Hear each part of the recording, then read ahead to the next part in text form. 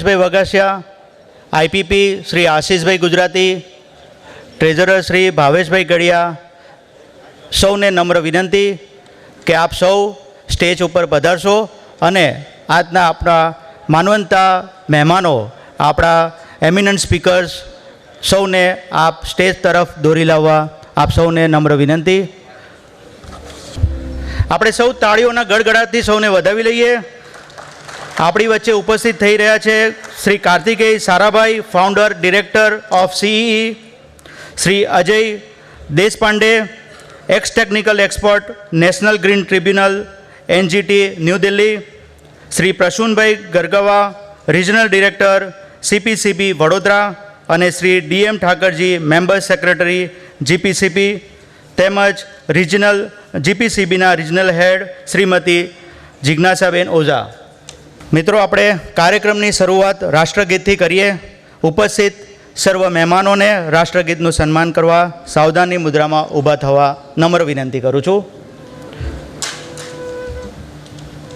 Staff member, રાષ્ટ્રગીત please ચાલુ કરજો.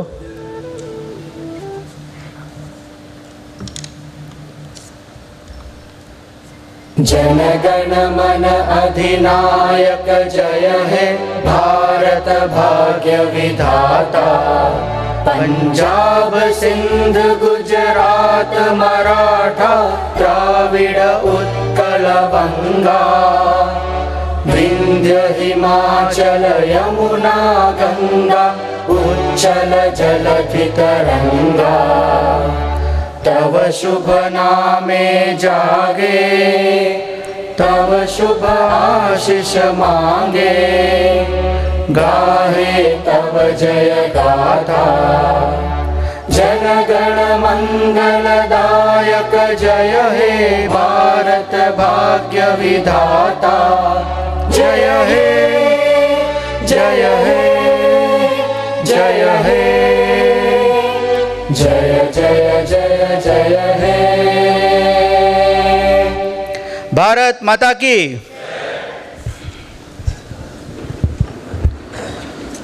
Once again welcome to all. પ્રભુએ સર્જેલું આ અલબેલું વિશ્વ અને આ વિશ્વમાં સૌથી મહત્ત્વ ધરાવતો લોકશાહી દેશ એટલે કે ભારત દેશ. અને આ ભારત દેશમાં ગાંધી, સરદાર અને મોદીની જન્મભૂમિ અને કર્મભૂમિ એટલે આપણું ગુજરાત રાજ્ય. અને આ ગુજરાત રાજ્યમાં કવિ નર્મદ જેવા વિચારકોના વિચારોથી પ્રેરાયેલી textile city, diamond city, bridge city અને આતિથ્ય સિટીની ઉપમા મેળવેલું શહેર એટલે આપણું શહેર સુરત.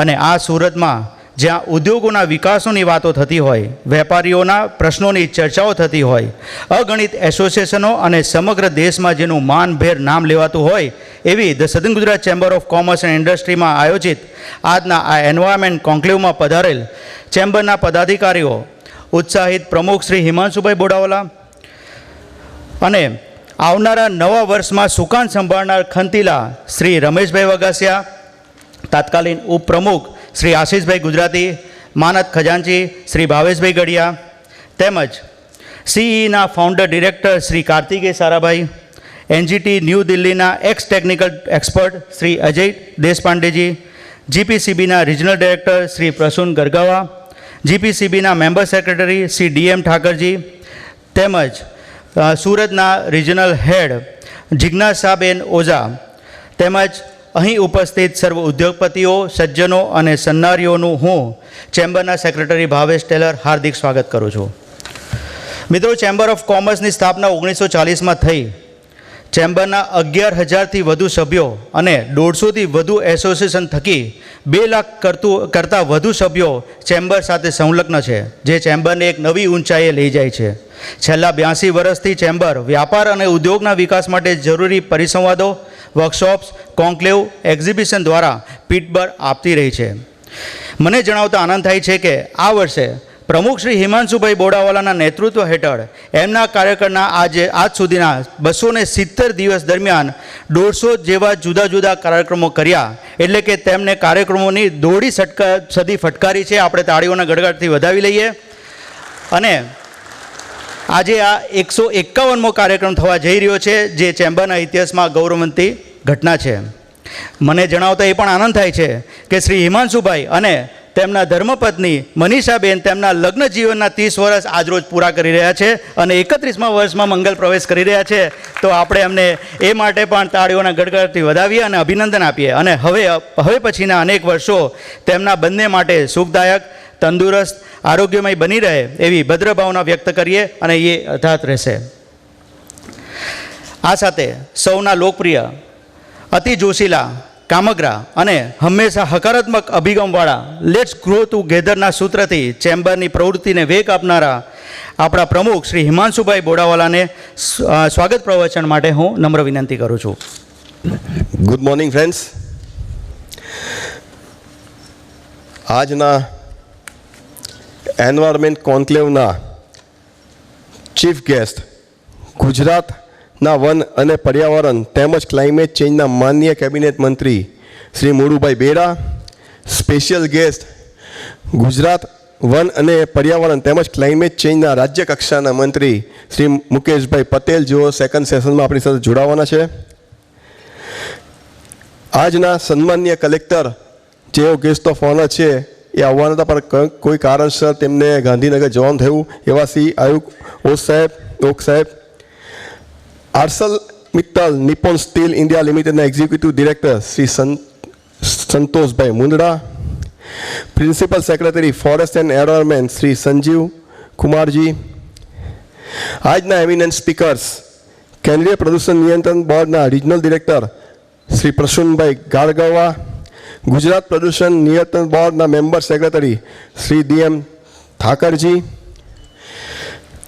IIT નવી દિલ્હીના professor Shri Mukeshbhai Khare, CEE environment education સેન્ટરના ફાઉન્ડર અને ડિરેક્ટર શ્રી આદરણીય Shri Kartikeya Sarabhaiji, national green tribunal નવી દિલ્હીના ભૂતપૂર્વ technical expert Shri Ajaybhai Deshpande, GPCB સુરતના જિજ્ઞાસાબેન ઓઝા.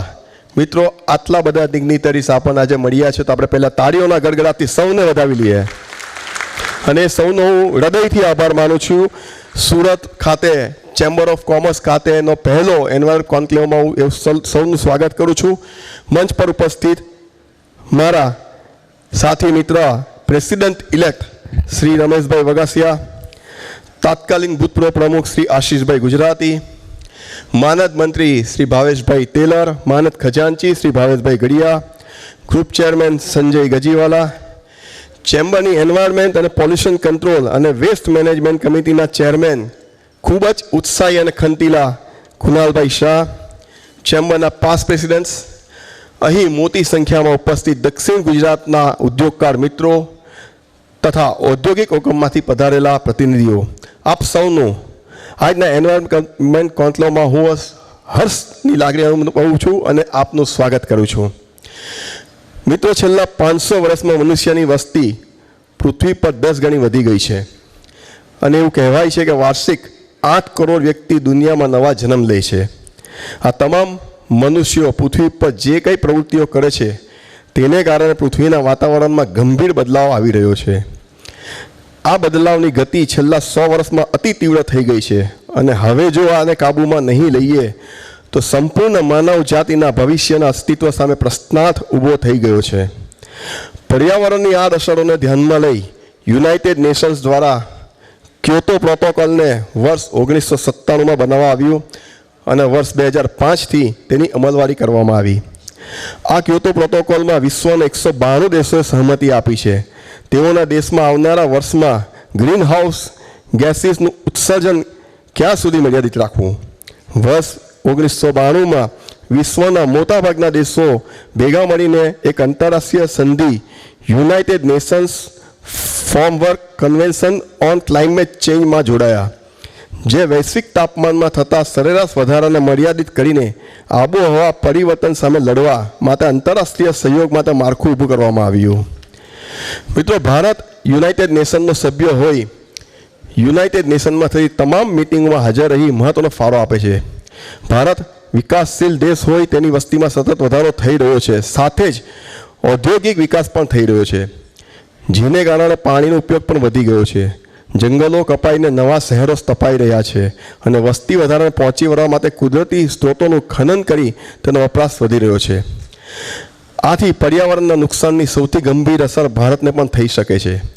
આ બાબતને ધ્યાનમાં લઈ માનનીય વડાપ્રધાન શ્રી નરેન્દ્રભાઈ મોદી સાહેબે ફેબ્રુઆરી 2022માં ગ્લાસ્ગો ખાતે યોજાયેલ મિટિંગમાં ભારત દ્વારા ક્લાઇમેટ ચેન્જને કંટ્રોલ કરવા માટે વિશ્વને બાંહેધરી આપી હતી કે ભારતને વર્ષ 2030 સુધીમાં 500 gigawatt non fossil fuel energy વીજળી ઉત્પાદનની કેપેસિટી ઊભી કરશે. ભારતના કુલ વીજળી ઉત્પાદનમાં વર્ષ 2030 સુધીમાં રિન્યુએબલ એનર્જીનો હિસ્સો 50% જેટલો રાખવા પર તેમજ ભારતમાં કુલ કાર્બન એમિશન ઉત્પાદન વર્ષ 2030 સુધીમાં હાલમાં જે ઉત્પાદન થઈ રહ્યું છે તેનાથી 100 બિલિયન ટન ઘટાડવા પર ધ્યાન અપાઈ રહ્યું છે. વડાપ્રધાનશ્રીએ વર્ષ 2070 સુધીમાં ભારતને નેટ ઝીરો એમિશન બનાવવાનું લક્ષ્યાંક હાંસલ કરવાની બાંહેધરી આપી છે. મિત્રો, આજે આપણી વચ્ચે દક્ષિણ ગુજરાતમાં આવેલા મોટાભાગના ઔદ્યોગિક સમૂહોના પ્રતિનિધિઓ છે. રાજ્ય સરકારના સનદી અધિકારીઓ, સુરતના સંસદીય અધિકારીઓ, જીપીસીબી અને સીપીસીબીના સંસદીય અધિકારીઓ ઉપસ્થિત છે. આજના આપણા વક્તાઓ દેશના ખ્યાતનામ એવા centre for environment education founder and director Shri Kartikeyabhai Sarabhai, IIT નવી દિલ્હીના પ્રોફેસર શ્રી મુકેશભાઈ ખરે તથા નેશનલ ગ્રીન ટ્રિબ્યુનલના નવી દિલ્હીના ટેકનિકલ એક્સપર્ટ સેવા આપી ચૂકેલા સાયન્ટિસ્ટ શ્રી અજય દેશપાંડે ઉપસ્થિત છે. આ તમામ વક્તાઓ પર્યાવરણની જાળવણીને લગતા કેન્દ્ર સરકાર અને રાજ્ય સરકારના કાયદા અને નિયમો તથા આ અંગેની કેન્દ્ર અને રાજ્ય સરકારની નીતિઓ વિશે વિસ્તારમાં ચર્ચા કરી આપણને માહિતગાર કરશે. મિત્રો, આ સાથે હું મારું સ્વાગત પ્રવચનને વિરામ આપું છું. આપ સૌનો ફરીથી હાર્દિક સ્વાગત કરું છું. જય હિન્દ, જય ભારત, જય જય ગરવી ગુજરાત. Thank you.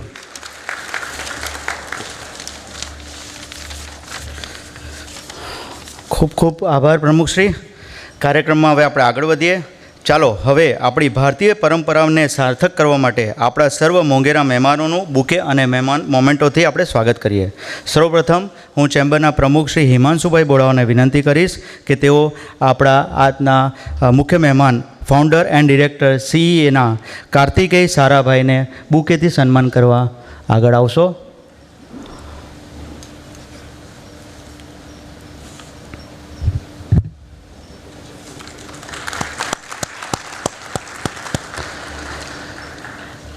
એમને મોમેન્ટોથી સ્વાગત કરવા માટે ચેમ્બરના પ્રમુખશ્રી તેમજ અન્ય પદાધિકારોને હું વિનંતી કરીશ કે આપ શ્રી આગળ આવશો. ટ્રેઝર સાહેબ આપ પણ આગળ આવજો.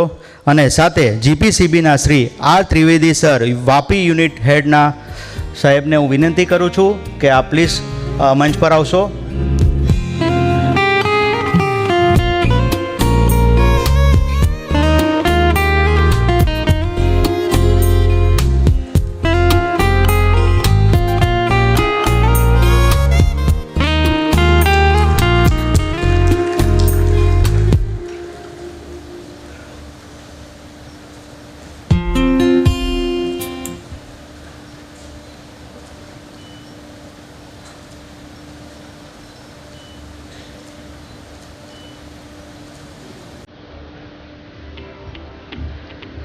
ખૂબ ખૂબ આભાર. હું ચેમ્બરના વાઇસ પ્રેસિડેન્ટ શ્રી રમેશભાઈ વગાસેને વિનંતી કરું છું કે Shri Ajay Deshpande, ex technical expert, national green ટ્રિબ્યુનલના, જેઓ નવી દિલ્હીથી પધારેલા છે, એમને બુકેથી સ્વાગત કરે.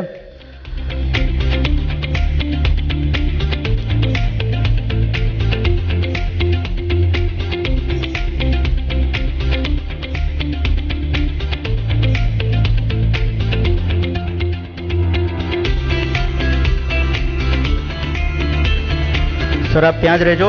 સાથે સાથે હું જીપીસીબીના શ્રી એજી પટેલ સર, વાપી આરો, અને શ્રી વીડી રાખોલિયા, અંકલેશ્વર આરોને વિનંતી કરું છું કે તેઓ મોમેન્ટો આપવા માટે સાથે જોડાય. અને અન્ય પદાધિકારોને પણ નમ્ર વિનંતી કે તેઓ ફરી એકવાર મોમેન્ટો થી સ્વાગત કરવા માટે આપ સૌ જોડાશો.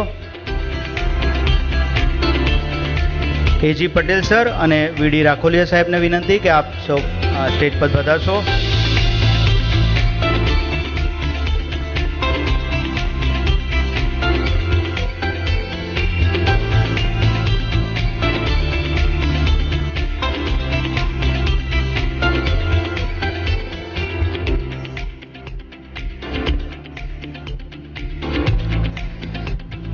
ચેમ્બરના આઈપીપી શ્રી આશીષભાઈ ગુજરાતીની નમ્ર વિનંતી કે તેઓ આપણી સાથે સીપીસીબી વડોદરાના રિજનલ ડિરેક્ટર આપણી વચ્ચે ઉપસ્થિત છે શ્રી પ્રસૂનભાઈ ગરગવાનું બુકેથી સ્વાગત કરે. અને ત્યારબાદ જીપીસીબીના શ્રી એઓ ત્રિવેદી સરીગામ અને શ્રી માર્ગી પટેલ ભરૂચ આરોને પણ નમ્ર વિનંતી કે શ્રી પ્રસૂનભાઈ ગરગવાનું મોમેન્ટોથી સ્વાગત કરવા માટે આપ બંને મહાનુભાવોને મંચ ઉપર આવવા વિનંતી. શ્રી આરો ત્રિવેદી સાહેબ અને શ્રી માર્ગી પટેલ સાહેબ સરીગામ અને ભરૂચ આરો. અને બાકી પદાધિકારોને ફરી નમ્ર વિનંતી કે આપ સૌ મોમેન્ટોમાં આપવા માટે પાછા જોડાશો. પ્રમુખ શ્રી આપ પ્લીઝ આગળ આવજો.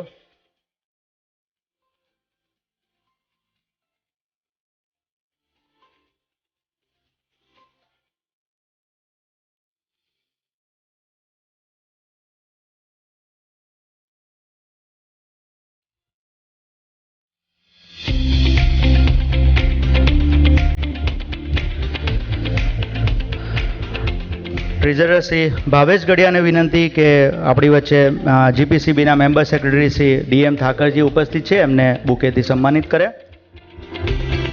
અને ત્યારબાદ 2 મિનિટ કુનાલભાઈ 2 મિનિટ. ત્યારબાદ જીપીસીબીના શ્રી મુકેશભાઈ મકવાણા સુરત યુનિટ હેડ તેમજ શ્રીમતી જિજ્ઞાસાબેન ઓઝા અને ગામિત સરને નમ્ર વિનંતી કે આપ સ્ટેજ પર પધારશો અને આપણે મોમેન્ટો આપવા માટે આપણે સૌ મિત્રો સાથે જોડાઈએ.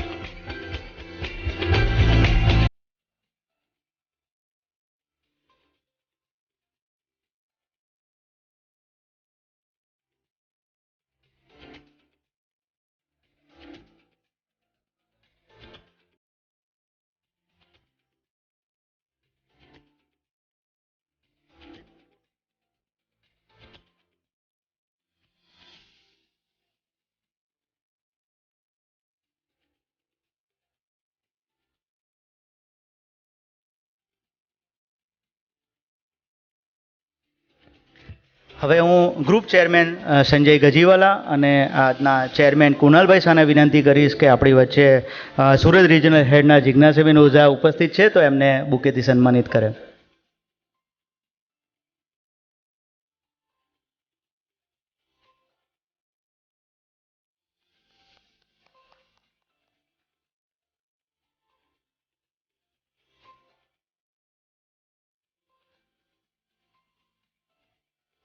આપણી વચ્ચે આજના પ્રોગ્રામના સપોર્ટર તરીકે જેબી ઇકોટેક્સ લિમિટેડના રાજેશ ગુપ્તાજી અહીં ઉપસ્થિત છે, એમને મંચ ઉપર પધારવા માટે વિનંતી કરું છું.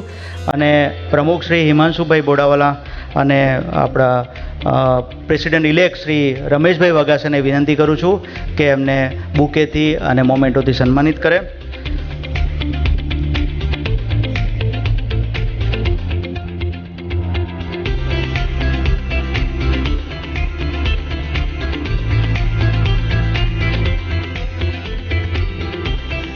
મિત્રો, આ કંપની જેકેટ્સ બનાવે છે જે 50% રિસાયકલ ફાઇબર્સ પ્લાસ્ટિક વેસ્ટમાંથી બનાવે છે અને 50% ઓર્ગેનિક કોટનમાંથી બનાવે છે.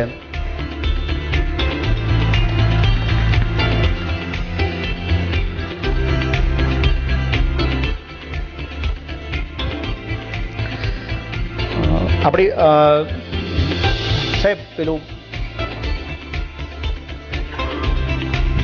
આપણી વચ્ચે જે જેબી ઇકોટેક્સ છે, મેં તમને વાત કરી, એ રિસાયકલથી આ જે કંઈક બનાવે છે, તો એમને ખાસ વિનંતી કરી છે કે જેટલા પણ ડિગ્નિટરીઝ અહીંયા સ્ટેજ પર છે એ બધાને જેકેટ આપવા માંગે છે, તો એમને નમ્ર વિનંતી કે તેઓ દરેક અહીં ઉપસ્થિત મહેમાનોને જેકેટ આપીને સન્માનિત કરે.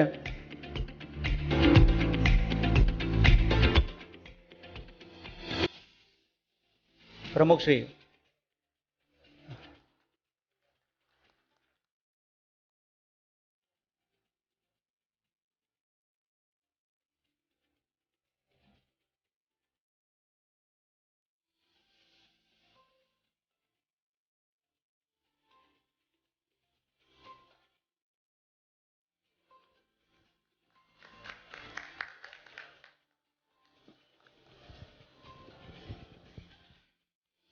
at JB Ecotex, we do recycle 1.2 crores PET bottles per day and producing recycled polyester staple fiber. That fiber is the raw material for polyester spun yarn and blended yarn. And that yarn is consumed in the production of the fabrics and garments. So 15 PET bottles are consumed in manufacturing of these jackets.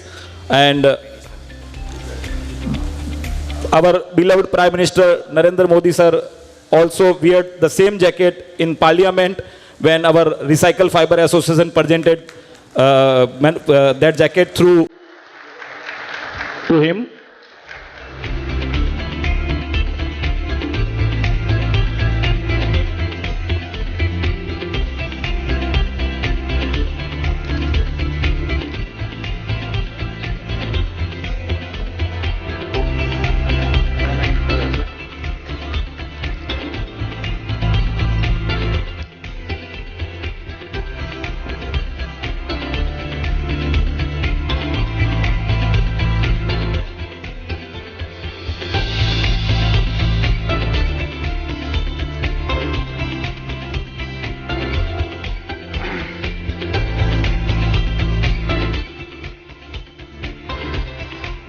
મિત્રો આપણી વચ્ચે member of environment and ફોરેસ્ટના director Shri Yogesh Kumarji અહીં ઉપસ્થિત છે, તો હું પ્રમુખશ્રીને વિનંતી કરીશ કે એમને બુકેથી સ્વાગત કરે.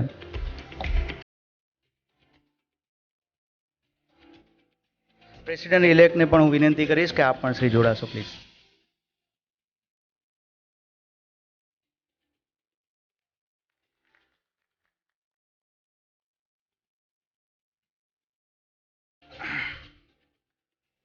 ખૂબ ખૂબ આભાર. મિત્રો, 2023થી આ કોન્ક્લેવ સાકાર કરવા માટે જેમને વિચાર સ્ફૂર્યો હતો અને આવા વિશાળ કાર્યક્રમો યોજવા એ નાની સૂની વાત નથી. તેમાં અથાગ શ્રમ, અતિ સૂક્ષ્મ કક્ષાનું આયોજન, નિષ્ણાત વક્તાઓની પસંદગી, તેમની મુલાકાત કરી કોન્ક્લેવ માટે સમય લેવો અને પડદા પાછળની અદરક તૈયારીઓ કરવી પડતી હોય છે. અને આ સમગ્ર પ્રક્રિયા પાછળ સક્રિય રસ લઈ સમયનો ભોગ આપી ઘણા ચડાવ ઉતાર કરી અંતે આ કોન્ક્લેવને સાકાર કરવા મહત્ત્વનો ફાળો આપનાર ચેમ્બરની પર્યાવરણ પ્રદૂષણ નિયંત્રણ અને વેસ્ટ મેનેજમેન્ટ કમિટી તેમજ તેમના ચેરમેન શ્રી કુણાલભાઈ શાહે અથાગ પ્રયત્નો કર્યા છે. તો આજ રોજ હું કુણાલભાઈ શાહને નમ્ર વિનંતી કરું છું કે આજના કાર્યક્રમ માટે પ્રાસંગિક ઉદ્બોધન કરી આ કોન્ક્લેવ સંબંધી રૂપરેખા પૂરી પાડે. Good morning. Good morning. We have see आज एनवायरमेंट कॉन्क्लेव के लिए आप सब लोग आए हैं, पूरे साउथ गुजरात से आए हैं. और जो हमारे लर्नेड वक्ता श्री कार्तिकेय शारा भाई, जिन्होंने अपना सारा जीवन एनवायरमेंट के लिए दिया है, तो वो आज हमारे बीच है. अजय देश पांडे जी, जो एनवायरमेंट के एक्सपर्ट्स और एनजीटी के बहुत सालों तक एनजीटी के लिए उन्होंने काम किया है, वो आज है हमारे साथ. प्रसून गर्गवा जी, जो regional director central pollution control board. DM Thakar ji, member secretary GPCB. हमारे एसजीसीसीआई के प्रेसिडेंट श्री हिमांशु भाई, श्री रमेश भाई Vagasia vice president, Shri Ashish Gujarati immediate past president, Bhavesh Tailor honorary secretary, Bhavesh Gadiya ji honorary treasurer, and हमारे ग्रुप चेयरमैन संजीव गजीवाला जी. हमारे जिग्ना मैडम आरओ, जिन्होंने अथाक परिश्रम करके ये प्रोग्राम में हमें सपोर्ट दिया है, वो आज हमारे बीच है. और हमारा मान रख के योगेश कुमार जी आए हैं एमओएफ गांधीनगर से. उन सभी के साथ आज हम बात करेंगे.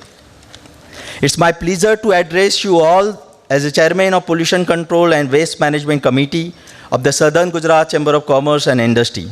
I welcome you all to this Environment Conclave, which aims to discuss sustainable industrial practices to mitigate air, water and land pollution. The primary focus of this conclave is to discuss sustainable industrial practices that will reduce our carbon footprint, minimize waste, conserve resources, and add up renewable energy sources. We must work towards creating an industrial action plan that focus on sustainable development. And we knew we need to commit ourselves to implementing these practices. According to Sri Narendra Bhai Modi, our Prime Minister, during his speech, he says, today is the world is recognized that lifestyle has a big role in climate change. He proposed one word in the contrast of climate can become the basic foundation of one world. This word is life, L-I-F-E. L-I-F-E means lifestyle for environment. We must recognize our responsibilities as industries based on various judgment of national green tribunals. It is essential that we understand the implementation of these judgments and take protective steps to address environmental issues. We also need to comply with environmental regulations, protect natural resources, and ensure that our actions do not harm the environment.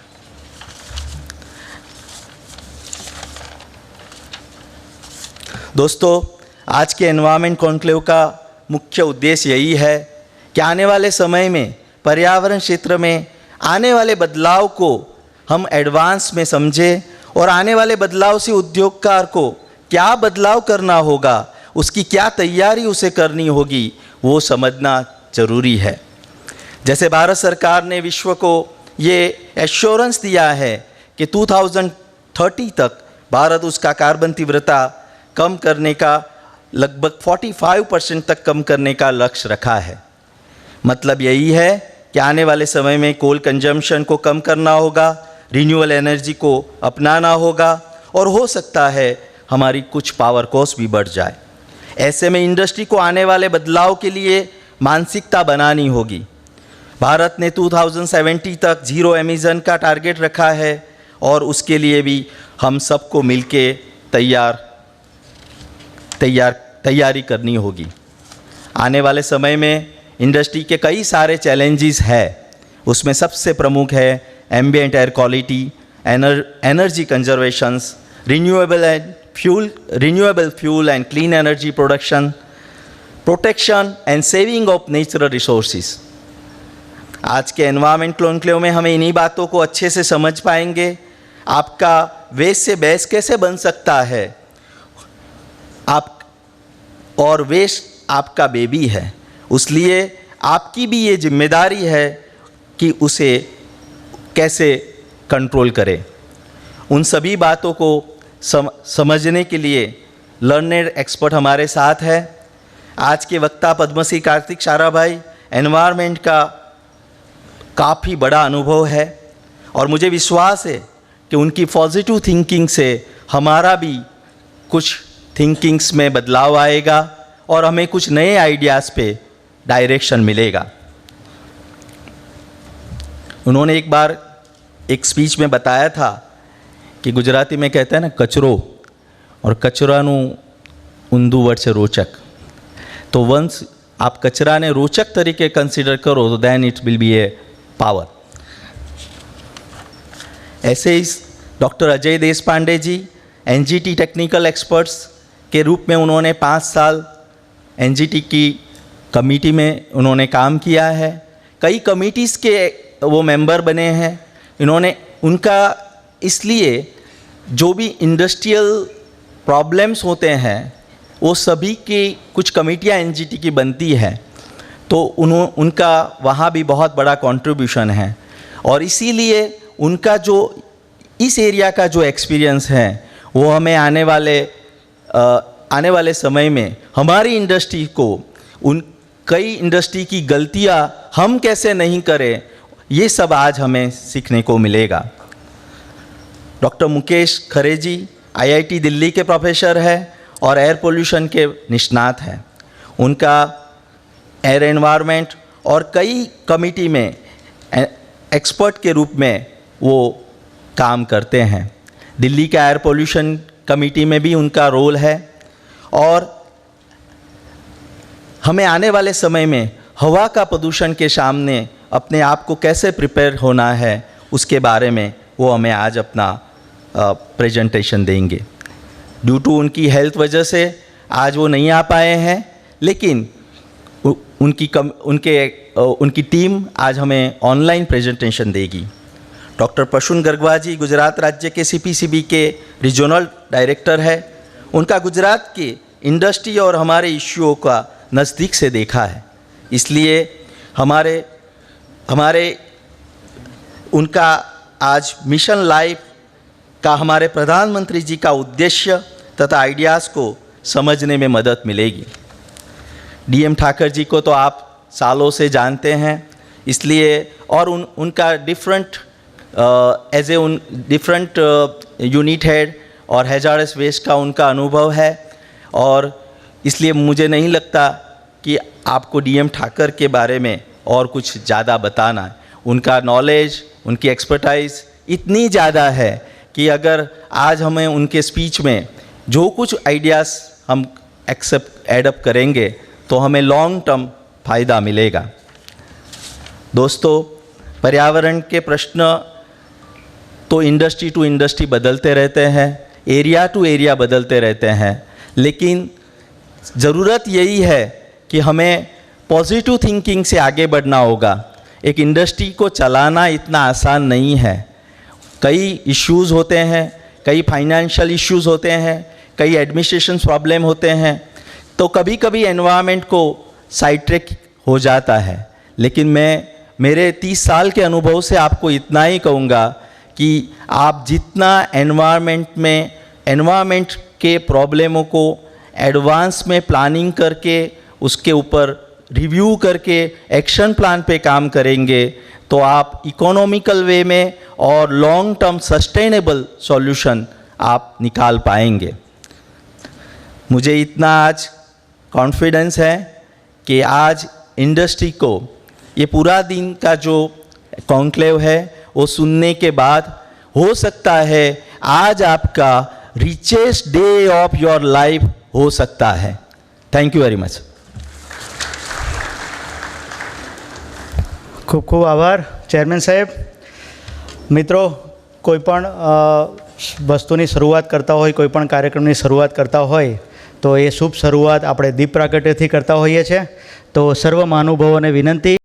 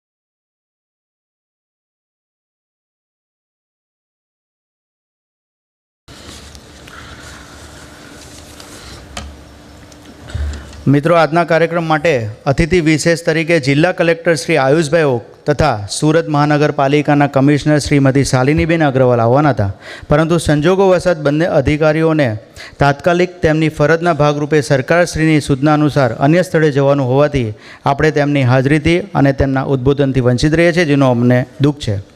પરંતુ આ તબક્કે હું આપની સમક્ષ રજૂ કરી રહ્યો છું એક એવા વ્યક્તિ કે જેઓ સેન્ટર ફોર એન્વાયરમેન્ટ એજ્યુકેશનના સ્થાપક અને નિયામક છે.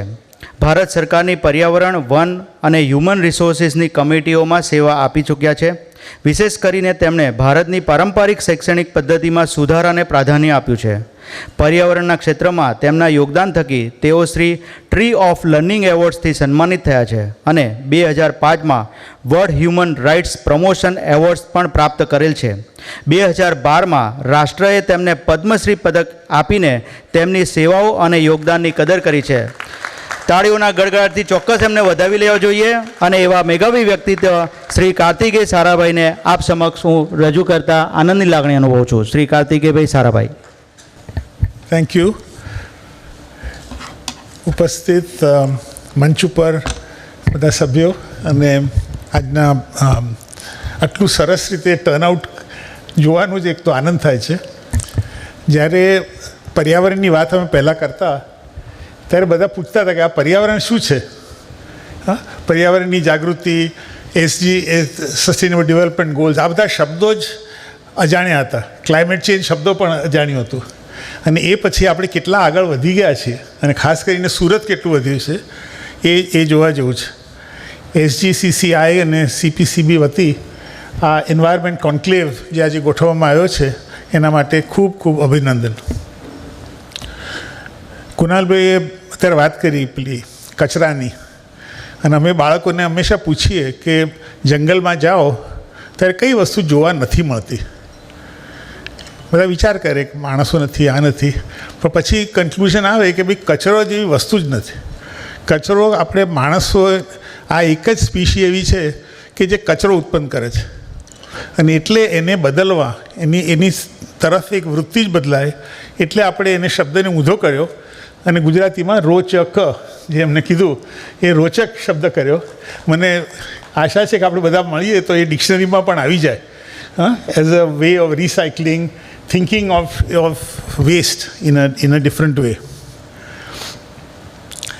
આજે જીવન શૈલીની પણ વાત થઈ આજે, લાઈફસ્ટાઈલ, અને આ બધાની પાછળ આપણી જીવનશૈલી સૌથી અગત્યની છે.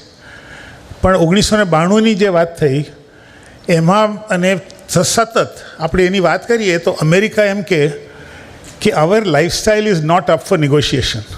અમારી જીવનશૈલી બદલાય નહીં. તમે કહેતા હો તો આપણે નવું ઇન્સ્ટ્રુમેન્ટ લાવીએ, ગાડી વધારે એફિશિયન્ટ ગાડીઓ લાવીએ, બીજું ઇન્સ્ટ્રુમેન્ટ્સ કરીએ, પણ અમારી જીવનશૈલી વિશે વાત ના કરતા. આ વસ્તુ છેક 92થી ચાલુ થઈ. આપણા પ્રાઇમ મિનિસ્ટર નરેન્દ્રભાઈએ કીધું કે આપણે આ જીવનશૈલી શબ્દ મૂકવો જ છે અંદર. અત્યાર સુધી આપણે કોઈ મૂકી નહોતા શક્યા.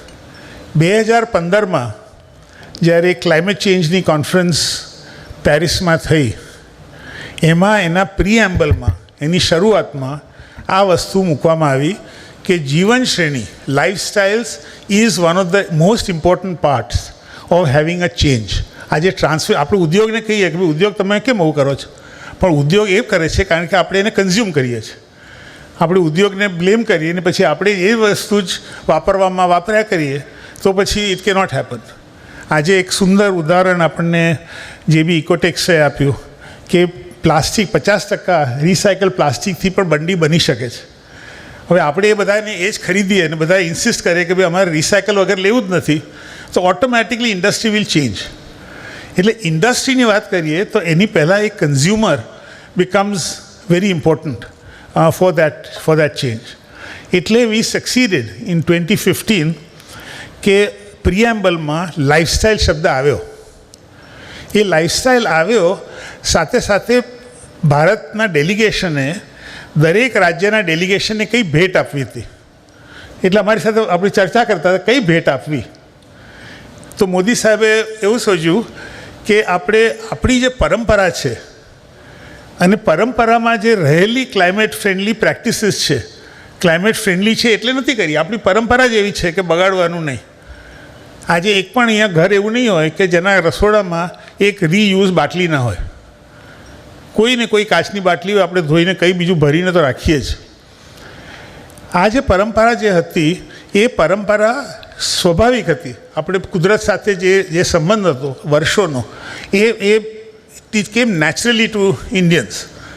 અને એ કેવી રીતે આપવું, એટલે એક ખૂબ સુંદર પુસ્તક પરંપરા કરીને આપણે બનાવ્યું. અને અત્યારે ગુજરાત ક્લાઇમેટ ચેન્જ ડિપાર્ટમેન્ટ માટે ગુજરાતની પરંપરાનું પણ પુસ્તક તૈયાર થયું છે. ગુજરાતીમાં અત્યારે થઈ રહ્યું છે. અંગ્રેજીમાં આ G20ને લીધે આપણે પહેલાં અંગ્રેજીમાં કર્યું અને એ આપ્યું છે. એમાં નાની નાની વાત છે. રોટલી બચે સાંજે, ફ્રીજ નથી તો શું કરવું, તો એના આપણે ખાખરા બનાવીએ. Khakhra was a climate change idea, it was a sustainability idea. આજે આપણને ખાખરા ભાવે એટલે સીધા ખાખરા જ બનાવીએ, પણ પહેલાં khakhra was a circular idea. એટલે આ જે જાતના વિચારો હતા એ વિચારો જોઈને આપણને લાગ્યું કે આ વસ્તુ ખાલી ભારત સુધી નથી રાખવી. આ જે ભારતની પરંપરા છે અને બીજા દેશોની પણ પરંપરા છે એ દુનિયાભરમાં ફેલાવી જોઈએ, તો જ આ ક્લાઇમેટ ચેન્જનો ઉકેલ આવશે. એટલે જે આખો લાઈફ પ્રોજેક્ટ સરકારે લીધો, પ્રાઇમ મિનિસ્ટરે લીધો કે લાઇફસ્ટાઇલ્સ ફોર એન્વાયરમેન્ટ, એની ઉપર મહત્ત્વ થયું. અને આજે G20નું જે આગેવાની છે એ G20ના માધ્યમથી આખી દુનિયાને આપણે આ વસ્તુ સ્ટ્રેસ કરીએ છીએ કે જે પહેલાં બોલાઈ નથી શકાતી. That is the difference in 30 years of leadership of India in what we do. હવે લીડરશિપ વાત કરીએ તો કોઈ સરકારથી લીડરશિપ નથી લેવાતી એકલી. Leadership comes from people. અને સુરત શું છે, હું ડૉક્ટર કુરિયનને ઓળખતો હતો અમૂલમાં. તો એકવાર મેં એમને પૂછ્યું કે તમારી શું ફિલોસોફી છે, ક્યાં જવો, શું કરવું, ભારતના આટલા બધા પ્રશ્નો છે. એ કહે છે ગાંધીજી અંત્યોદયમાં માનતા હતા, એટલે સૌથી મુશ્કેલ જગ્યા હોય ત્યાંથી આપણે શરૂ કરીએ. કે જે હું થોડો મારો વિચાર થોડો જુદો છે કે જ્યાં સૌથી વધારે સક્સેસ મળે ત્યાં હું જઉં છું. અને એ સક્સેસ મળે તો એ સક્સેસને જોઈને બીજા પણ એનું અનુકરણ કરે ને એ પણ એ રીતે કરે. એ અપ્રોચથી આજે Surat is like a light, bright light. સુરતમાં જે જાતનો રિસ્પોન્સ છે જુદા જુદા ઇન્ડસ્ટ્રીમાં, ડાયમંડ્સમાં આગેવાની, ટેક્સટાઇલ્સમાં આગેવાની, આજે આપણે જોઈએ બીજા મ્યુનિસિપાલિટીમાં આગેવાની. તમે કીધું કોઈ કે સુરતને પહેલાં કેવું હતું અને એનું આખું ટ્રાન્સફોર્મેશન થઈ ગયું, એનું નામ જ બદલાઈ ગયું. એટલે Surat is a very special place. અને અમારો જે સેન્ટર ફોર એન્વાયરમેન્ટ એજ્યુકેશનનો જે સુરત સાથે સંબંધ છે એ છે કે જે પણ અમે મદદ કરી શકીએ તમારી સાથે, અને તમારી જે આગેવાની છે અહીંયાની એની સાથે જે સુંદર કામ થઈ શકે એ પ્રમાણે આપણે આગળ વધી કંઈ ઉદાહરણ બતાવીએ. આજે અત્યારે મારે પછી ટેકનિકલ સેશનમાં આપણે વાતો કરીશું, પણ આજે આ ઇનોગ્રેશનમાં ફરીથી SGCCI અને GPCBને ખૂબ અભિનંદન કે આજે આ કાર્યક્રમ કર્યો છે. અને ખૂબ આપને બધાને અભિનંદન કે આટલી મોટી સંખ્યામાં આપણે આ કાર્યક્રમમાં ભાગ લઈ રહ્યા છે. Thank you. ખૂબ ખૂબ આભાર સાહેબ. તમે પરંપરા પુસ્તકની વાત ઘણી સુંદર કરી અને દરેકે આ પુસ્તક ચોક્કસ વાંચવું જોઈએ, કારણ કે વર્ષોથી જે પરંપરા આપણે અપનાવી છે એ આપણા બધા સૌના માટે સૌથી સારી વાત હતી કે જેને કારણે એન્વાયરમેન્ટ જળવાઈ રહેતું હતું. તો ખૂબ ખૂબ આભાર આ તબક્કે. અને એમને એક વાત પણ સારી કરી કે અહીંયા હોલ ફૂલ ભરાયેલો છે. મને જણાવતા આનંદ થાય છે કે જ્યારે અમે આ પ્રોગ્રામની રૂપરેખા નક્કી કરી ત્યારે એવું અમે માન્યું કે લગભગ 300-400 લોકો આવશે, રાઈટ? GPCB સાથે સતત સંપર્ક અને કુણાલભાઈ અને એમની ટીમ સંજયભાઈ ગજીવાળા સતત બધા સાથે ઇન્વિટેશન આપવામાં અને બધામાં પ્રયત્નશીલ હતા કે આપણા એટલીસ્ટ આ હોલમાં 300-400 લોકો આવે. પણ જણાવતા આનંદ થાય છે કે આપણે આ હોલમાં 600 લોકો છે આજે. તો મિત્રો, આ તો એકચ્યુઅલી કાર્યક્રમની શરૂઆત થઈ રહી છે, પરંતુ આ ઉદ્ઘાટન કાર્યક્રમનો હવે આપણે અંત તરફ જઈ રહ્યા છે. જ્યારે આપણે જમીએ અને મુખવાસ વગર ના ચાલે, એવી જ રીતે આભાર વિધિ વગર નહીં ચાલે. અને જો એ આભાર વિધિ આપણા પ્રેસિડન્ટ ઇલેક્ટ શ્રી રમેશભાઈ વગાસાની હોય તો પ્રોગ્રામમાં 4 ચાંદ લાગી જાય છે, એમાં કોઈ શંકાને સ્થાન નથી. તો હું રમેશભાઈ વગાસાને વિનંતી કરીશ કે આજનો આભાર વિધિ ઉદ્ઘાટન સમારોહની કરે અને ત્યાર પછી આપણે ટેકનિકલ સેશન 1, ટેકનિકલ સેશન 2 અને ત્યારબાદ આપણે ઇન્ટરેક્ટિવ સેશન રાખવા જઈ રહ્યા છે. પ્રોગ્રામ 5 વાગ્યા સુધી ચાલવાનો છે. બપોરે લંચ આપણને 1 થી 2માં મળશે અને સાંજે હાઈ ટીનું પણ પ્રબોધન કરવામાં આવ્યું છે. તો આપ સર્વને વિનંતી કે આપ બધા સેશનનો લાભ લઈ અને આમાંથી મેક્સિમમ ગેઇન કરીને આપ જશો. Thank you very much. સુપ્રભાતમ.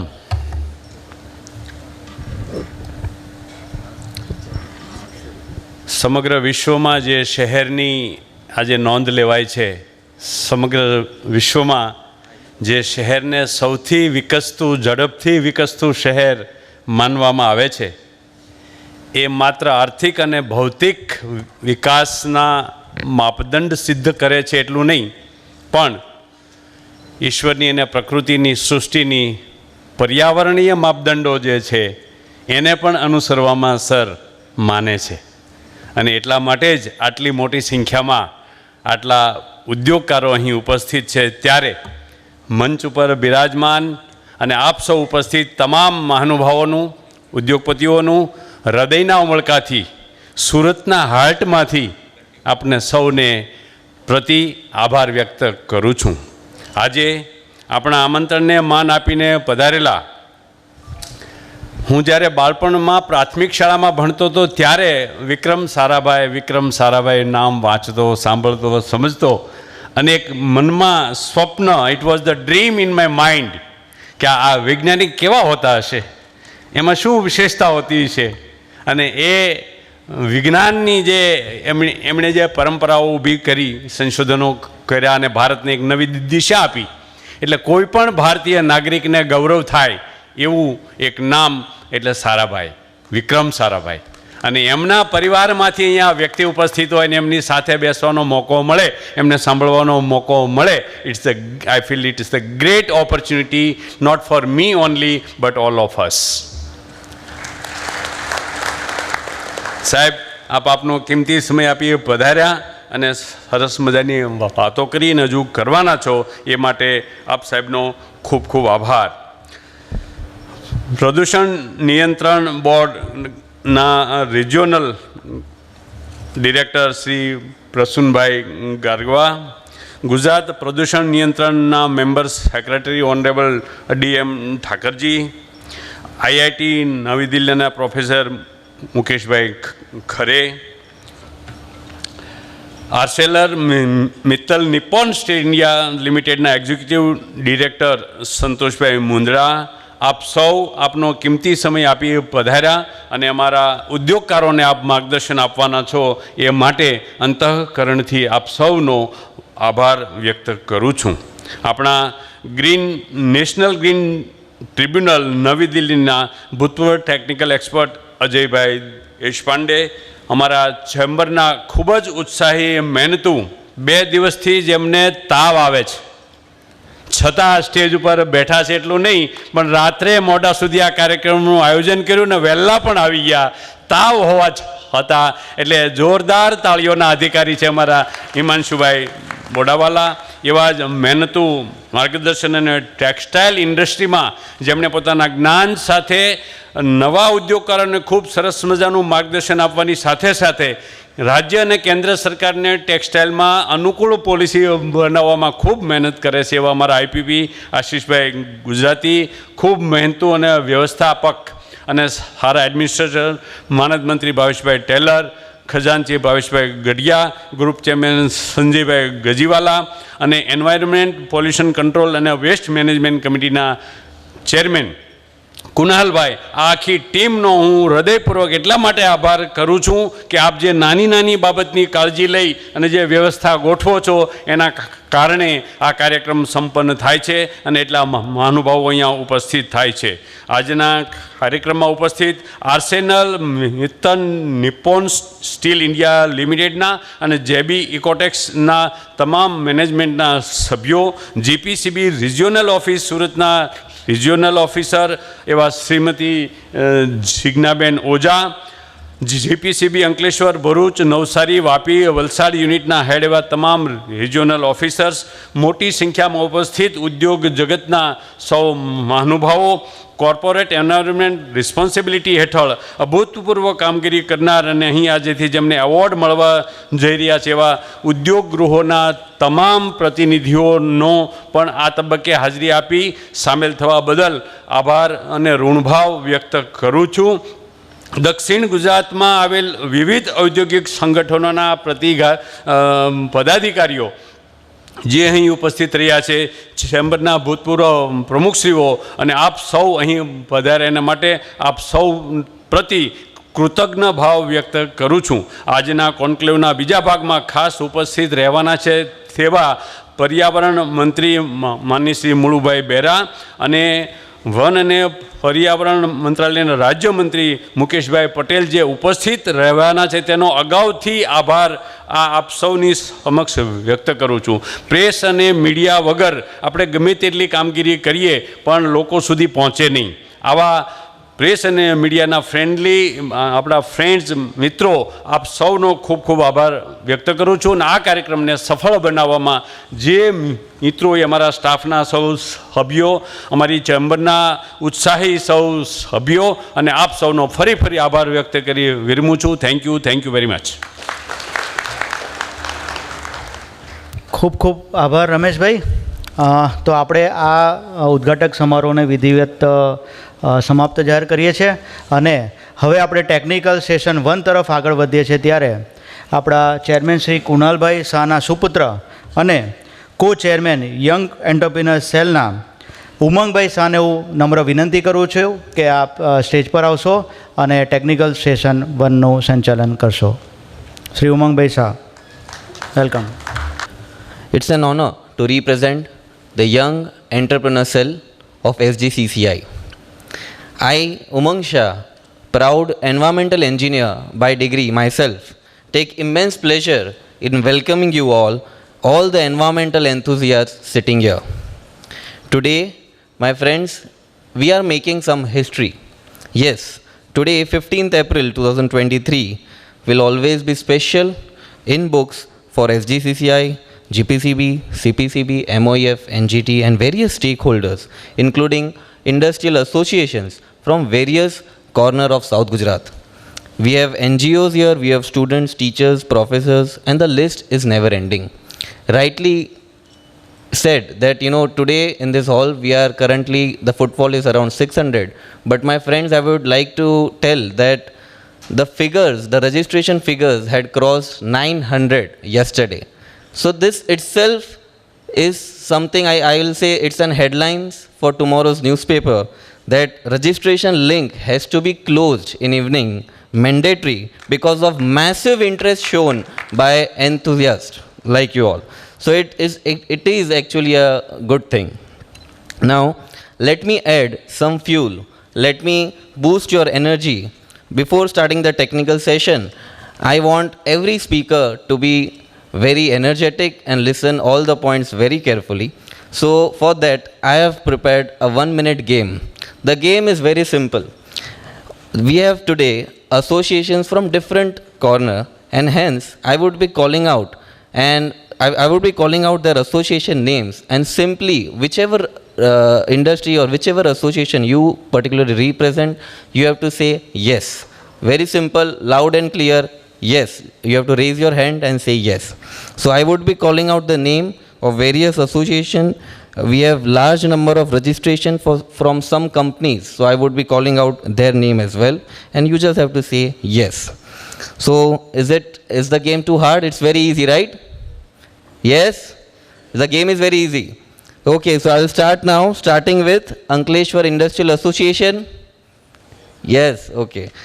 Vapi Association, please be loud and clear. Vapi Association, great, yes. Saikha Association, please say yes. Yes, okay. Then Dahej Industrial Association, yes. Pandesara Association, yes. Okay, then we have Anupam Rasayan, we have Ether Industries, yes. We have Steam House Team, ArcelorMittal Group. We have Enclear Biomedical Waste Group, Shesh Envision Group, NGO Project Surat. We have CK Pitawala College registrations as well. And we have students and professors from various other colleges. Now, I ask everybody, without wasting our time, are you all ready for the final technical session?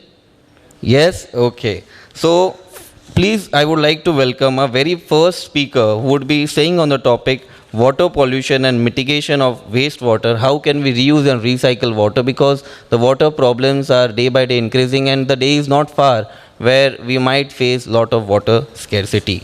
So, let me please invite our very first speaker, Shri Padma Shri Kartikeya Sarabhai, former founder and director of Center for Environmental Education. He had received Padma Shri Award in 2012 and has a formal education in Cambridge, UK and MIT. Please, ladies and gentlemen, let's have a big round of applause for Shri Kartikeya Sarabhai. Thank you, Umang. Nice to be with all of you again. Before I start, I did want to follow up what Ramesh Bhai mentioned in the last session about Vikram Sarabhai and what are the things we learned. One of the things which I think is relevant for all of us. And that was this, that the developed world, America, England, Japan, they developed at a stage where environmental awareness was not there. They did not think or did not dream that the coal and the fossil fuels would have such an impact on the planet. And they could develop rapidly. Also, it was a colonial time. So they could develop with colonizing India, and that's another whole story of how much India lost during the colonial period. Our goods would go manufactured there and dumped back here, we would have to buy it. So it was a very difficult and a very different stage at which they developed. Technology also is so different. Technology changes all the time, and at the same time, even if you see from your childhood or from some of our childhoods, when there was no calculator. I remember as a college student, first time at Harvard in their shop, there was this big lights and there was a 4-function calculator, which today we use even as a gift item for Diwali. There was a 4-function calculator, $190. $190, yeah, I think it had one memory. And I was sort of looking at this thing saying, what a magic that you have something like a calculator. The next year it became $90. My mother got it for me. And I remember how proud I was to have a calculator. Today, every one of us has a powerful instrument with us. There's probably not a single person here who does not have that instrument. We have completely changed. We have a maid servant who is not literate. And she heard me and my wife talking about some dish. So she comes and says, "Hu banayega pu tumne?" And I said, "How? What is it?" She said, "Na, mari dikri che, to ye pelu Google ma kari, recipe lai avse, and mane tame akhatro karwa do. Koi Mexican dish." And she made it also. હવે આ જાતનું empowerment, આ જાતની એક શક્તિ જે મળી શકે છે, જે વસ્તુ લાઇબ્રેરીમાં શોધીને મળતી હતી પુસ્તકો, એ હવે એમને મળે છે. અને હવે ચેટ જીપીટી દ્વારા તો એનું બધું ડાયજેસ્ટ કરેલું પણ એક પ્રકરણ આવી જાય. એટલો ફેર થયો છે ને જે ગતિથી ફેર થઈ રહ્યો છે it is quite incredible. But coming back to Sarabhai, he was talking about leapfrogging. And I remember he was saying that why the space program should put up a satellite કે જેનાથી એક જગ્યાએથી બીજી જગ્યાએ ફોનના સંદેશા જઈ શકે, અને ટેલિવિઝન જે ગામડાઓમાં રોડ પણ ના હોય ત્યાં પણ તમે શૈક્ષણિક ટેલિવિઝન મોકલી શકો. You can give educational messages right to that bottom. And I remember I was maybe 18 years old. I was standing at the back in a Delhi meeting where Doordarshan and Information and Broadcasting was asking કે ભાઈ તમે સ્પેસવાળા અહીંયા information INB માં કેમ દખલગીરી કરો છો? તમે તમારું રિસર્ચ કરો ને જે કરવાનું હોય. What is the connection? But interestingly, the other question was, has America put up satellite for communication? Education, television ને માટે એ વખતની વાત છે. Did America put up? The answer was no. તો તમે કેમ કહો છો મૂકવાનું? And it is a very interesting idea. It's worth important to listen to this, that in America, the companies which control this had already laid their cables. The full cables were laid. If that satellite came, then all that cable network would go useless before you had even got a return on that capital. So there was a resistance. Okay, don't make this change. In India, we had a complete different situation. We had an advantage. Our cables were not laid. આપણે બધા ગામોને connect કર્યા જ નહોતા. એટલે we can leapfrog to a technology which America cannot afford, but India can afford. એટલે there is a certain advantage of sometimes coming later in that development cycle when we are developing at a pace, when we know what the problems are. When we started the set of environment education, Thaltej ટેકરો છે અમદાવાદમાં. So at Thaltej Tekra, it was way outside the city. And people were asking us કે આટલું દૂર કેમ જવું તમારે? Today, 35 years later, it is right on SG highway. It is almost at the heart of the city. And that same way, the subject I am dealing with, which was also very far away at that time, is now come to the heart of the matter. Environment is now, sustainability is the heart of our discussion nationally. આજે આટલો મોટો સમારંભમાં આપણે સસ્ટેનેબિલિટીની વાત કરીએ છીએ, એ જ અદ્ભુત છે વસ્તુ. અને દરેક જણ કંઈ કરે છે. એટલે that leapfrog mentality basically means કે we have to think differently, learning from the experience and not imitating them. Now just think કે આપણે નવા શહેરો બનાવીએ છીએ. Should we build those cities which are the same as what we used to do earlier, which depended heavily on transport? The new thinking is that 80-85% of your requirements should be within walking distance. It is a city, but it should also be like a cluster of habitats or communities where people can walk or cycle or something else, and then from one point to another they can go by rapid transport. Now it's a different way of planning, but we can do it. Los Angeles cannot, because their whole infrastructure બધું destroy કરીને કરવું પડે, which is very difficult. They cannot afford it. એટલે આપણી પાસે હિન્દુસ્તાનમાં advantage છે, અને સૌથી મોટો એડવાન્ટેજ છે કે સરકાર is a visionary government. So you have this thing, you have a problem, you want to be the most rapid growing country in the world. You are going to be population-wise the largest country. You are going to have the largest number of youth, and you are aware of the environment.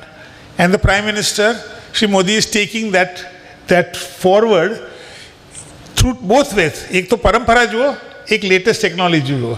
Solar Alliance is looking at modern technology, and parampara is looking at our history.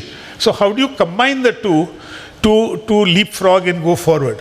Now this is the transformation in our thinking. It is not so much આપણે આવડત તો બધાની પાસે છે આપણે, પણ એ જે વિચાર કરવાની શ્રેણી કે જુદું કંઈ કરાય મારે, અને it is not easy because people are so used to a certain way of doing and thinking. Environment એટલે શું also has slowly evolved.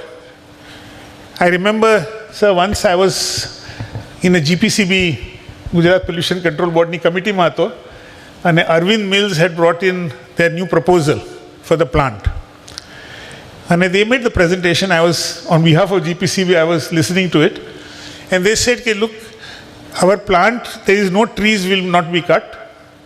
No air pollution is happening, no water pollution is happening, and no wildlife is being harmed.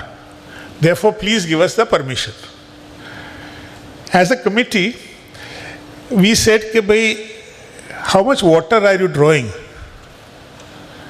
And it was obvious that the amount of water they were drawing, 80 villages, 80 ગામ આજુબાજુના, એના બધા જ કૂવા સુકાઈ જાત. હવે આ પર્યાવરણનો પ્રશ્ન છે, એમને ખ્યાલ નહોતો કે આ પર્યાવરણનો પ્રશ્ન ગણાય. એમને કહ્યું કે આ તો પાણી અમે લઈએ છીએ, અમે વાપરીએ છીએ, પણ અંદરની નહેર જે છે that કનેક્ટ્સ all the villages. Now the good thing about GPCB and Gujarat government's attitude was to work with industry. નહીં કે તમારું ના પાડી દઈએ. We said, sir, at that time, કે 3 મહિનામાં તમે પાછા આવો finding a solution. So they came back. They came back with a solution of 95% or something water being recycled. They will capture that water.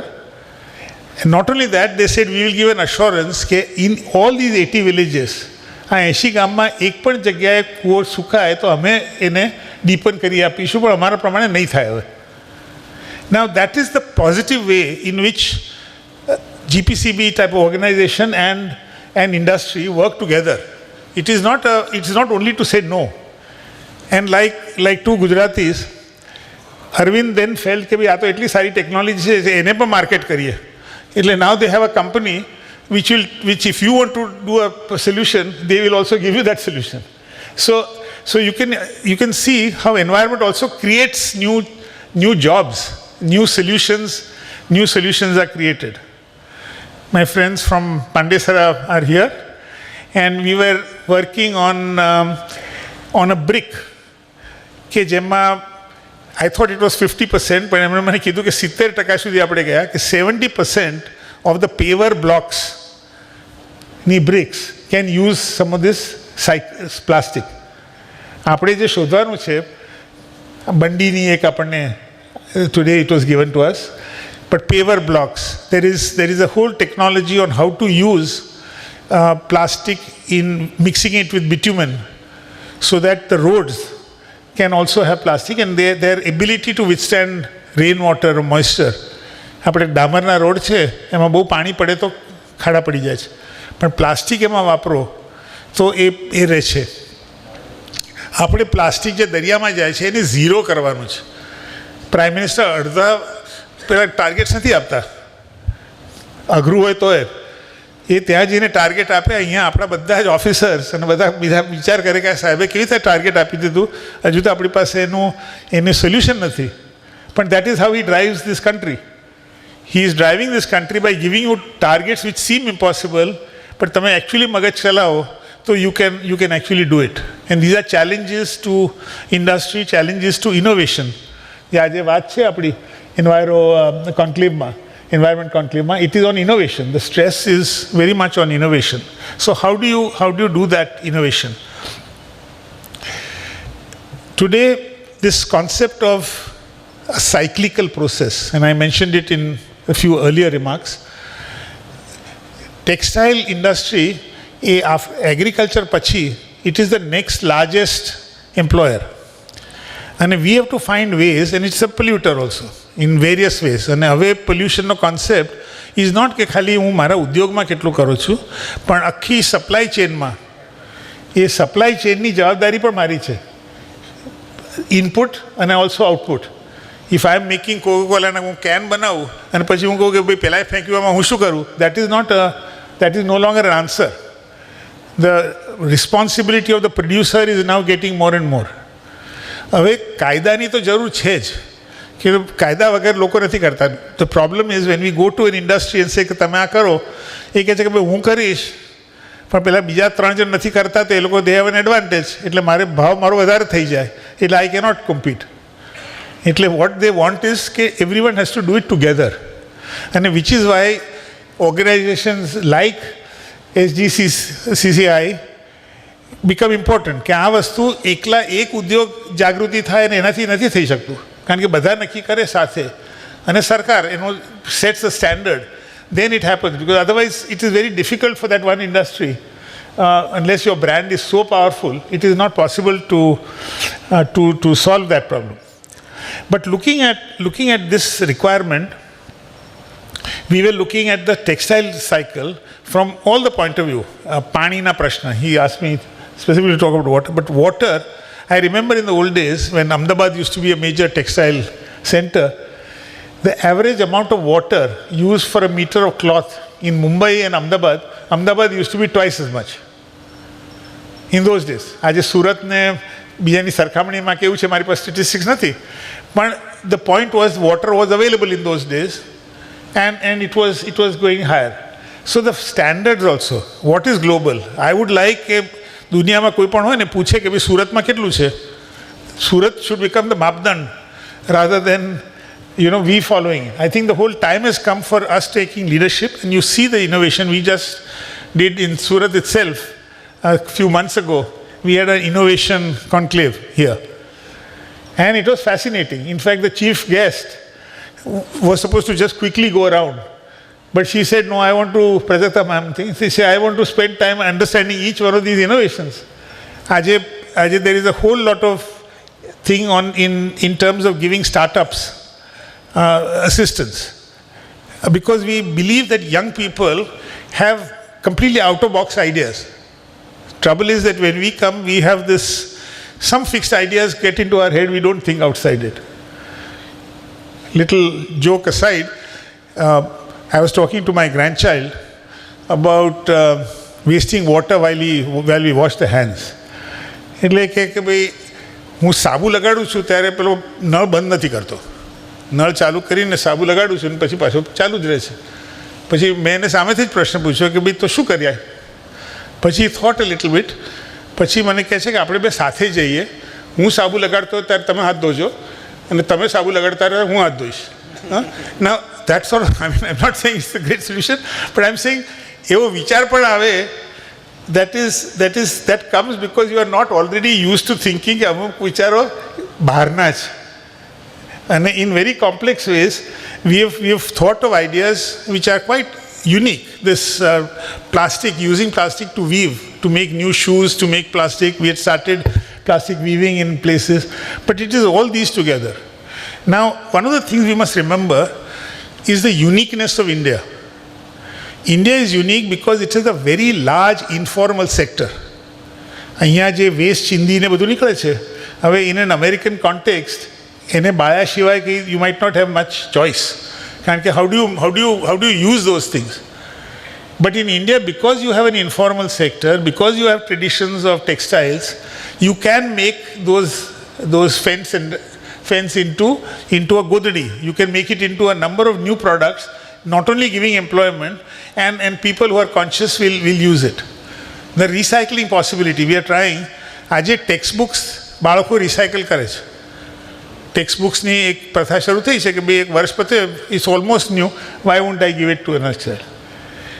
But most children, હવે આપણે મોટા કુટુંબમાં એક સાથે રહેતા નથી, બે બાળક હોય, એમાં એક છોકરો છોકરી હોય તો further complication. In 1 year, the child grows faster than the cloth is worn out. Child is growing faster. હવે એ કાઢવાનું શું? એટલે રાખી મૂકે કે ભાઈ રાખી મૂકે, કોઈને આપી દે. If we can start that all schools have a system of recycling this cloth, so we can start textiles, recycling, repurposing. I have been talking to some of the institutes of fashion design. મેં કહ્યું તમારા વિદ્યાર્થીઓને કહો કે આને કંઈ નવું કંઈ બનાવે કે આ જૂનું લાગે નહીં. આપણે જે રોચકની વાત કરી એવી રીતે today pre-used clothes, it doesn't look like it is bad. And some of these things are fashion also. I had once, when Levi first made the blue jeans, એને કેમ બનાવ્યું કે અમેરિકામાં સેન ફ્રાન્સિસ્કોમાં ગોલ્ડ રશ હતો, અને ગોલ્ડ રશમાં બધાએ કામ કરવાનું, એટલે એવું કાપડ જોઈતું હતું કે જે જલ્દી બગડે નહીં. એટલે એને પેલું બ્લુ જીન્સ બનાવ્યો, એકબીજા ભાઈને મદદ પેલા એ મૂક્યા. હવે ફેશનવાળા વિચાર કરે આ તો ફાટેલી વસ્તુ પણ આ લોકો તો પહેર્યા જ કરે છે, આમાં નવું વેચવું કેવી રીતે? there is also the problem. એટલે પછી we can by here also એટલે પાછું મશીન વાપરીને એને ફાડવાનું અને ફાડીને પાછું વેચવાનું. You buy ton things. એટલે I rote a letter to લીવાઇઝ. મેં કીધું તમે નવા જીન્સ આમે ભારતમાં જ બને છે, તમે ભારતમાં બનાવો, you give it free for youth in India. 3 વર્ષ પહેલે જે ફાટી જાય એ પછી અમે ધોઈને અમેરિકા વેચવા મોકલી આપીએ. It was an idea.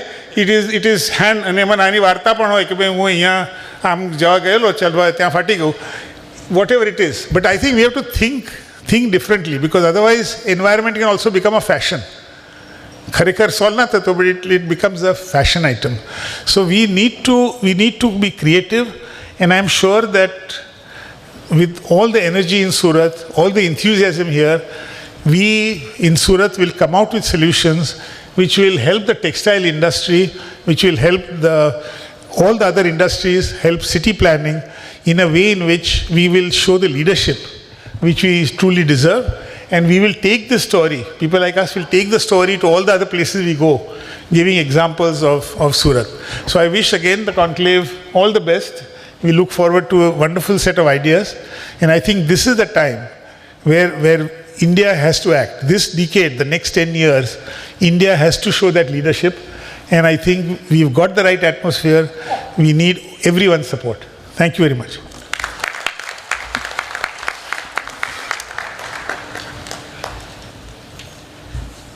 Thank you so much sir. બહુ જ સરસ સ્પીચ હતી. અને સર એક પોઈન્ટ હું તમને ખાલી આમાં એડ કરીશ કે તમે જે બહુ સરસ વાત કરી કે fashion designing use of plastic અને આપણે આપણે કરીએ. અને અમેરિકામાં આપણે અગર આપણા ટેક્સટાઇલના જે જીન્સ પહેરીને ત્યાં આગળ વેચાય એ બહુ જ પોઈન્ટ ગમ્યો. And I would like to add that the way the India is growing, I feel that the day is not far. The day is not far where American citizens will line up to come India. The day is not far. કેમ કે જે રીતે આપણું India grow કરી રહ્યું છે ચોક્કસ એ બી એક એવો દિવસ આવશે. Now coming forward for a next speaker, આજકાલના now the talk of the town, I will say the talk of the industrial town is NGT.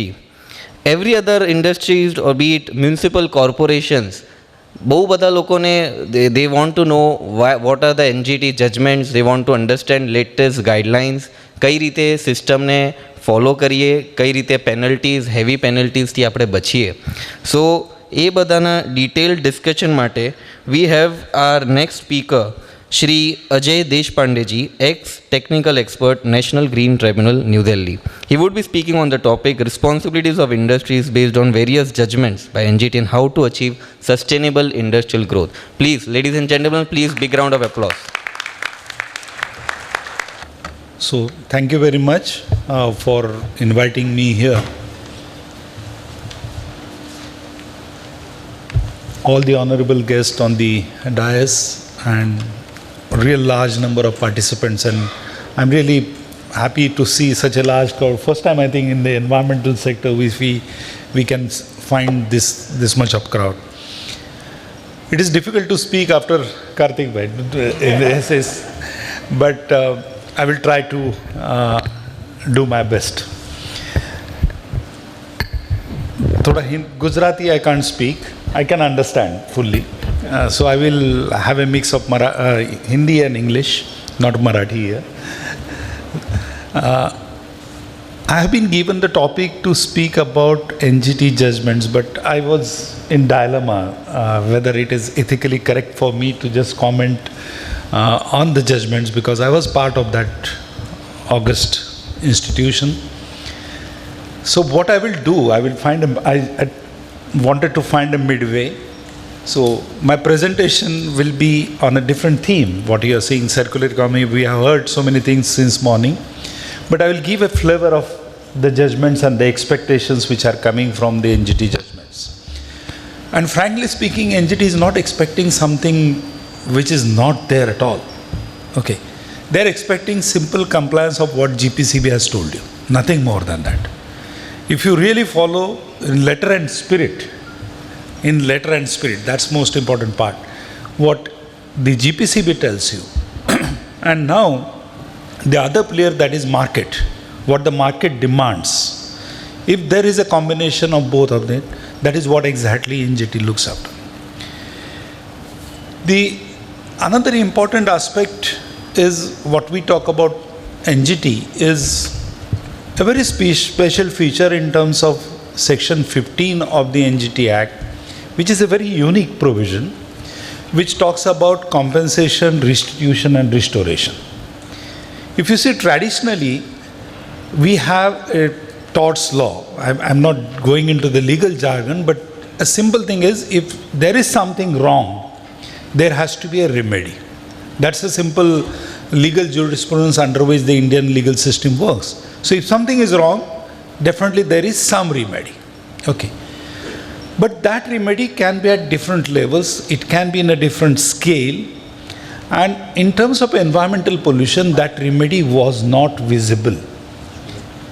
If you see take the case study of Bichli, the same textile industry, Bichli case. The original judgment came somewhere in 1996 of the Supreme Court, after a lot of litigation or a lot of follow-up by the Supreme Court. And then subsequently, if you read the judgment of 2011 of Justice Altamas Kabir, actually the last judgment of the Chief Justice at that point of time, it says, it gives a pain actually. The first paragraph of that judgment says, in spite of the Apex Code giving certain directions, and even after so much of time has gone, nothing has fructified. The compensation, the restoration which was ordered in that judgment were never implemented in practice. And that was the agony which came out in that judgment. And then there was a lot of deliberation, the Law Commission actually spoke about, and then the NGT was instituted. The most beautiful part, in fact, after NGT I worked with ADB for 5 years, and now I work with other multilateral banks also. The most beautiful part of the NGT, as a technical person, as an environmental engineer again, like you, Umang, nice to see a young generation here. So the part is, it is only the judicial institute in the world, rather I will say, where a technical expert is at par with the judicial member. So both of them sit together as a bench and then decide the cases. Now it has a very unique purpose. When we talk about environmental damage, environmental restoration, restitution, compensation, these are absolutely huge, complex phenomena. When I talk about industrial compliance, it cannot be just simply BOD's limit is 100, 101 is a non-compliance and 99 is a compliance. It's not that case. It is not that easy.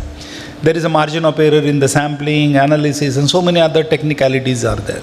So it is not sheer law which takes place. It is a science plus law. And that's why the expert member in the NGT provides that pivot where science is made applicable.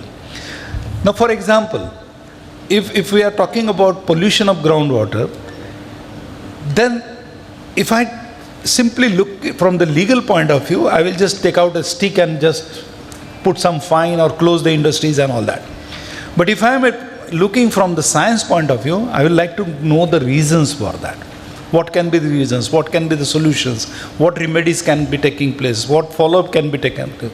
So definitely this, when the NGT was formulated, that particular concept was in mind. Government thought of that particular thing, and I must say this is only the legislation in the world where the technical and expert members sit together. There are more than 300 environmental courts and tribunals in the world. The precise figure is actually 305 right now. And all of them are judicial forums, and the technical members are something called as a commissioners. So they submit the report to the judicial officer, and then the judgments are pronounced. So I'm really, when you go outside and hear about such a legal proposition, you feel good that India is really thinking out of box, what we really call it. Now coming back to this subject, when we talk about environmental compliance all over the world and all the initiatives in the environment, there are three sectors actually which has driven the sustainability concept, the environmental protection concept, and one of them is the textile sector. In fact, sustainable textile is one of the biggest initiatives the world has seen, and all the top brands actually are into it, like H&M and maybe Marks and Spencer, whatnot, everybody practically. In fact, if you go to the website, in fact, when I teach that subject, circular economy in IIT now, I encourage the students to go to the website and read the procurement policy. And I'm sure many of you must be facing those procurement audits and procurement challenges also. So what are the labor practices, what are the environmental protection measures, what are the safety measures, everything ESG, not only ESG, now there are many more. So all those things are really verified in that way. The other thing which I wanted to say here, that from NGT perspective again, NGT looks after mainly about environment, not about individual compliances. If you really see our legislations also, if you see the Water Act, Air Act, the Water Act talks about wholesomeness of water. The Air Act talks about the clean air. Okay, that's important part. And then there are individual industries which are contributing to the pollution. In fact, as an industry person, you are authorized to pollute by the Pollution Control Board to some extent. Okay, I'm seeing from the other side. And if you exceed that limit, that is nothing but affecting the environment in a larger way. And there where the NGT really comes into picture. Now, that non-compliance can be of an individual industry or a group of industries. For example, CETP. If a CETP is not working, each and every member is directly and severely responsible. Even if you are doing good, but your neighbor is not doing good, you will be punished for the behavior of your neighbor. And I think that's the concept which is unique in terms of the legislative part. Now, the governance is also changing. If you see levels of governance, there is a local level of governance, international level of governance, and fortunately or unfortunately, I will call it fortunately, India is attuned to the international development. In fact, India is leading the international development, as Karthikji was saying about Solar Alliance and other things also, and particularly life now. Everybody is talking about that. But if you see, most of these environmental legislation in India are coming from international treaties and conventions. And in fact, except the Water Act, all the environmental legislation, whether it is NGT Act, Biodiversity Act, or forest, new forest particularly, and then also the wildlife and other, they are coming under Article 253 of the Constitution, where international treaties are invoked in the country by the Parliament. So we are quite abreast about whatever developments are going on at the international level, and that provides us opportunity to be at par. And when we talk about export and import, I'm sure you must be dealing with that. Now, coming to the, I think I have 10-15 minutes. Yeah. Huh? Okay. So, coming to the governance part per se, in governance, normally 4 layers of innovative governance I'm talking about. There are 4 different varieties or types of governance. One of the very standard way is notifying the standard itself. Okay. Now, when we talk about standards, the standards are actually the expression of technology, expression of techno-economic feasibility, and also expression of the skilled manpower which is required for that. The boards or this MOEF, Ministry of Environment, they notify the standard after assessing the capacity of that sector to deal with or to comply with that. It is not a very arbitrary process. Many of you must be thinking, okay, एक page का तो होता है standard notification. But behind that, there is a huge work which is going on. There are expert committees, CPCB looks after that, then there are consultations, and finally even ministry takes an independent view also, and then obviously people's objections are also called through notification. So it's an elaborate process, and it is one of the way through which innovations are forced, compliances are forced. For example, now, if you see in textile sector also, the standards have been notified in such a way, with the time they have changed, they have been made more stringent, more expansive, and the courts are also interpreting it innovatively.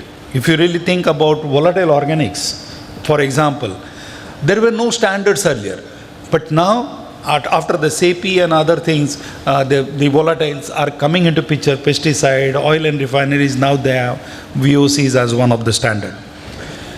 The other sector which is not really happening in India is environmental covenant, what we call. And actually, you directly refer to that. The only experiment we had is in 2003, that is CREP, Corporate Responsibility of Environmental Protection, where industry and government sat together in a very friendly manner and then devise an action plan for next 4 to 5 years on how the industries will improve the environmental compliance. But what happened actually, many of us like me in state boards, I should use it word or no, but interpreted it as a mandatory condition. Instead of a voluntary condition, we convert it into mandatory. And then the industry government connect was not really established after that. We don't have another CREP 2, only CREP 1, that's it.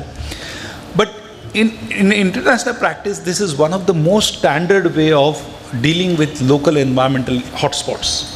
So industries, the government and the stakeholders sit together, prepare roadmap jointly, get assurances about the compliances, and then gradually the actions are implemented. It's not an overnight process, it takes time. The other thing which is happening now is the power of communication.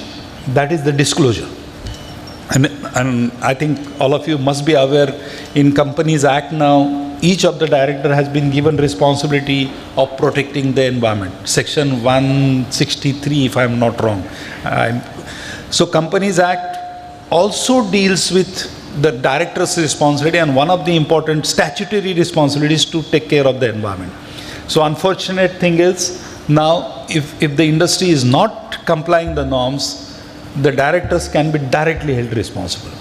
Earlier also it was possible because Supreme Court has ruled in that particular direction, but now it's a statutory provision that each of the director is responsible to take care of the environment. But at the same time, the disclosure part is you have to disclose a lot of information. Like if any non-compliance is there, even Companies Act refers to annual reports to be disclosed. If there is a penalty, fine from Pollution Control Board or others, it has to be disclosed. And then obviously the Pollution Control Boards are also required to disclose the closure directions and other directions, consent particularly document on the website. So practically your performance is viewed by the society, by the people in a very transparent way. But what happens now, there are some immediate solutions which are being tried, and many of them, unfortunately, I'm sorry, I'm just a little blunt on that part, is we want to show some short sort of measures, like use of plastic in roads. Just to cite an example. Now there are studies actually, when we use the plastic in the road, over the time, with the abrasion and the erosion, the microplastics can come out and they can go finally lead into environment. So when we talk about these aspects, I think one of the important things we are missing is we are not really doing science-based experimentation. We are not really looking into the long-term impacts of those solutions what we are talking about. Recycle, reuse is all the time recommended, no doubt about that. But unfortunately, we don't have a mechanism where we are having certifying standards for recycled content. We don't have a certification process even today. We are just having some random ideas and we are implementing it. So unless we do some sort of life cycle assessment or material flow analysis, all those scientific tools we use it, those solutions can prove more harmful than the original problem. So unless we do that science-based studies, my request is the Pollution Control Board should also, in fact, I know the Rule 9 of the hazardous waste, CPCB really goes into detail about that, and only then the rules provide, unless you get the certification from CPCB for that recycle or reutilization technology, you can't do it. And that's the purpose actually which should be followed in all the practical cases. Now, just coming to two important issues, I think I will use the slides now, but in case of all these solutions, I think we have to think first of all locally, that is from the industry perspective, and then we can always think about globally, like what is happening in my surrounding, what is happening in my state. But I think one of the solution is use the principles of circular economy in basically through your environmental audits. All of you are doing environmental audit. GPCB has a wonderful scheme which is in operation only in Gujarat rather. Now Maharashtra has started to some extent, but not to that elaborate scientific details what you are dealing with. Now when we talk about circular economy, I think I saw the agenda. You will be also talking on that, so I will restrict some of the issues. But two things are important here in the circular economy, that the ultimate aim is to avoid the waste. But unfortunately, what happens in normal discussions in the pollution forum, we deal with this issue only as a recycle and reuse, or what we call it, end of the pipe solution. But the original aim of the circular economy is not that. It is to avoid the waste. So you can change the procurement processes, you can change the manufacturing processes so as to ensure that the waste is not at all there. So if that waste is not there, there is no question of reuse and recycle and all other things. That's the agenda. The second point is, here we are not talking about customer as a customer. It is they are basically using the product, and this is what is happening now in a big way in the electronics, or even transport like Ola, Uber, or even furniture. Now you get it on rent, you need not purchase it. Or even the vehicles, automobile vehicles now, Mercedes is giving on a lease. You hire the vehicle on a 5-year lease and just return it after 5 years. So product as a service, service as a service, PASS and SASS are emerging technologies which are happening, and I think that is giving a lot of boost to it. So the basic assumption is to eliminate the waste and pollution altogether, then circulate the product.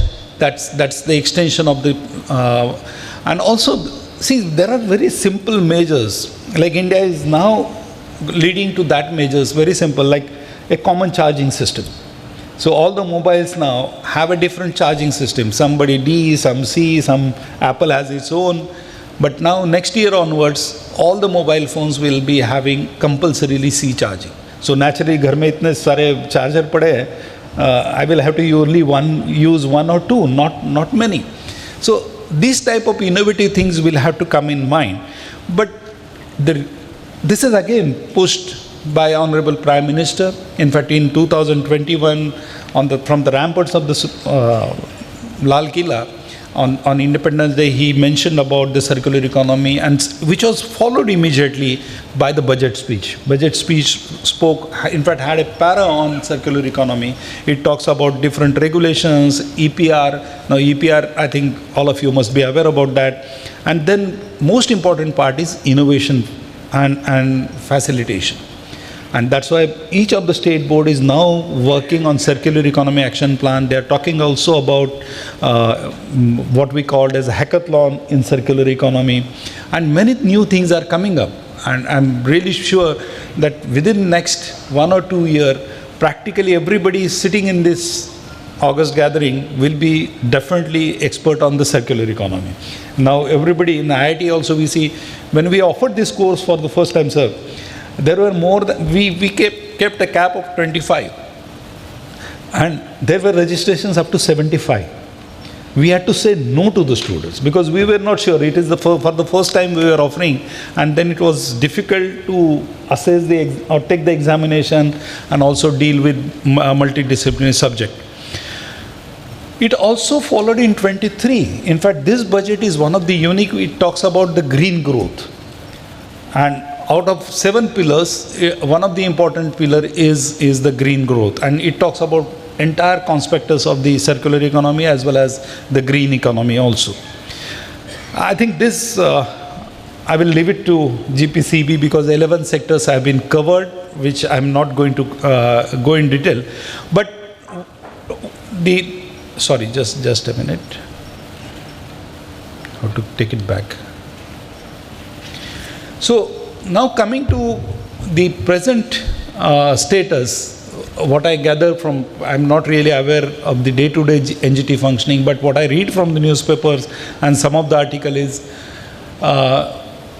many of the CETPs, common infrastructure, is not really working. Besides, we have 132 national, what we call it as a non-attainment cities or air polluted cities, and that number is bound to increase with increased monitoring also. The other thing which has changed in last 5 to 7 years after NGT really started working is there is an expressive use of the term or the principle what is called as a polluter pays principle.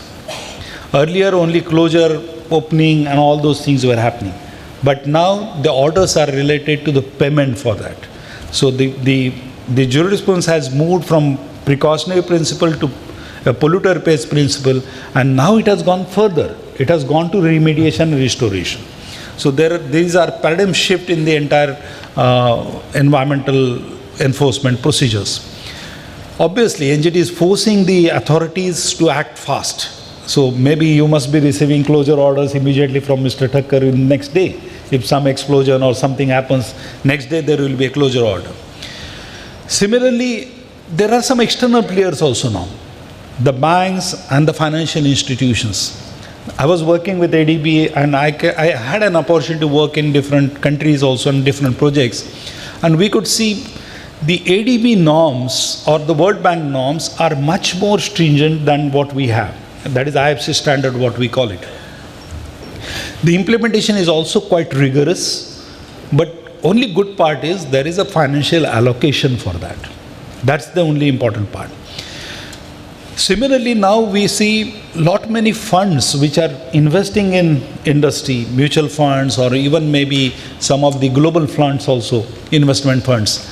They also have their own environmental and social policies. And they really review the entire environmental performance before investing. For example, Tiger Global or KKR and all those funds, they have their own policies. The other part is even our banks now, they have shifted their change, because nearly 8% of the NPA was from environmental non-compliance. So they have also integrated this environmental part. And another important aspect is also the corporate procurement policies. As I was mentioning, Marks and Spencer and all textile industries, textile big names, they have the policy where they will procure the material only from an environmentally compliant industry. So all those things are leading to better compliance. But when I see the competitiveness or compliance rather, we should not think it as some binding thing or maybe some external force. We should see as a tool for competitiveness. If you comply, there will be a good something like CIBIL score. Okay, so if you have a good compliance record, this will open up you opportunities for better marketing, better product sale, and also at the same time conserving the resources. So I will be stopping at this point of time, and thank you very much once again.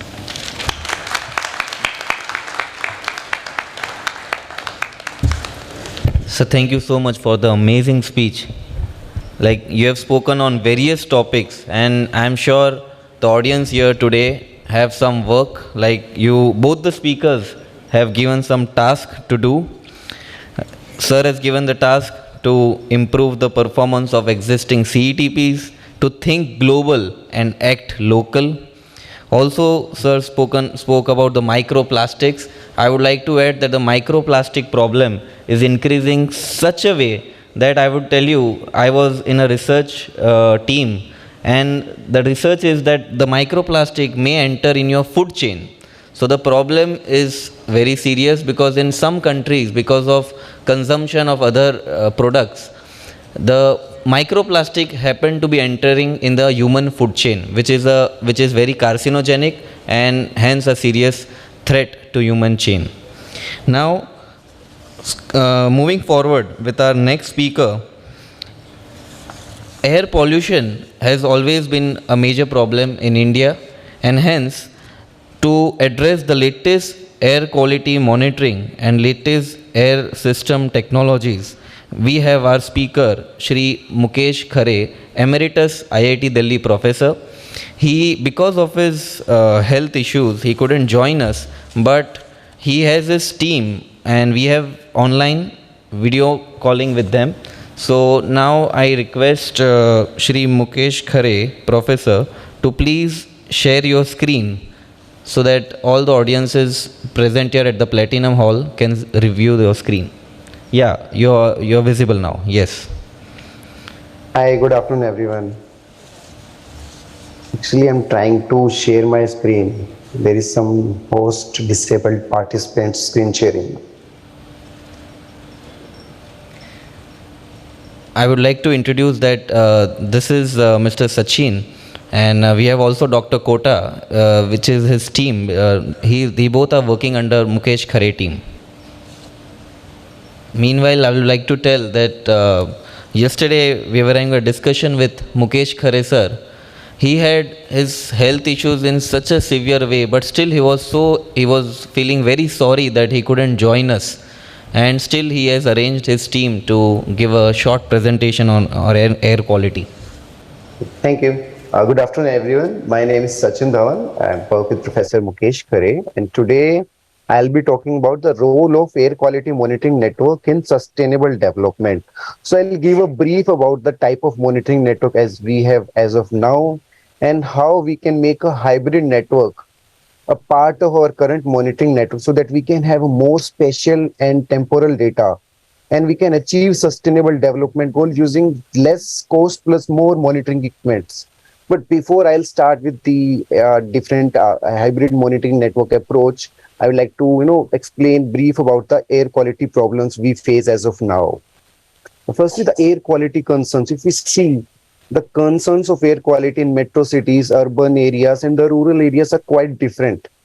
In the recent past, we have seen that, and the non-attainment cities number are continuously increasing from less than 100 to now we have around 132 non-attainment cities. And the dominant sources of air pollution in those areas are generally vehicular emissions, the construction dust, resuspended road dust is associated with the higher the number of vehicles, the more is the resuspended road dust.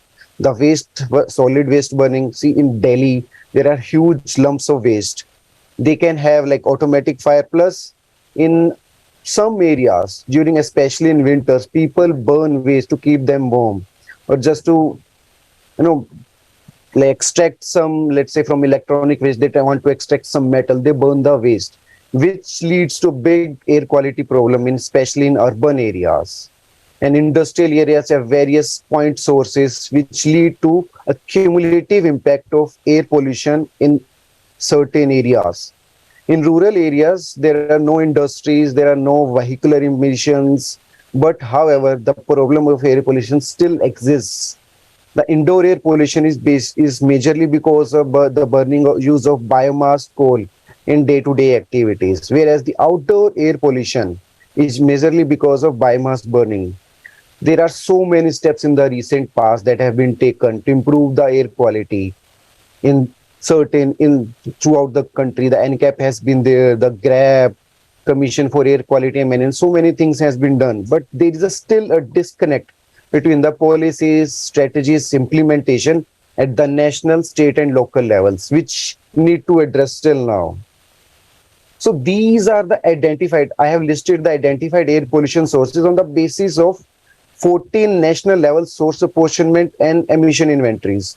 The sources may not be same in each and every. The sources in Gujarat, let's say in Surat, may be different the sources in Delhi, because Delhi is prone to more agriculture residue burning in surrounded areas, the resuspension of road dust. There are very less industries in Delhi now, but the motorized traffic is more than any other city in our country as of now. But if we look at the emission inventory and source apportionment of Gujarat, or maybe for this specifically Surat city, Mumbai city, the sources might be different. But however, this list, it's a comprehensive list. These are the major sources that have been identified. The proportion of these sources may be different, but these sources are still existing. If we can see, there is one source, domestic kitchen. Most of the people have not considered that domestic sources are also responsible for the air pollution in our areas. But these emission inventory and source apportionment studies has identified that domestic sources are also a dominant source of air pollution. So the causes of air pollution, the problem is uncontrolled sources. There are so many sources we cannot control, especially the vehicular sources, it is suspended road dust. There are so many laws pertaining to industrial source control, but the other sources like solid waste burning, which is unaccounted, electronic waste burning, which is totally unaccounted, plus the geographic location, which makes it sometimes favorable or unfavorable for air pollution episodes. Like in Delhi, the air pollution episodes are slightly high as compared to the nearby cities, even in, let's say, the West Uttar Pradesh and in Haryana. But Delhi has more accidents of air quality, severe air quality episode as compared to any other location, because the meteorology and the geographic location makes it unfavorable for Delhi to disperse air pollution, especially in winter season. So CPCB has set a criteria for establishment of air quality monitoring stations throughout the country on the basis of population. If we have, let's say, population from 1 lakh to 5 lakh, there has to be 3 manual station and 1 continuous ambient air quality monitoring station, making it total of 4. And then second tier, we have 5 lakh to 10 lakh, which has 3 backgrounds, 3 manual stations and 3 automatic stations. Then in third tier, it has, the population is between 10 lakh to 50 lakh. It's like in the major towns or some cities, there should be 3 manual stations and 5 automatic stations. And when the population is above 50 lakh, there has to be 4 manual station and 12 continuous stations. I have highlighted this fourth row because Delhi and Surat both lies in this window. It needs to have 4 background station and 12 continuous station bare minimum to record the air quality throughout the city, to have a better spatial gaps. But this is the minimum number of stations that is required. It doesn't tell the maximum, it tells about minimum. In Delhi, there are more than around 39 or 40 continuous stations installed throughout the city. So, and still there is I'll show there is still spatial gaps in Delhi city. There are clusters, there is a big monitoring network, but still there are so many gaps and gaps in that monitoring network. So this is the basic framework of urban air quality management. And if you can see, the air monitoring lies at the center of this framework. And the air monitoring can be done via 2 ways. We can see FRM and FEM, that is like the reference instrument that CPCB has already notified, and it is being currently used throughout the country. And the second is sensor, which is being used nowadays because they are comparatively less costly and they provide easy access to data, and they do not need extensive maintenance or skilled personnel to use it. And we can see through air monitoring, source apportionment, air quality modeling, every air quality management framework component is linked to the air monitoring part. There is the green color identifies there is a lot of work has already been done on these 3 parts. But the red color shows that there is a lot of work that needs to be done. There is air quality modeling has been done by so many researchers, but still there is a lot to be done in the air modeling field, which is directly linked with the control and management strategies. You can see there are so many strategies.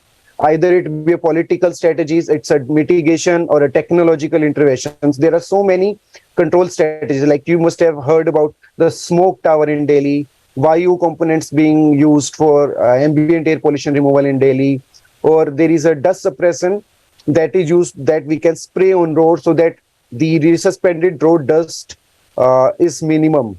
And then we can see improvement air quality improvement plans. So this is directly linked with the policy and air quality management framework that is currently followed in a top-down approach, not bottom approach. We need to connect the top-down and bottom-up approach so that we can have a better policies and better implementation of those policies. On the basis of these air quality management framework, this is the research that is being currently carried out at IIT Delhi by Professor Khare's group. The first is the fundamental research, which include various air quality models based on numerical. The second is urban air pollution and health, which includes air quality monitorings, audits of monitoring stations, source apportionment, emission inventories. The third is indoor air quality research, focusing on the health and well-being of people continuously working in the buildings and the impact of air quality on their effectiveness of the work. The second pillar is technological development. AI-based decision support system for air quality forecast. We have also developed a sensor, indigenous sensor for Indian condition for air quality monitoring, filter-based ambient air quality control. And the third pillar is policy and intervention, which is the need of the hour. Without the policy and intervention, the technological development and fundamental research is of no use, because the framework needs to incorporate these fundamental research and technology development. The policy intervention include the IAQ standards, that is ambient indoor air quality. As of now, we have ambient air quality standards for our country, for PM 2.5, for PM 10, for all pollutants.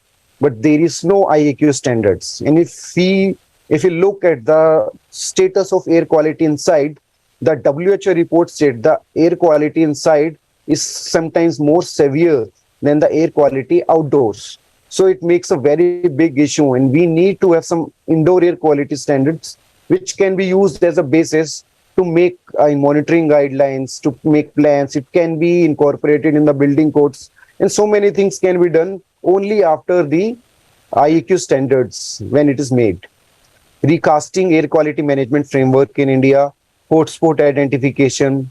These are the three sub-pillars, parts of the policy and intervention pillar. Now we see there are various strategic programs run by the government of India to reduce the pollution or to measure the pollution data throughout the country. The first is National Ambient Air Monitoring Program, which ensures the monitoring of PM 2.5, PM 10, SO2 and NO2. It was launched way back to ensure the monitoring of at least these four pollutants everywhere in our country. The second is Clean Air Plan. Third is FAME, which is for easy adoption of electric vehicles in India. We can see it's on rise, and people are actually adopting slowly electric vehicles in India. The fourth is NCAP, National Clean Air Plan, and it is very highly linked with the Smart City Mission Plan.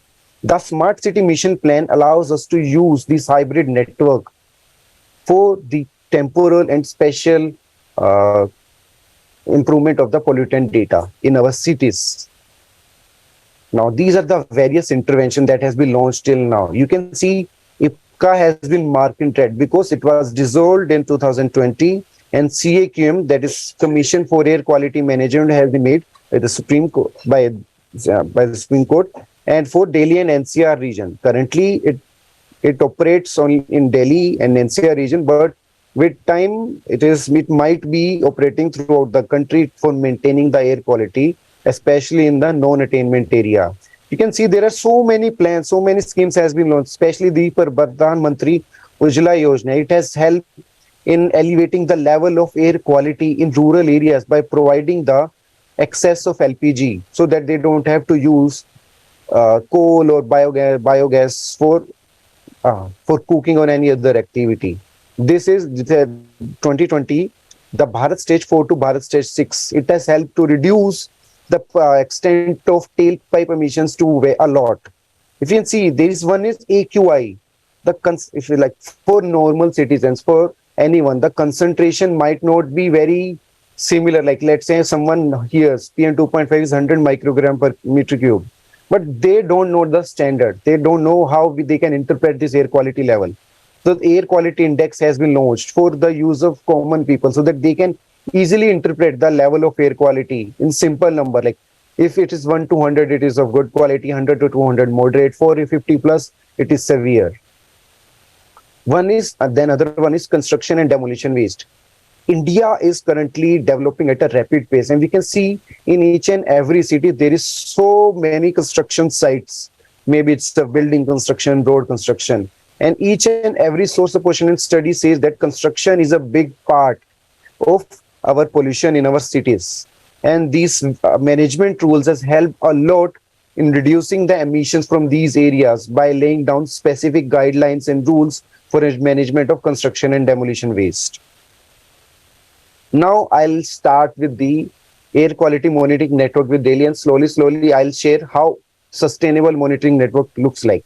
So in this slide, you can see this is the current air quality monitoring network of Delhi. This is the image I took from the CPCB website, which shows all the monitoring stations that has been installed throughout the country. But I have zoomed only for Delhi. If you can closely look, there are so many spatial gaps here. These red circles show that there is big spatial gaps between different monitoring stations. And this blue circle shows that there are cluster of monitoring stations in these specific areas. So it shows that, however, there are so many monitoring continuous stations in Delhi, but there is still so many big gaps. There is also one big gap in these areas, and it makes a problem with, there are so many hotspots already identified in Delhi, but with these big spatial gaps, we don't know how many hotspots might be there. So we need to have an optimized approach for establishing this monitoring network for the entire city, not for some specific areas. We can see that central area, New Delhi area, there's a central area, northeast. These are highly focused area because the ITO, Anand Vihar, where the pollution levels are always high, are in these areas. The approach is not very optimized. We need to go a little beyond this CAQMS, and we need to have a hybrid network approach so that we can have like pollutant data throughout the city. And in order to have a optimized approach, we can use a hybrid network. So here you can see the entire city is filled with these stations. I'll show what these stations, these diagrams means. You can see I have tried to cover, it's a conceptual approach. I have tried to cover the entire city. This border shows the Delhi city using the continuous ambient air quality monitoring stations plus the PM 2.5 sensor.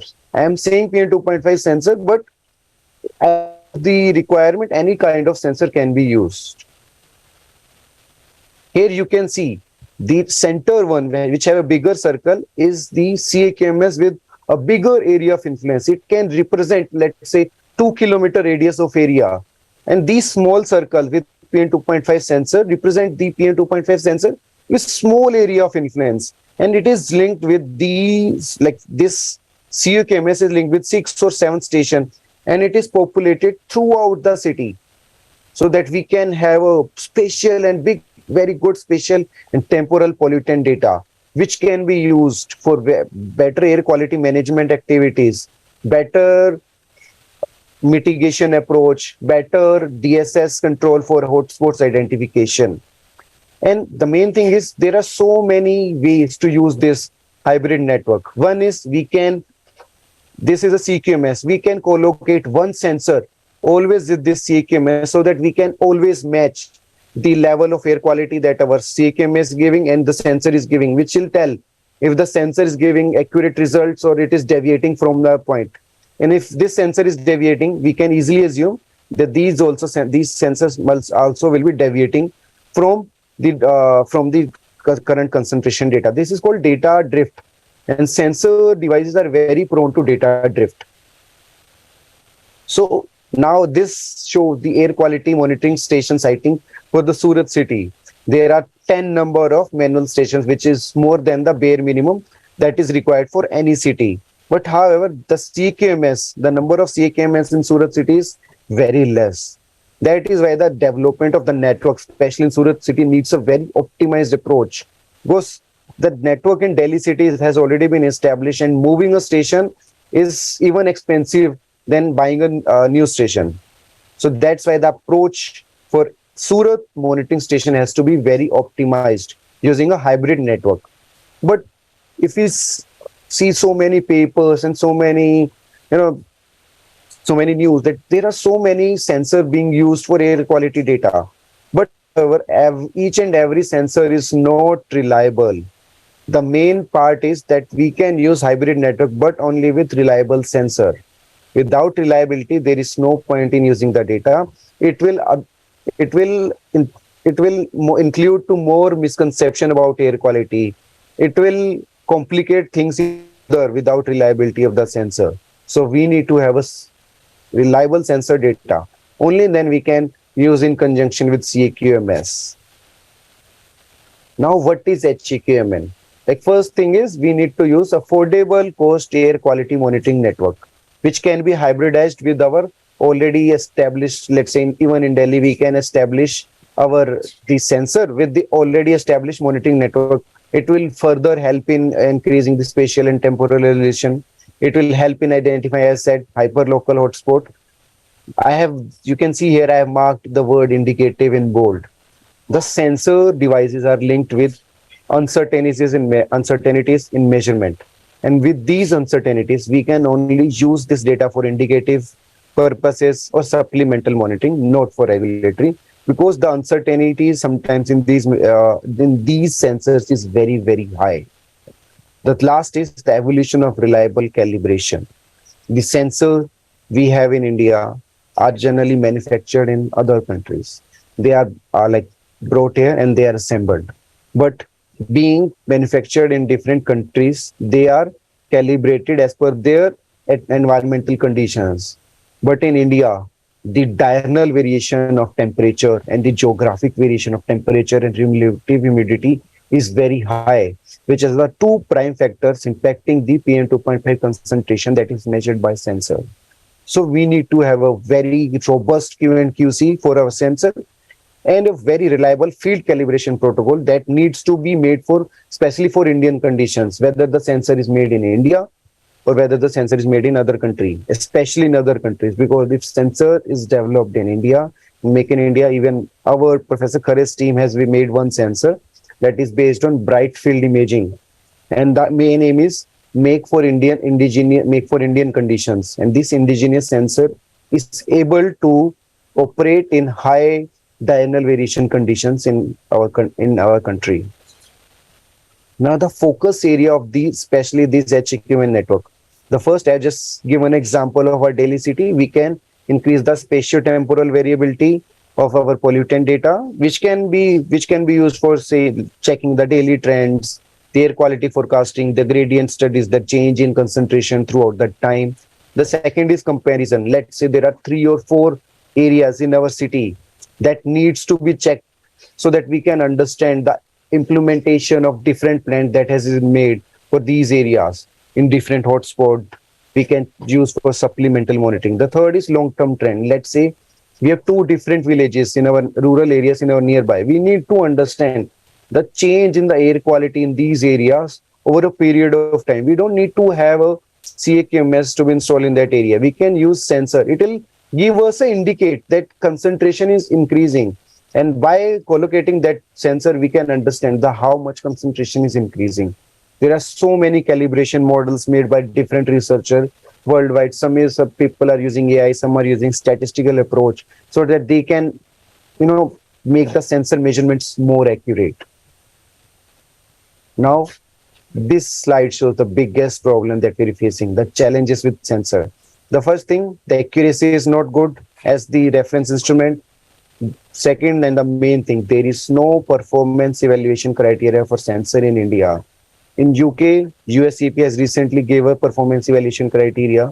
In UK and Europe, MCRTS and UK has made a uncertainty matrix so that they can incorporate different parameters into sensor performance.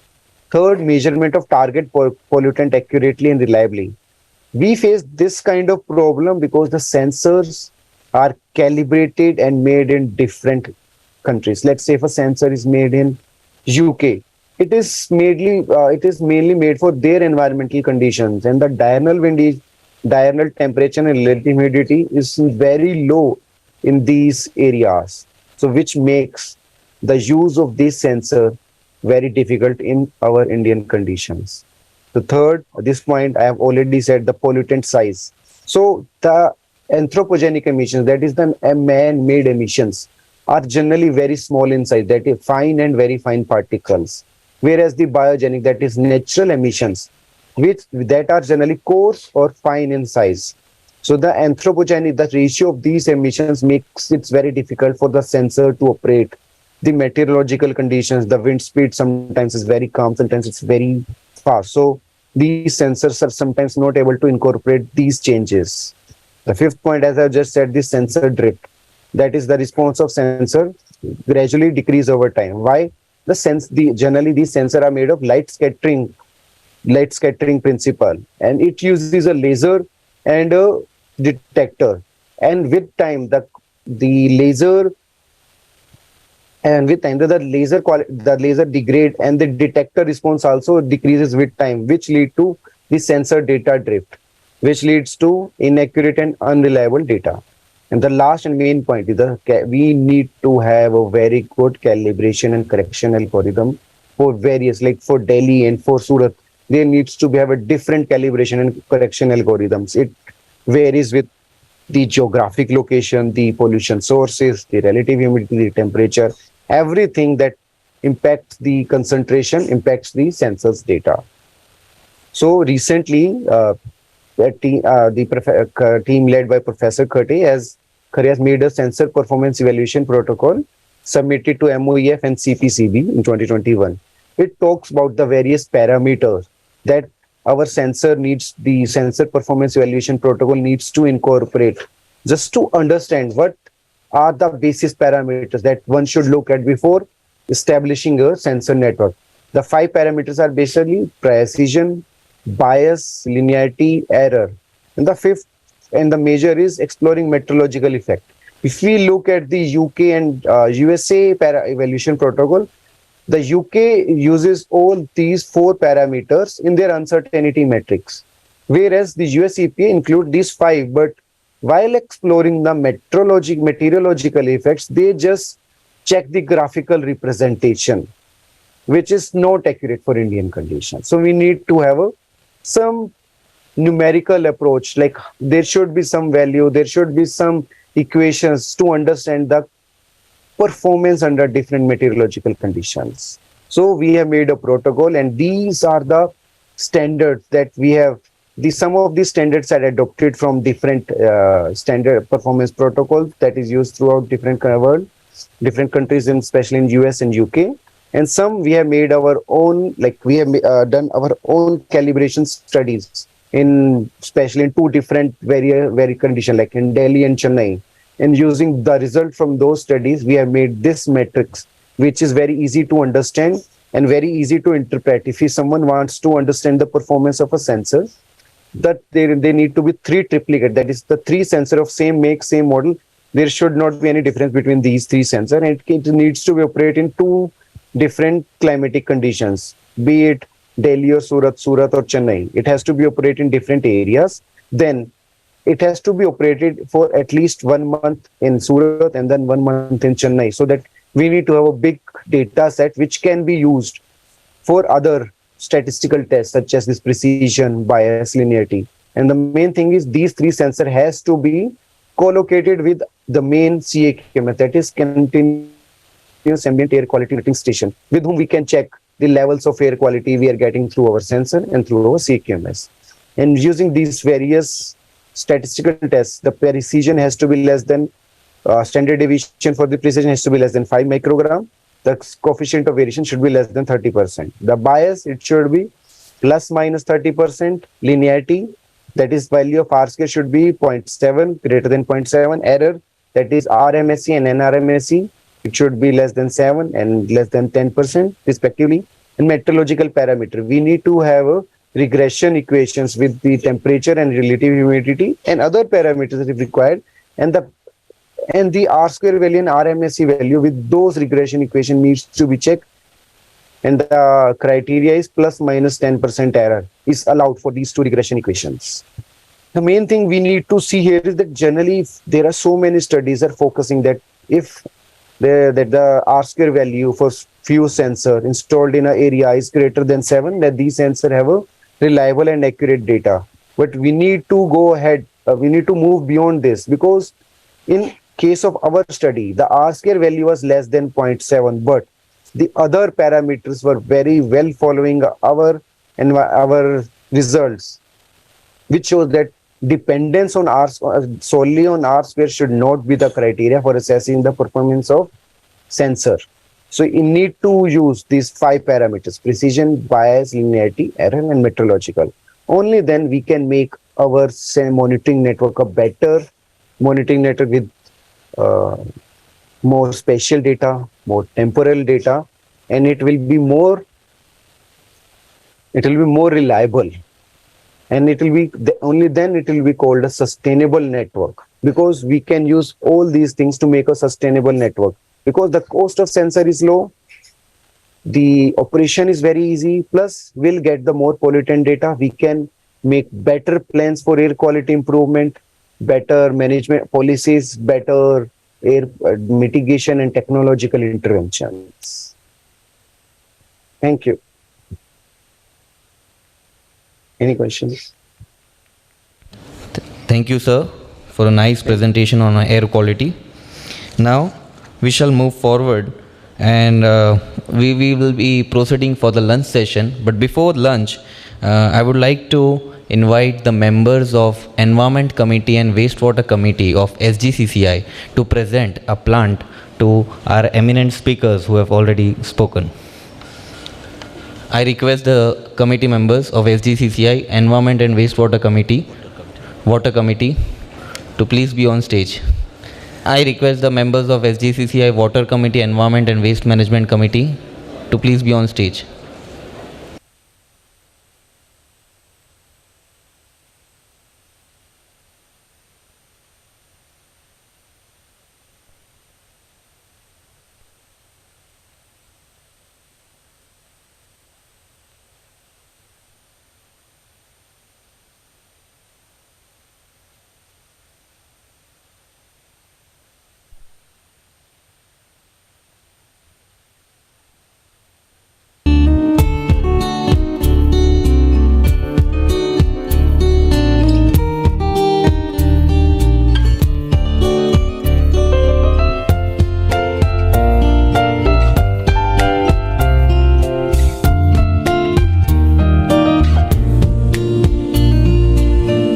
Now it's time to commence our second technical session.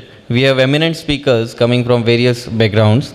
Before I call upon the speakers, I would like to call upon JB Ecotex for a short 2 to 3 minutes presentation for the work they have done in plastic industry. Respected eminent speakers, President-elect IPP Office Bearer of South Gujarat Chamber of Commerce and Industry, all the dignitaries on the dais and off the dais, galaxy of industry experts and senior industrialists of Surat and South Gujarat. Today, South Gujarat Chamber of Commerce and Industry is organizing this Environment Conclave. In this event, I got this opportunity to express my views about environment in general and environment protection from plastic bottles waste in particular.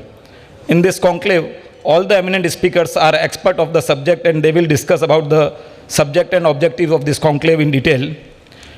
As a leading PET bottle recycler, I will try to throw some light on impact of PET plastic bottles on environment in India. Firstly, I am discussing what our company is doing in the field of waste plastic bottle collection and recycling. Brief introduction of our company JB Ecotex Limited. This is largest PET bottle recycling plant in India and situated in Surat. We started in October 2015 with a vision of cleaner environment. Presently, we are recycling 1.2 crore waste PET bottles per day or 430 crores PET bottles per annum. Till March 23, we have recycled more than 1900 crores waste PET bottles and saved approx 4 lakh ton of plastic waste going into landfill. We are producing high tenacity recycled polyester fiber and PET flex with cumulative production capacity of 72,000 metric ton per annum. 50% of total power consumed in production is from renewable sources, that is wind power and solar power. Now we are coming up with new production facility to produce food grade, that is US FDA and European Food Safety Association approved technology to produce rPET granules, which will be used again to produce PET bottles with 20,000 metric tons per annum capacity. We are also coming up with another production line for chemical recycling of PET waste, that is patented technology and latest technology in PET waste recycling, plastic recycling, to produce rPET granules for production of BOPT film and recycle POY, recycle FDY, that is for micro-denier grey yarn with dyeing guarantee, with 20,000 metric ton per annum capacity. Other initiative of our company in PET bottle and plastic waste collection is Nirmal Vasundhara. Nirmal Vasundhara Private Limited is helping producer, importer and importer of plastics brand owners who are using plastic for packaging of their products in fulfillment of extended producer responsibility and plastic waste management with vision of clean India. Presently, we are running 2 material recovery facility with urban local body and established 15 plus collection centers which are approved by urban local body and Gujarat urban department. Working with 500 plastic waste collection partners, in local language we can say Kabadi, across the country and promoting the plastic waste collection. Channelize 80,000 metric tons of plastic waste from collection points to different recycling facility in year 2022-23. Helping and educating Swasthta heroes, rag pickers to get proper wages, education and upliftment. We are one of few organizers in the world who are registered under Ocean Bound Plastic Certification and working for prevention of plastic waste going into oceans. Now I will discuss impact of PET bottle waste on environment in India. In India, approx 13.5 lakh tons of PET bottle grade PET resin is used during the year 22-23, and it is growing at 8 to 9% growth rate per year. Most of the packaged drinking bottles, water bottle, aerated drink, juice bottle, liquor bottle, medicine bottles, extra are made from PET resin. The chemical material of PET bottles is the same which is used in production of the polyester fabric also. We daily wear this fabric, and this is the same what the material of bottle is. Recycling of packaged drinking bottles in India. In India, more than 92% of PET bottle consumed are collected and recycled. Only our recycling rate of waste plastic bottle is highest across the globe. Recycler has built their own collection mechanism in unorganized manner. More than 85% of waste PET bottle collected and recycled are consumed in production of recycled polyester staple fiber and recycled POY, which is the raw material for polyester and blended yarn, fabric and garments. Balance 15% waste PET bottle collected and recycled are consumed in production of BOPT film, PET sheet, PET strap, etc. So the overall impact of plastic bottles on environment is not very high, as it is highest recyclable plastic waste and source of livelihood for the more than 10 lakh people in the country.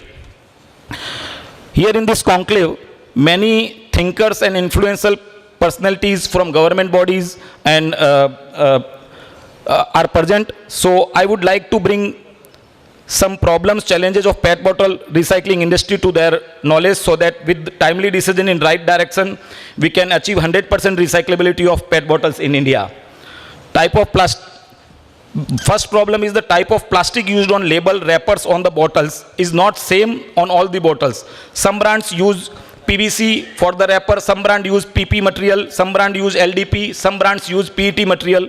So by making it's a standard format, standard material for the PET, for the labels to fix on the PET bottles, we can increase its recyclability, and also we can prevent these labels to go into landfill or to other low-lying areas. Second is the method of fixing label wrappers is not all standard. Some brand use full bottle, wrapper on the full bottle, and that is also fixed. So removing label from bottles of some brand is always challenges for the recycling. It reduces recyclability of the waste bottle. Hence there is requirement to fix a standard material of the label, and also a standard process to fix the material label on the bottle. Next problem is the different type of plastic is used for caps on the bottle. HDP, PP, that all get mixed during the recycling process. So if only a standard material can be used, it will be helpful. Last one, Swasthagrahi, rag pickers are not trained and educated properly, and society is not looking their job as a respectable job. So the backbone who are the waste collectors is to be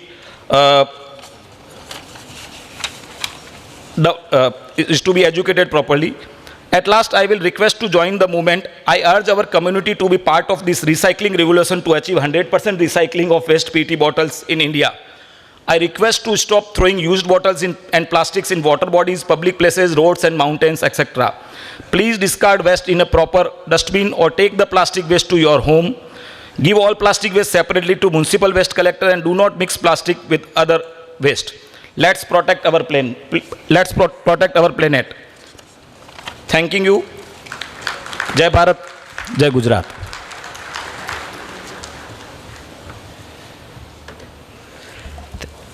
Thank you, sir. Now, I request Shri Ramesh Bhai Vagasia, President-elect of SGCCI, to be on the dais. Commencing with the program, now let us learn about the National Clean Air Program, that is NCAP, and Mission Life, that is Lifestyle for Environment, which was mentioned by our Honorable Prime Minister Narendra Modi in the UN National Conference held in Glasgow, which is COP, also known as COP26. May I please call Shri Prasoon Gargwa, Regional Director, CPCB, Baroda. Member Secretary, Gujarat Pollution Control Board, Shri Thakur sir. President, South Gujarat Chamber of Commerce and Industries, other dignitaries of GCCI, dignitaries present on the dais, expert speakers, members of SGCCI, friends from media, ladies and gentlemen. Sadar Namaskar, good afternoon. In fact, I was thinking that after Dr. Ajay Deshpande started that after he found it difficult to speak after Dr. Sarabhai. So you can imagine my situation after two expert speakers, and that too after lunch.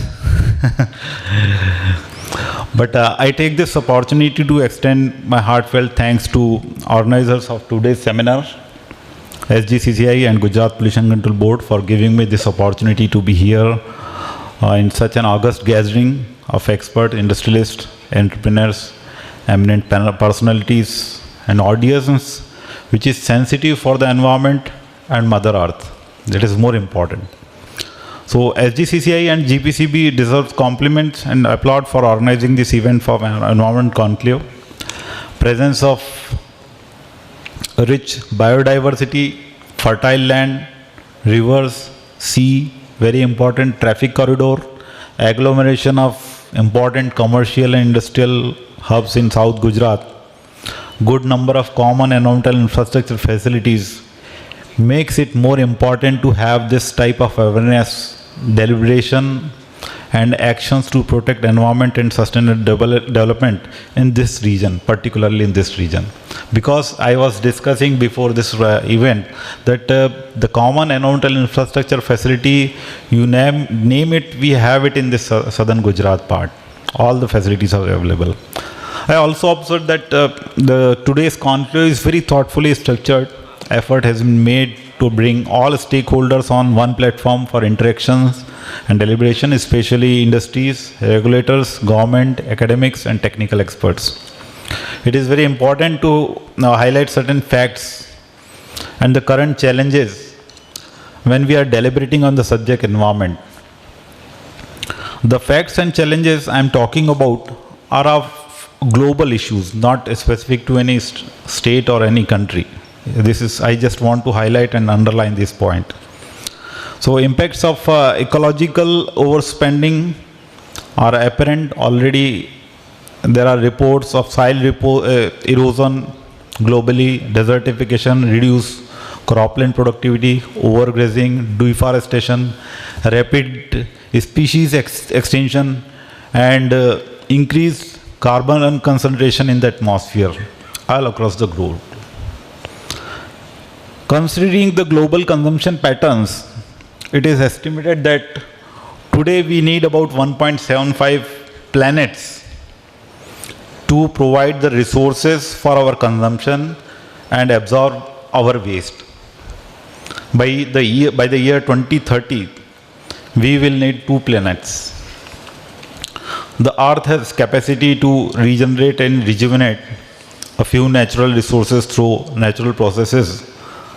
And just to ignite our thought process and sensitivity towards environment, I always make mention about Earth Overshoot Day. Many of you might have heard about it, and I have discussed about this particular term in my previous talks also, and so at so many occasions. It is very important and very significant terms. It marks the date in a year when humanity has used all the biological resources that Earth regenerates during the entire year. जो हमारी पृथ्वी की जो natural resources को regenerate करने की, replenish करने की जो क्षमता होती है, वो एक साल में जितना करती है, उनका हम कंजम्पशन कितने दिनों में कर लेते हैं. That is Earth Overshoot Day, and that particular day is likely to occur in this year in the month of July. Means in 365 days, what Earth will generate as resources, replenish as resources, that will be consumed by the end of July itself. This day is also calculated country-wise, because all the countries are having different consumption patterns. So, by way of the country overshoot equation, a country will only have an overshoot day if their ecological footprint per person is greater than global biocapacity per person. So whatever natural resources are regenerated, if it divided by number of people, so per person, what is the biocapacity? So whether our consumption is more than per person allocation or less, if it is less, then if it is less, then we can definitely say that there is no overshoot day. In that case, those countries are not included in that particular list.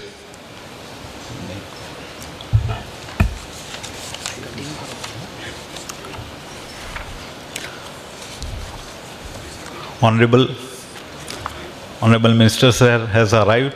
We welcome you, sir.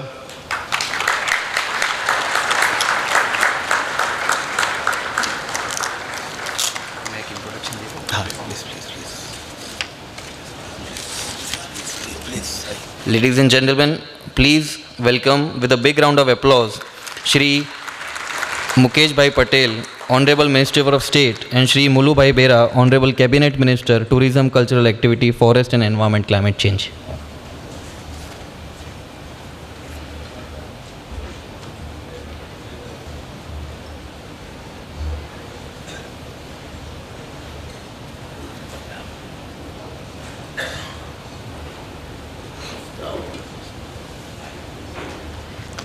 With the kind permission of Honorable Minister, sir, I will continue this deliberation. So, we were discussing about the World Earth Overshoot Day. By way of the country overshoot equation, a country will only have an overshoot day if their ecological footprint per person is greater than global biocapacity per person. Countries whose ecological footprint per person are less than global biocapacity do not have an Earth Overshoot Day. And fortunately, our country is not in the list. That means our per person ecological footprints are less than global biocapacity. It doesn't mean that we should enjoy the liberty to blatantly exploit the resources. We are not in the list. It shows that we are conscious, sensitive, responsible and proactive for environmental issues. We all are very much aware that the world's population is growing rapidly. Resources are limited and in turn facing increasing pressure day by day. There are facts supporting our concern for intergenerational responsibility. I wish to share a few facts as alerts for everyone, and the purpose is not to portray any gloomy picture, to create depression among ourselves, but as a responsible human being, we need to think how our wrong deeds may deprive our next generation. When we say save planet means to save vital elements of environment and natural resources. We are human beings and we get convinced with the facts, figures and statistics. हम आंकड़ों की भाषा आसानी से समझ पाते हैं.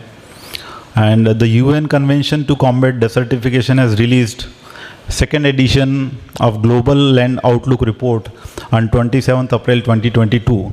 It says that 40% of the land across the globe is now degraded, affecting half of humanity and more than half of the global GDP. We cannot forget that degradation of land has strong linkage with adverse impact on food security, livelihood. By the year 2050, the world needs to produce at least 50% more food to feed the projected global population of 10 billion people. The world saw an average 68% decrease in population sizes of mammals, birds, amphibians, reptiles between 1970 to 2016.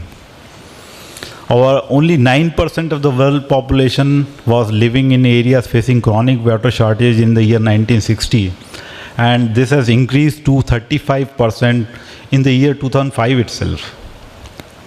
Only 20 nations were scarce in 1990 as per UN, water scarce as per UN reports, and this number will increase to 30 by the year 2025.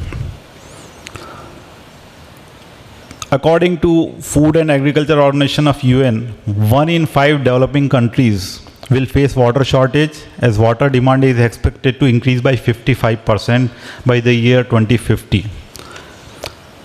So since our today's conclave is focused on environment, please let me pick a few striking points from whatever facts and figures I have given so far. By the year 2050, water demand will increase by 55% world over, and food demand will increase by 50%.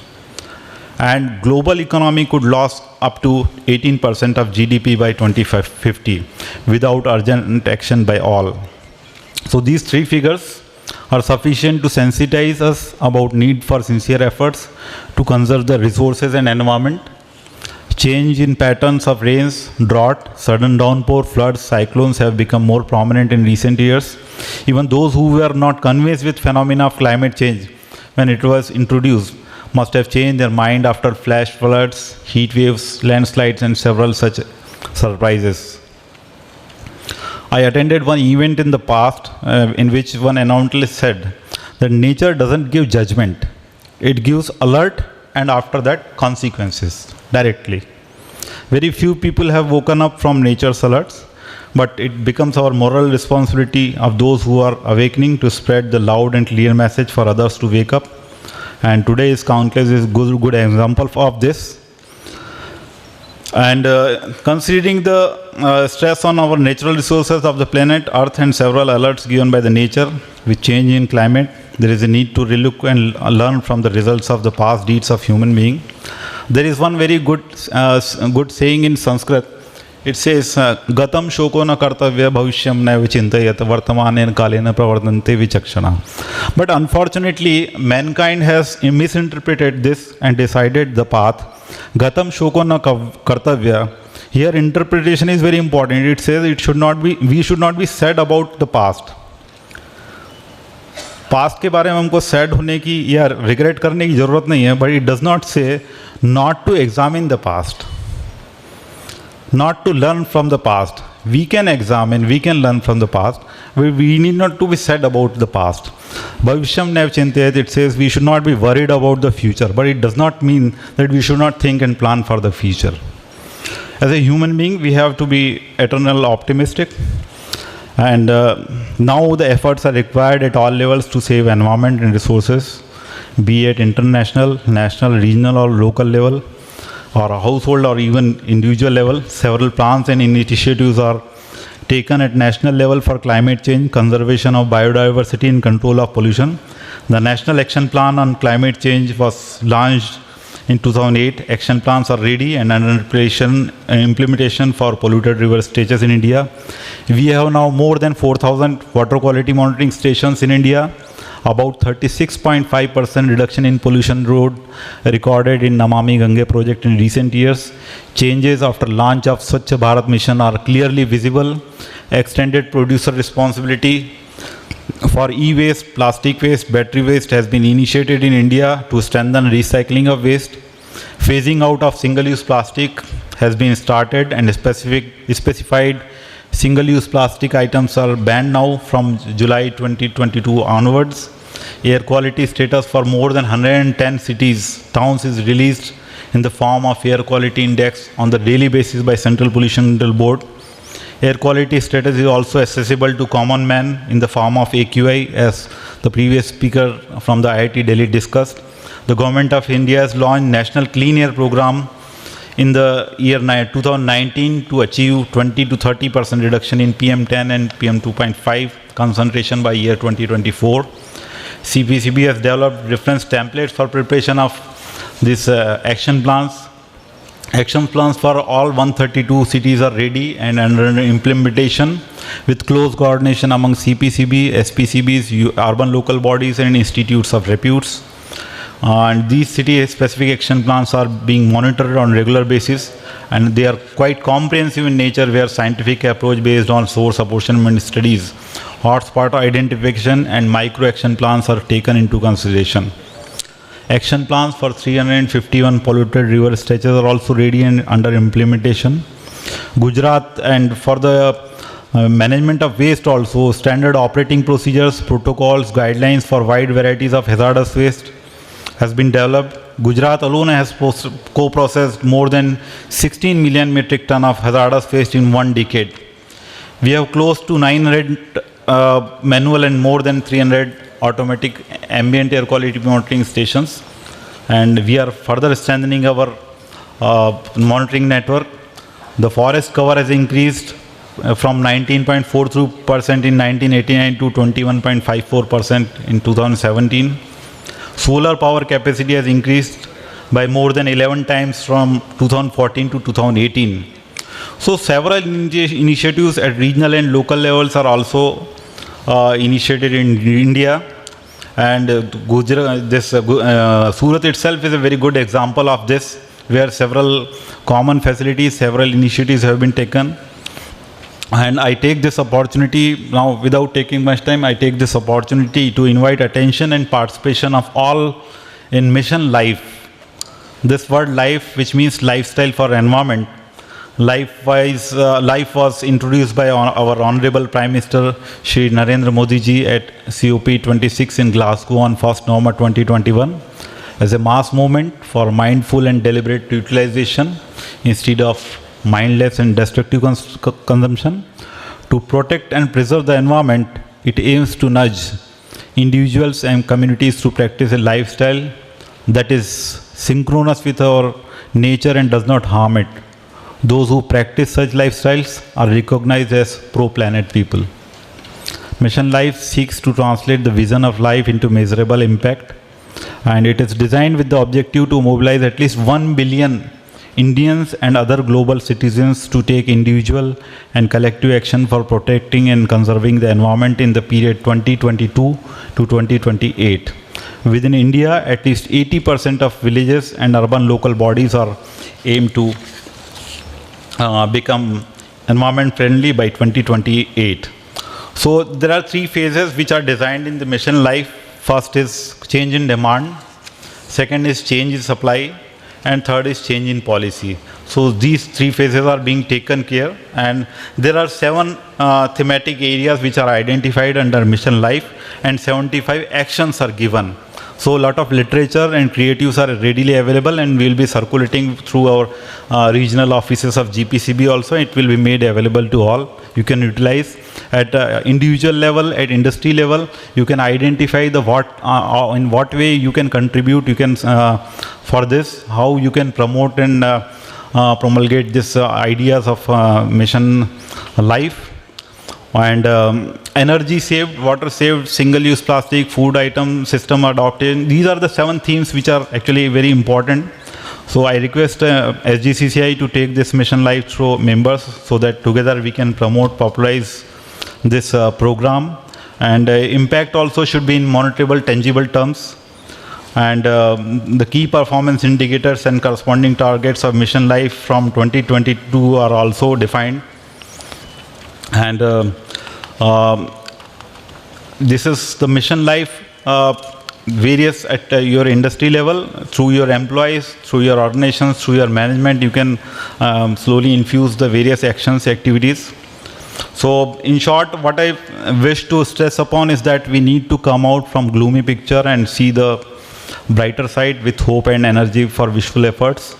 Courage, optimism and intentions are 3 fundamental necessary ingredients of recipe of success. I am confident that each one of you can come out with several good examples linked with Mission Life in near future. Please do not forget to share with others. With these words, I once again extend my compliments and best wishes to organizers and participants.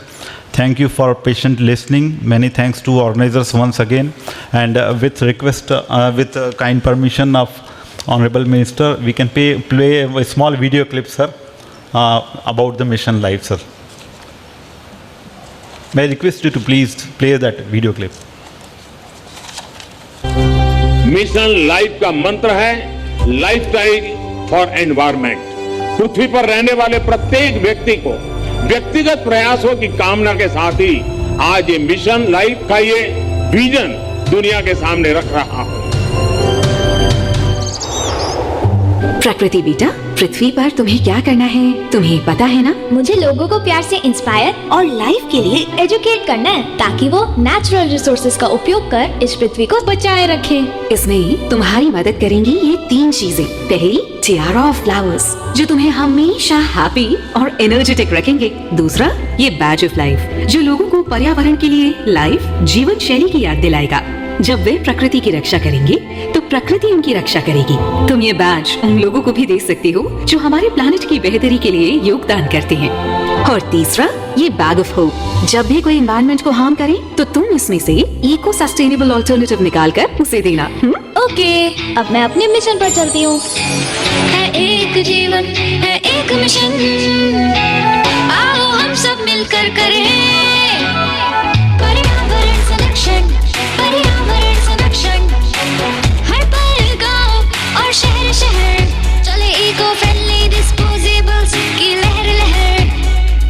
Carpool को अब सब जने अपनाएंगे, अपना shopping bag साथ ले जाएंगे।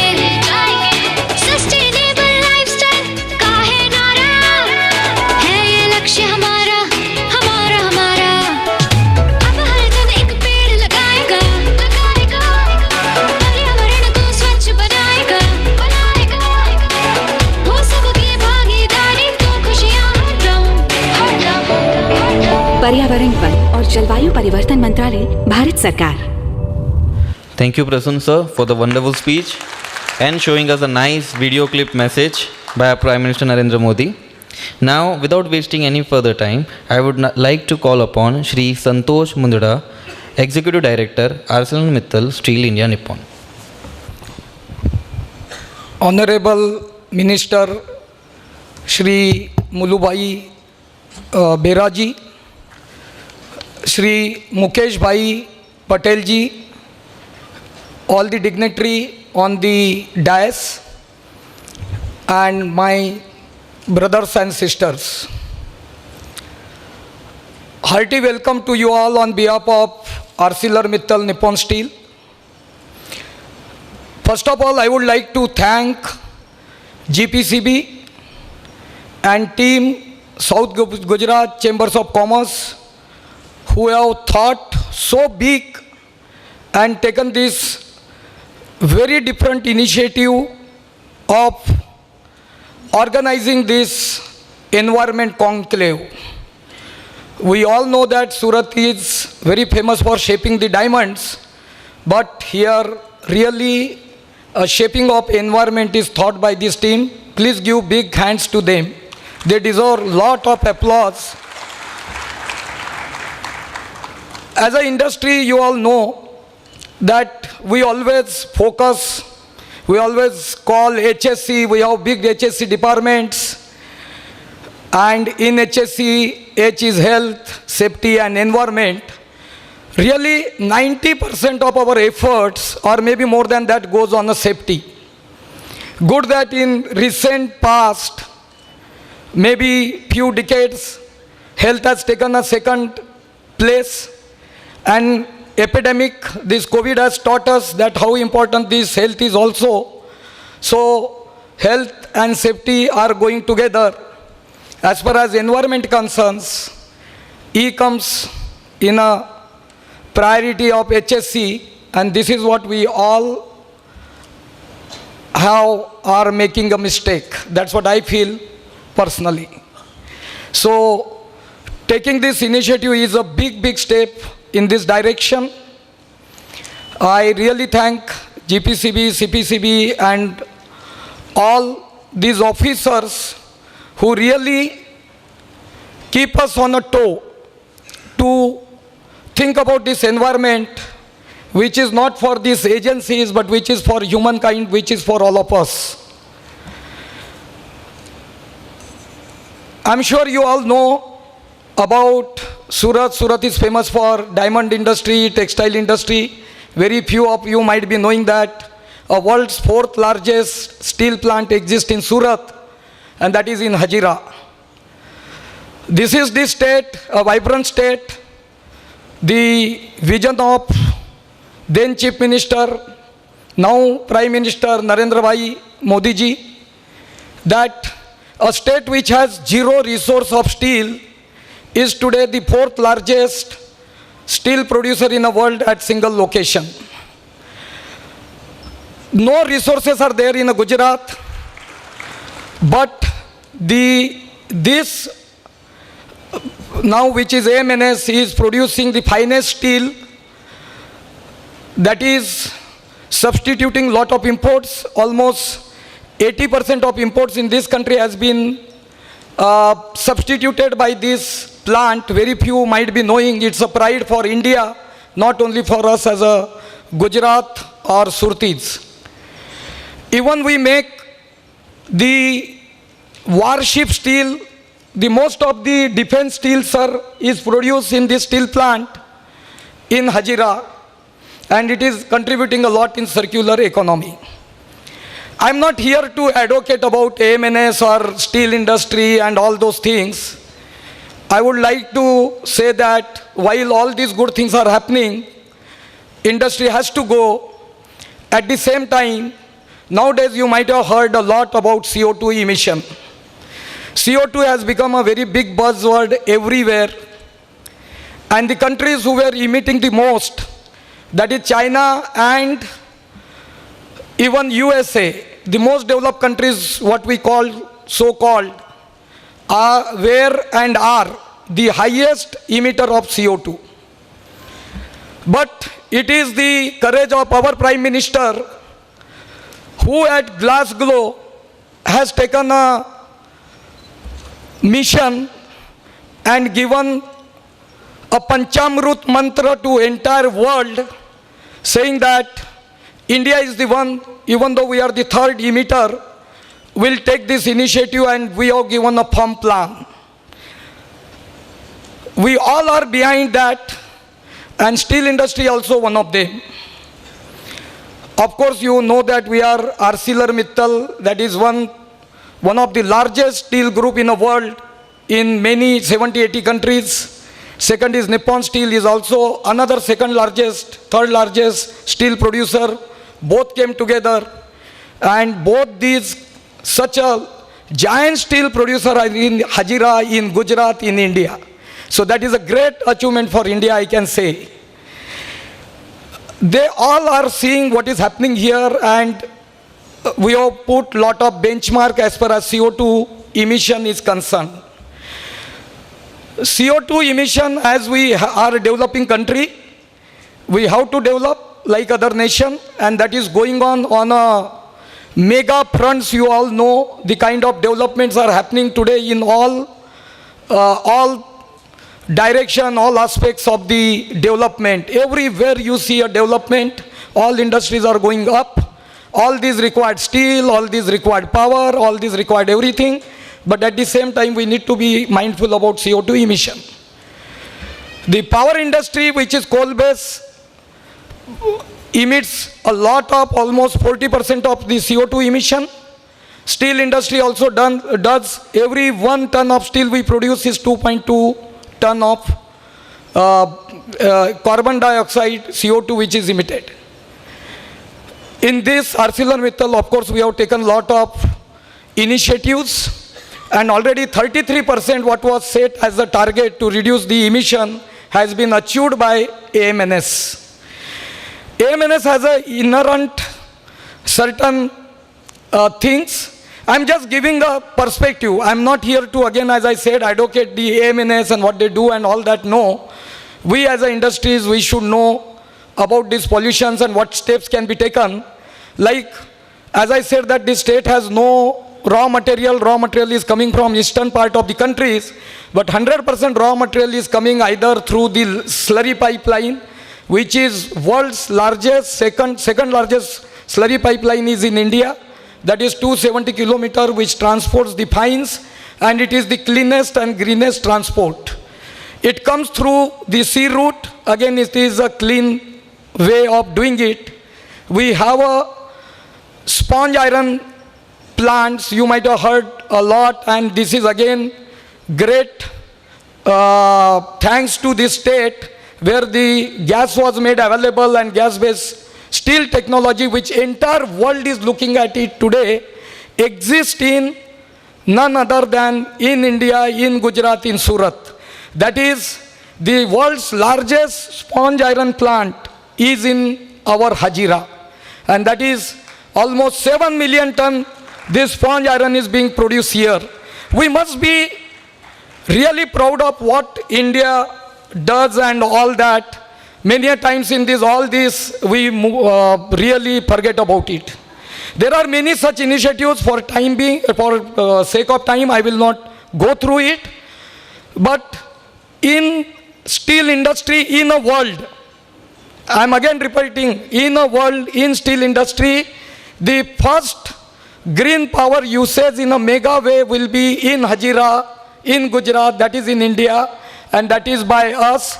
Almost 200 megawatt of green power is being generated in Andhra Pradesh, only by solar and wind, and coming here. Running of steel plant on renewable energy, nobody can think in the world. I can tell you, we are also part of giant 2 companies. They are also learning from India. I have no hesitation in sharing this. Because steel plants require a constant power. This power is only available in day. In night, there is no power available. Great innovative mind of India, I can tell you. During the day, we are blessed by the sun. We are producing much more power than what we need during the sun. Take the water, pump the water by that power in a daytime to the height. And then in night, when sun is not there, take that water down and still supply the energy. This is called a water battery. And this is 200 megawatt is already been built. Another 200 megawatt will be there. This, our Surat, Hazira will be getting 400 megawatt of renewable energy. Add that to 400 kV line is a great thing. Just last 1 minute, I will say that one more thing. What our Surat has done, which has put in a world map again, is that we have built up the first road in Hazira, 1.2 kilometer, by the slag. What is this slag? You know that from Mother Earth we get iron ore, and from iron ore we make the steel out of it. There is a impurity, 40% impurity go as a waste. And this slag has been converted into usable part. Whatever aggregates we use in road building, those aggregates are replaced by this slag. Of course, it requires some processing. The first road which is built up 1.2 kilometer, which is at 32% lesser cost and 40% saving of the material and thickness, and almost having a 4 times strength than normal road. This is now becoming a big thing. Even we had a meeting with Honorable Minister Shri Nitinji Gadkari. Some of us were there, and he has taken this initiative, and this slag will be used in a road. This has been also created by this, has been created in our district. So friends, what I am saying, there are so many things what we can look at it. This is our moral responsibility. When I say, yes, we also need to do a lot in steel industry and in all other industries to save the environment. हम लोगों को जो वसीयत में मिला है, जो हम लोग हरदम बोलते थे कि ये कंट्री में ये नहीं है, वो नहीं है, लेकिन today we know that all this पंच महाभूत व्हाटएवर वी से, जिनको हम भगवान के तरह सब लोग, वेदर आकाश रहे या वायु रहे, पानी रहे या अग्नि रहे, सभी को हम लोग जो भगवान की तरह आज पूछते हैं, हर वो एक चीज हमारे काम में अभी आ रही है. हवा से विंड पावर बन रहा है, बाय सोलर हम लोग सूर्य की ऊर्जा से, अग्नि से हम लोग सोलर पावर बना रहे हैं. And it is our moral responsibility to save our environment, and not only that, strengthen the initiatives taken by our Prime Minister, all of us, and we take it and we make that whatever India has been believing is a way of thing for entire world. At least in steel industry we are trying to do that. We are developing this, we say that let us patent it, and पूरे world को हम लोग वैसे भी we all believe in Vasudeva Kutumbakam, and this is what in my opinion we all can do. I really once again thank for entire this team of South Gujarat Chambers, all our ministers, all the time we get encouragement. Mukesh Bhai always supports the industries here, and you all know, and with Beraji's presence here, and it is going to give all of us lot of encouragement.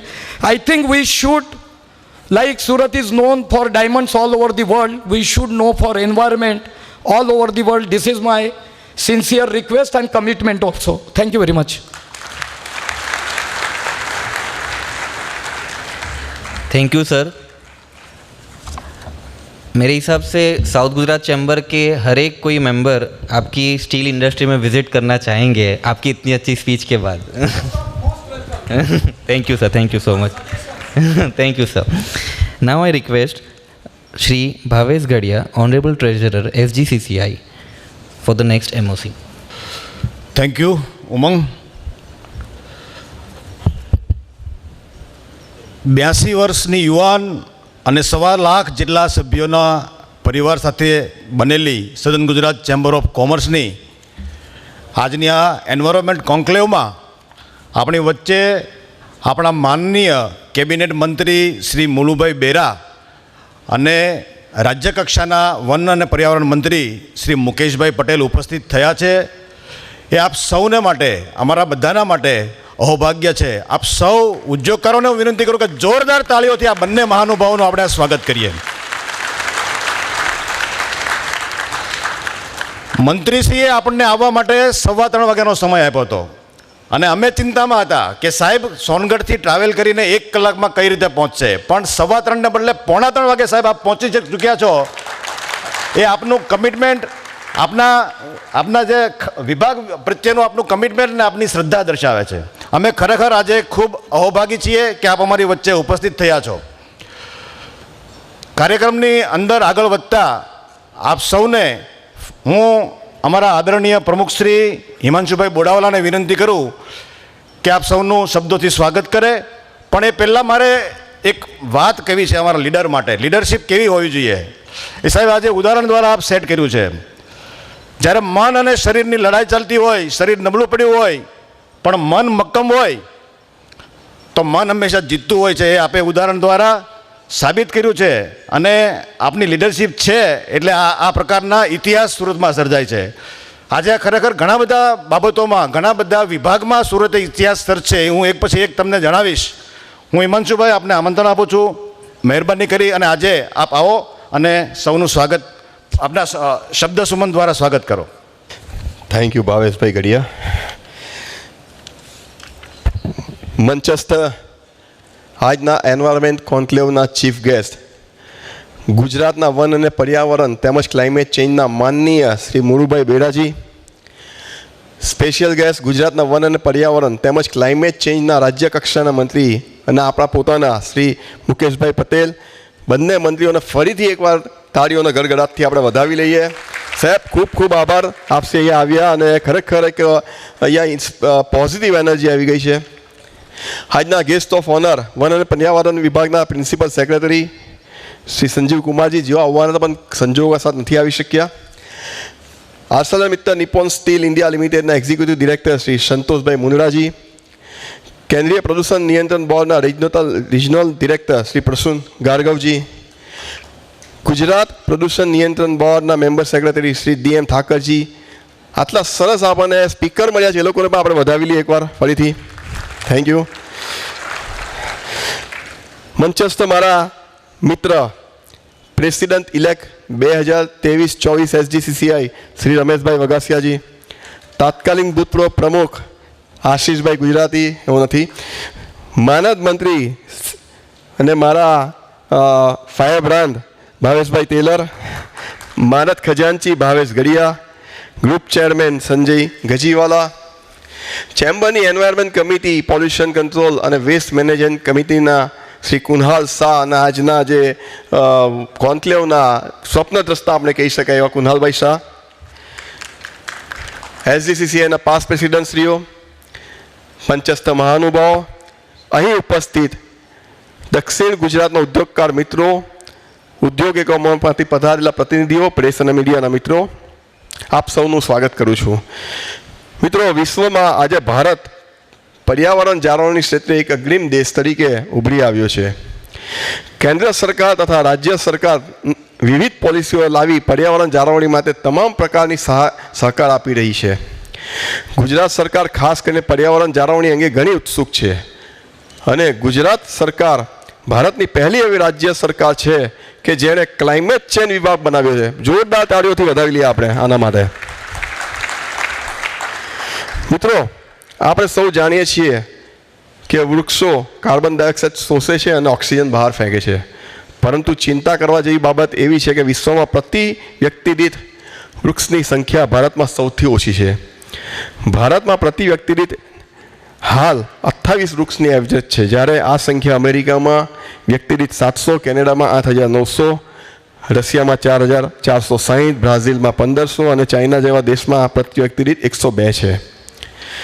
આથી મિત્રો, આજે environment કોન્ક્લેવમાં સૌ પ્રણ લઈએ કે દર વર્ષે આપણે દરેક વ્યક્તિ ઓછામાં ઓછું એક વૃક્ષ આવીએ અને એટલીસ્ટ આપણી બર્થડેના દિવસે તો વૃક્ષ આવીએ એવી આપણે પોતાની જાતને કમિટમેન્ટ આપીએ. મિત્રો, હાલમાં ભારતમાં વસ્તી વધારાને કારણે પેટ્રોલ ડીઝલથી ચાલતા વાહનોની સંખ્યામાં સતત વધારો થઈ રહ્યો છે. ઔદ્યોગિક ઉત્પાદનમાં વપરાતા પેટ્રોલ પ્રોડક્ટને કારણે વાતાવરણમાં કાર્બનની માત્રા વધી રહી છે અને તેથી જ પહેલાં કરતાં વધારે ગરમીનો અનુભવ થઈ રહ્યો છે. આ તમામ પરિસ્થિતિઓને પહોંચી વળવા ભારત સરકાર અને ગુજરાત સરકાર દ્વારા રિસાયકલિંગ ઓફ વેસ્ટ વોટર નીતિ, રિન્યુએબલ એનર્જી નીતિઓ, ઇલેક્ટ્રિક વ્હીકલ વપરાશની નીતિઓ ઘડવામાં આવી છે.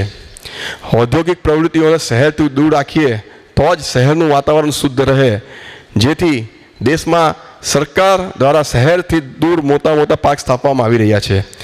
સુરત નજીક નવસારીના વાંસી બોરસી ખાતે PM મિત્રા પાર્ક પણ સરકારની આ નીતિનું જ પ્રતિબિંબ છે. સુરત શહેરમાં આવેલી ડાઇંગ એન્ડ પ્રિન્ટિંગ મિલો તથા વોટરજેટ યુનિટને PM મિત્રા પાર્કમાં સ્થળાંતરિત કરવામાં આવશે, જેથી સુરત શહેરના કાર્બન કોન્સન્ટ્રેશનમાં ચોક્કસપણે ઘટાડો થશે. મિત્રો, એક ખૂબ જ આનંદની વાત છે.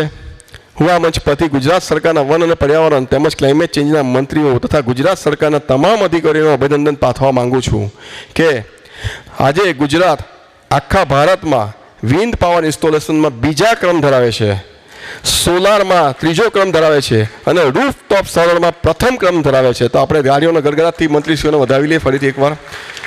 અને અંતમાં હું મારું વક્તવ્યને વિરામ આપું છું. ચાલો આ છેલ્લા સેશનમાં આપણે મંત્રીશ્રીઓ પાસેથી પ્રેરણા લઈએ. Thank you. જય હિન્દ, જય ભારત, જય જય ગરવી ગુજરાત. ખૂબ ખૂબ આભાર પ્રમુખશ્રી.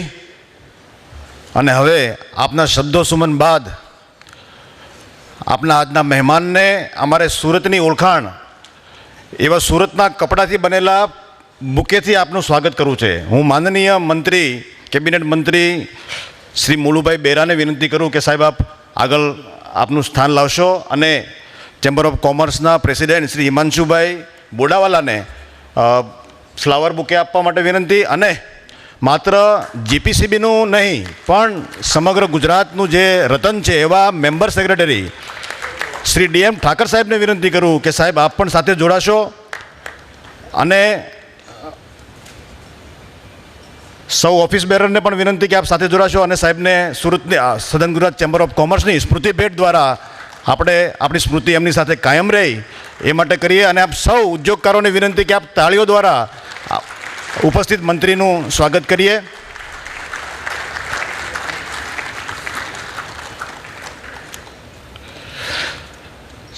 હું વિનંતી કરું કે સુરતના રિજનલ ઓફિસર જિજ્ઞાબેનને કે આપ પણ સ્ટેજ ઉપર ઉપસ્થિત થાઓ. અને હું વિનંતી કરું કે રાજ્ય કક્ષાના મંત્રી શ્રી મુકેશભાઈ પટેલ સાહેબ આપ સ્ટેજની આગળ ઉપસ્થિત થશો. હું વિનંતી કરું પ્રેસિડેન્ટ ઇલેક્ટ શ્રી રમેશભાઈ વઘાસિયા અને સુરત રિજિયોનલ હેડ શ્રી જિજ્ઞાબેન ઓઝાને સાથે સુરતની શાન એવી ફેબ્રિક બુકે અર્પણ કરશે અને સદન ગુજરાત ચેમ્બર ઓફ કોમર્સનું સ્મૃતિ ભેટ અર્પણ કરવા માટે સાથે જોડાશે મુકેશભાઈ મકવાણા, હેડ રિજિયોનલ ઓફિસ ગાંધીનગર. સાથે જોડાશે RB ત્રિવેદી સાહેબ, હેડ HO ગાંધીનગર વાપી. અને આપણે સૌ તાળીઓથી સાથે સાથ પુરાવીશું.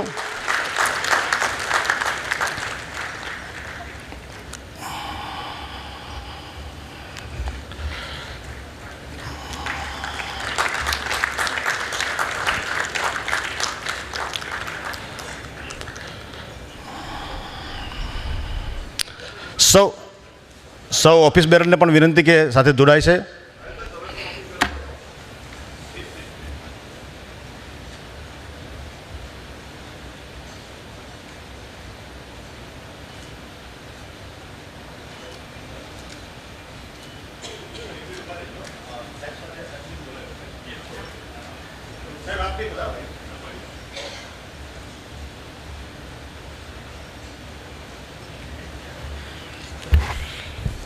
સમગ્ર જીપીસીબીની ટીમ કે જે આજે 25થી વધારે અધિકારીઓ અહીંયા ઉપસ્થિત છે, તમામને એકવાર આપણે જોરદાર તાળીઓ પાડીએ કે આટલી સરસ મજાની કોન્ક્લેવ, એન્વાયરમેન્ટ કોન્ક્લેવ. આજે આ હું તમને જે ઘણા બધા ઇતિહાસની વાત કરતો હતો એમાંનો એક આ ઇતિહાસ છે કે આખું પર્યાવરણ ડિપાર્ટમેન્ટ સાથે જોડાયું છે.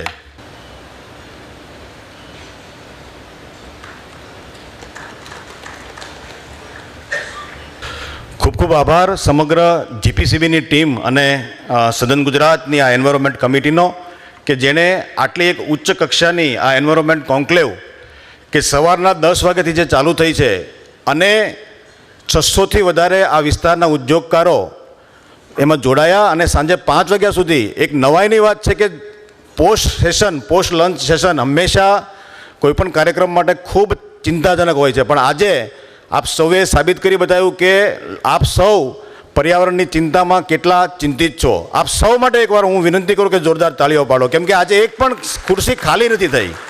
સવારના 10 વાગ્યાથી શરૂઆત થઈ અને અત્યારે 3:30 વાગે છે, પણ એક પણ ખુરશી ખાલી નથી. અને આ જ બતાવે છે કે પર્યાવરણ વિશે કેવી ચિંતા લોકોને હોવી જોઈએ. માનવ જીવનને હર્યુભર્યું રાખવું હોય તો આપણે હરિયાળીની ચિંતા કરવી પડે, આપણે સૌ સારી રીતે જાણીએ છીએ. અને હવે જે આપણી વચ્ચે ઉપસ્થિત છે, આપણે જેમને સાંભળવા છે એવા આપણા પોતાના ઓલપાડ વિસ્તારના ધારાસભ્ય અને પહેલા ઉર્જા મંત્રી જે હતા. સાહેબ, આપના વિશે એક વાત મારે કરવાનું મન થાય કે આપ કેટલા પ્રજાલક્ષી કાર્યમાં રત રહેતા હો છો. કોઈ જામનગર જિલ્લાના લાલપુર ગામડાનો એક ખેડૂત ફોન કરીને એમ કહે કે મેં મારી મગફળીનું બિયારણ ખેતરમાં વાવી દીધું છે અને પાવર નથી. જો પાવર નહીં આવે તો મારું બિયારણ ફેલ થાય છે.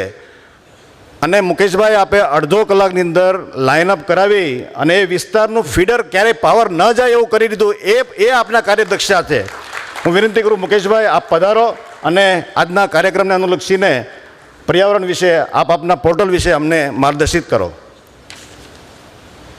સૌને નમસ્કાર. આજના એન્વાયરમેન્ટ કોન્ક્લેવની અંદર ઉપસ્થિત અમારી સરકારના સાથી, અમારા કેબિનેટ મંત્રી શ્રી મુળુભાઈ બેરાજી, અમારા member secretary Shri DM Thakarji, CPCBમાંથી પટેલા પ્રણવ ગાર્ગવજી,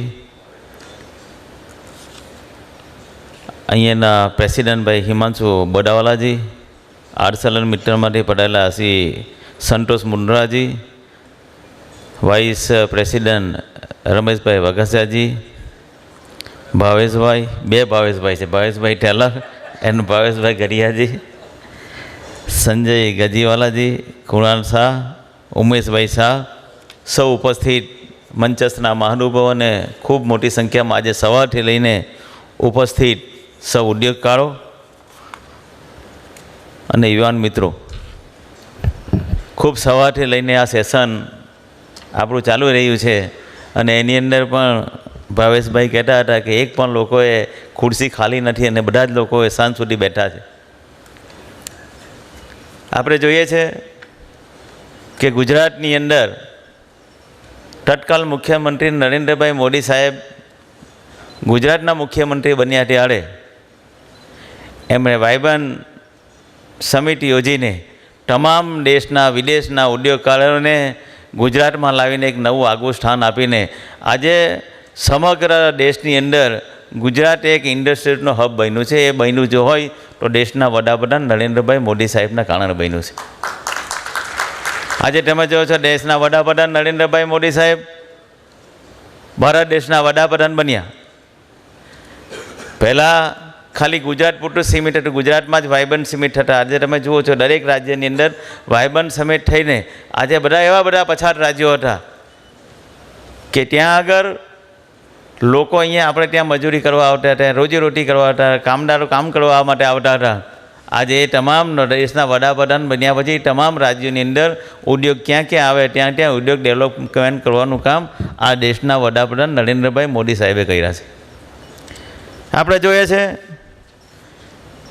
કે દેશના વડાપ્રધાન જ્યારે ગુજરાતના મુખ્યમંત્રી હતા ત્યારે કે 2009ની અંદર સૌ પ્રથમ વાર એશિયાની અંદર પહેલાં આપણું ક્લાઇમેટ ચેન્જ ડિપાર્ટમેન્ટ જો ગુજરાતની અંદર લાવ્યા હોય તો આ દેશના વડાપ્રધાન નરેન્દ્રભાઈ મોદી સાહેબ લાવ્યા. અને એમાં પણ આપણે જોઈએ છે કે લાવ્યા પછી હમણાં અમારા ભાવેશભાઈ કહેતા હતા કે આજે આપણે રૂફટોપ સોલારની અંદર નંબર 1 આપણે આવ્યા છે. એની અંદર પણ તમે જો છો વિન્ડ સોલારની ગ્રાઉન્ડ માઉન્ટેનની અંદર આપણે બીજા નંબર પર છે. ત્યારે ગત વખતે મારી પાસે ઉર્જા ડિપાર્ટમેન્ટ હતું મુળુભાઈ, અને એ ઉર્જા ડિપાર્ટમેન્ટની અંદર મેં ઘણી બધી રજૂઆતો બધી અને બધા નવા બધા સજેશનો મેં મૂક્યા હતા. તમે કદાચ આજે એક નવો પરિપત્ર લગભગ કાલે જ થયો, તમે પરિપત્ર વાંચ્યો હશે. એ ત્યારે મારી પાસે ઉર્જા વિભાગ હતું અને તમારા જેવા ઉદ્યોગકારો મારી પાસે રજૂઆત કરવા આવ્યા હતા અને કહ્યું હતું કે ભાઈ આ ગ્રાઉન્ડ માઉન્ટેડ સોલારની અંદર તમે આ ડીમ એનએની પ્રસાર લાવો તો આવનાર ઉદ્યોગની અંદર જે અત્યારે આપણે બીજા નંબર પર છે તે પહેલા નંબર પર આવશે. ત્યારે બધા રજૂઆત કરી અને મેં એ ડિપાર્ટમેન્ટ તરફથી ડીમ એને માટેની જે મેં પ્રપોઝલ કરી એ લગભગ કાલે જ એનો પરિપત્ર બહાર થઈ ગયો છે. હવે એના માટે તમારે એને કરાવવાની જરૂર ના પડશે, એ ડીમ એનેથી તમારું કામ પતી જશે. એટલે આ એક ઉદ્યોગ કરવા માટે નવા રોકાણકારો માટે એક સારામાં સારી તક આપને મળી છે. આપણે જોઈએ છે કે આજે તમે જુઓ છો કે દેશની અંદર ખૂબ પોલ્યુશનનું પ્રમાણ વધી રહ્યું છે. ખાસ કરીને તમે જુઓ છો કે આજે સોલારની અંદર તમે જુઓ છો કે આજે જ્યાં આપણે ચાણખા પછી આપણે બધી જ જગ્યાએ આપણે સોલાર પાકો બનાવીએ છીએ અને જુઓ છો કે આજે વીજળી પણ એટલી આપણી વપરાય છે. આજે તમે જુઓ છો દેશની અંદર લગભગ 1173 જેટલા પર હેડ યુનિટ વીજળી આખા દેશના એમાં વપરાય છે. ત્યારે ગુજરાતની અંદર લગભગ 2253 જેટલી સમથિંગ એક માણસની પાછળ આટલું આપણી યુનિટ વીજળી વપરાય છે.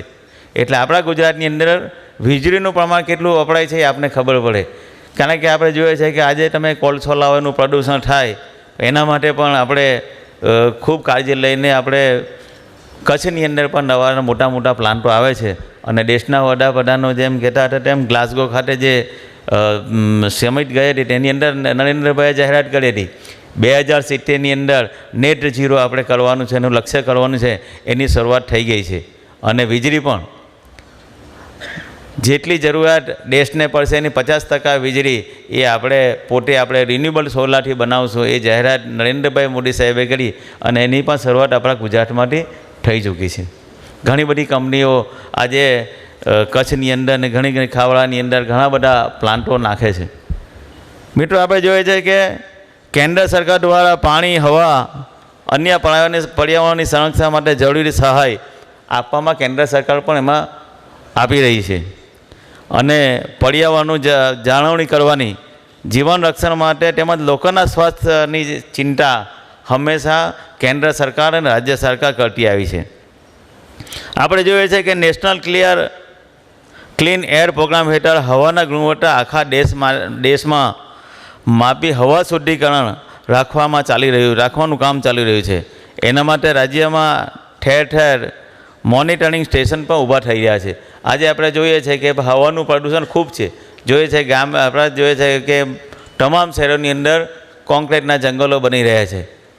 બધા સિમેન્ટના પ્લાનો થાય એટલે તમે જુઓ છો કે ખૂબ હવાનું પ્રદૂષણ થાય છે. અત્યારે જ અમે મુળુભાઈ સાથે વાત કરતા હતા કે હવે પછી અમે બી સરકારમાં અમે વિચારીને કે જે પણ નાની મોટી સોસાયટી બને, ખૂબ અત્યારે જોયું છે કે ભાઈ વૃક્ષને ચિંતા કરતા હતા કે બર્થડે થાય એટલે એક વૃક્ષ વાવવું જોઈએ, એવી આપણી ચિંતા પર આપણે આવું કોઈ કશું કરતા નથી. પણ અમે અત્યારે જ અમારા મુળુભાઈ જોડે વાત કરતા હતા કે ઝાડ જે જંગલનું નિકંદન થઈ રહ્યું છે અને કોન્ક્રીટના જંગલો વધી રહ્યા છે, તો એના માટે શું કરવું જોઈએ. તો અમને બંને વિચાર કર્યો હતો કે જે હવે નવા બાંધકામની પરમિશન આપે એ પરમિશન એ જે કમ્પાઉન્ડ હોય કે એપાર્ટમેન્ટ બને કે સોસાયટી બને પણ તેમાં કમ્પલસરી હવે જીડીઆરની અંદર આવી જશે કે ભાઈ ઝાડ કમ્પલસરી વાવવું જરૂરી છે. એના માટે અમે પણ આવનારા દિવસોની અંદર એમાં પણ અમે આગળ વધવાના છે. ગુજરાતની અંદર જોઈએ છે કે આજે પાણીની જરૂરિયાત ખૂબ જરૂર આપણે પલટી જઈ રહી છે અને આવનારા દિવસોની અંદર આપણે જોઈ રહ્યા છીએ કે 2030 આવશે ત્યાં સુધીમાં 40% દેશની વસ્તીને પાણીની તકલીફ હશે. ત્યારે પાણી આપણા માટે ખૂબ જરૂરી છે. પાણી બચાવવા માટે પણ અમે જોઈએ છીએ કે ભાઈ દેશના વડાપ્રધાન 2019ની અંદર અટલ ભૂજલ જલ યોજના લાવીને આજે જોઈએ છે અત્યારે અમારા ગુજરાતના લગભગ 5 જિલ્લાઓને આવરી લીધા છે. સૌરાષ્ટ્ર બાજુના 5 જિલ્લાઓ છે. આવનાર દિવસોને બધા જ જગ્યાએ જે ભૂગર્ભ જે યોજના હેઠળ આપણે જે પાણી અત્યારે બહાર વહી જતું છે એ પાણીનું આપણે ભૂગર્ભમાં ઉતારીને એ પાણીના સ્તર ઊંચા લાવવા પડશે તો જ આ એક સમસ્યા એની પણ આપણે હલ થઈ જશે. એ રીતે તમે જોયું ઠેર ઠેર ચેકડેમ. અમે જ્યારે ભારતીય જનતા પાર્ટીની સરકાર આવી ત્યારે લગભગ 18,000 જેટલા ચેકડેમો આ ગુજરાતની અંદર બન્યા હતા અને આજે લગભગ 1,85,000 ચેકડેમો ગુજરાતની અંદર બન્યા છે. એમાં તમારા જેવા બધા જ ઉદ્યોગકારો, બધા જ એનજીઓ આ અમારી સુજલામ સુફલામ યોજનાની અંદર આગળ આવીને એ લોકોએ બધા CSR ફંડમાંથી બધી જગ્યાએ કોઈ તળાવ ઊંડા કરી આપ્યા છે, કોઈ ચેકડેમ બનાવી આપ્યા છે. એના થકી પણ આપણા આ ભૂગર્ભના થોડા જળ ઊંચે આવી શક્યા છે. ખાસ કરીને ઉદ્યોગો માટે અત્યારે કહેતા કે 50% જેટલું પાણી ઉદ્યોગોની અંદર વપરાય છે તો આપણા માટે ખૂબ જરૂરી છે કે પાણી રિસાયકલિંગ થાય. એ આપણા માટે ખૂબ જરૂરી છે કે આપણે રિસાયકલિંગ કરીને પાણી વાપરીએ, કારણ કે આવનારા દિવસોને પાણીની બી ખૂબ તકલીફ રહેવાની છે. આજે આપણે જોઈએ છે સતત ઉદ્યોગકારોને પણ આ પાણીના ભાવ ખૂબ વધતા જાય છે. આપના તો લગભગ 10% ભાવ વધતા હતા. અમે આ કેબિનેટની અંદર નિર્ણય લઈને એ પણ અમે કેન્સલ કર્યા છે. 10% આપણે દર વર્ષે વધતા હતા ને એ પણ અમે ભાવ ઓછો કરી રહ્યો છે. પણ એનો મતલબ એવો નથી કે પાણી આ બધું આપણે વાપરીએ, પણ રિસાયકલ પાણીનો ઉપયોગ કરીને આપણે વાપરીએ એ આપણા માટે ખૂબ જરૂરી છે. એ આપણે પણ બધા લોકો સાથે મળશું તો જ આ કામની અંદર આપણે આગળ વધી શકીશું. મિત્રો, પાણીમાં પણ આપણે જોઈએ છે કે પહેલાં આજે પણ પાણી ગમે એટલું ડેંગમાં ભરેલું હોય તો પહેલી જરૂરિયાત માણસને, નાગરિકોને પાણી પીવાની જરૂર. એના માટે સરકાર ગમે એટલું થાય પણ પાણી માટે પાણી આપણે જાળવવાનું પહેલાં લોકોને આપવાનું કામ એ સરકારનું છે. બીજા નંબર પર પાણી વધે તો ખેતીને પાણી આપી શકાય. અને ત્રીજી વસ્તુ તો એ બેમાંથી પાણી વધે તો જ ઉદ્યોગકારીને પાણી મળે. એટલે ઉદ્યોગકારોએ પણ આવનારા દિવસોમાં પાણીનો કઈ રીતે આપણે પણ એનો ઉપયોગ કરકસરથી કરી શકીએ એ આપણે બધાએ જ લોકોએ સાથે મળીને આપણે પ્રયત્ન કરીને કરવું પડશે. તમે જુઓ છો કે બીજા બધા દેશોની અંદર દરિયાનું જે પાણી છે એ પણ ટ્રીટમેન્ટથી મીઠું કરીને એ પણ પાણી વાપરે છે. આપણે એ દિશામાં પણ આગળ વધવું પડશે. અમારી સરકારે ને અમારા ડિપાર્ટમેન્ટે એફ્લુએન્ટ નિકાલના 0 ડિસ્ચાર્જ દરેક કંપનીઓએ કે પાણી જે તમે કાઢો છો રિસાયકલિંગ અને એમાં 0 ડિસ્ચાર્જથી પાણી નીકળવું જરૂરી છે. એના માટે જે કંઈ પગલાં લેવા હશે એ અમારું ડિપાર્ટમેન્ટ લેશે પગલાં. એટલે એને પણ આપણે બધા લોકોએ એ 0 ડિસ્ચાર્જ માટે આપણે એ બધા લોકોએ આપણે તૈયારી રાખવી પડશે. એને ખાસ કરીને રેડ કેટેગરીના ઉદ્યોગકારો છે એ લોકોએ કડકાઈથી આનું પાલન થાય એ પણ એમને રેડ કેટેગરીના ઉદ્યોગકારોએ પણ જોવાનું રહેશે.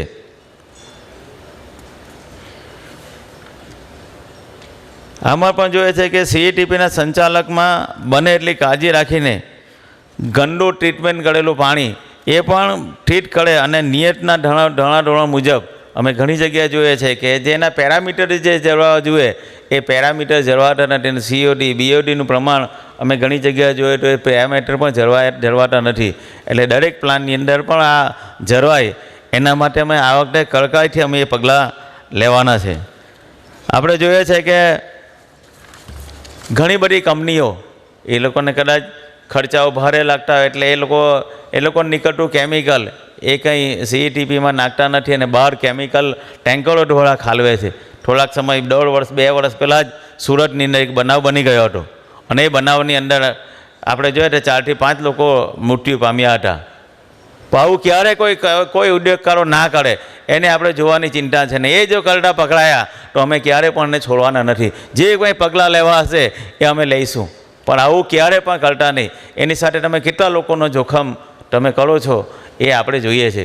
અત્યારે જ અમે મુળુભાઈને બધા બેઠા હતા તો બધા સુરતના ઉદ્યોગકારો આવ્યા હતા, અને આપણું પણ જે આપણું ડીપસીની યોજના છે એને પણ આગળ વધારવાનું કામ ચાલુ થઈ ગયું છે. એટલે બધા માટે એક આ યોજના જલ્દીથી જલ્દી પૂરી થઈ જાય તો આ ડીપસીની આપણા બધાનો જે નિકાલ છે એ પણ આપણો નિકાલ જલ્દી થઈ જવાનો છે. મિત્રો, આપણે જોઈએ છે દરેક ઉદ્યોગકારોએ પોતે CSRનું ફંડ હોય કે પોતે પણ જેટલા બધા ઉદ્યોગની આજુબાજુ છે વૃક્ષો વાવવાનું, ખાસ કરીને વૃક્ષો માટે વૃક્ષો વાવે, અને આજુબાજુનો જે વિસ્તાર હોય, તમારી આજુબાજુ જે ગામડા આવ્યા હોય એના પણ સરકારી ખૂબ બધી જગ્યાઓ પડી છે. અમુક જગ્યા એવી છે કે 15-20 વર્ષ સુધી એ જગ્યાનો ઉપયોગ નથી થવાનો, તો એ જગ્યાની અંદર પણ સરકારી મંજૂરી આપે છે. એની અંદર પણ તમે વૃક્ષો વાવીને તો લાવો તો આપણે પોલ્યુશન આપણે પણ એ રીતે ઘટાડી શકીએ. મિત્રો, એમાં પણ આપણે જોઈએ છે કે ચેમ્બર્સ ઓફ કોમર્સ ખૂબ બધા લોકોને સાથે રાખીને એકઠા કરવાનું કામ કરે છે. ત્યારે હું આપને પણ વિનંતી કરું છું કે આ બધાની અંદર આ બધું જે પોલ્યુશન એમાં પણ ચેમ્બર દ્વારા પણ દેખરેખ રાખવામાં આવે તો હું માનું છું કે બધા સાથે મળું તો આ પ્રયત્ન એક આપણો સરસ પ્રયત્ન એક થઈ શકે. મારી દરેક એસોસિએશનની વિનંતી કે તમારા ઔદ્યોગિક વિસ્તારમાં જેટલા પણ ખાલી પ્લોટ કે જમીન હોય એમાં ભલે તમે ડેવલપમેન્ટ પાછળથી કરવાના જમીન લીધી હોય તો એમાં પણ તમે વૃક્ષો વાવશો તો એ પોલ્યુશન પણ આજે ઓછું થઈ જશે. રાજ્યમાં જેટલા પણ દેશના 50%થી વધુ કેમિકલ ઉત્પાદન આપણા રાજ્યની અંદર, આખા દેશના 50% ઉત્પાદન તો આપણા રાજ્યની અંદર કેમિકલનું થાય છે.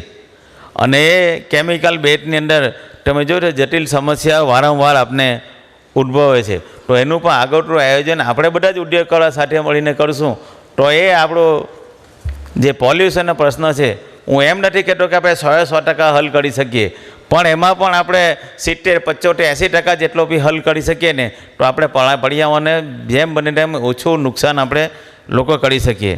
આપણે જોઈએ છે કે ખાસ કરીને વાપી, સચિન, અંકલેશ્વર, પાનોલી, દહેજ જેવા વિસ્તારોની અંદર આપણે જોઈએ છે કે ભાઈ વિસ્તારમાં પ્રોસેસ એમિશન અને ફ્યુઝિટિવ એમિશન ઓછું કરવા પર ભાર મૂકવામાં આવશે.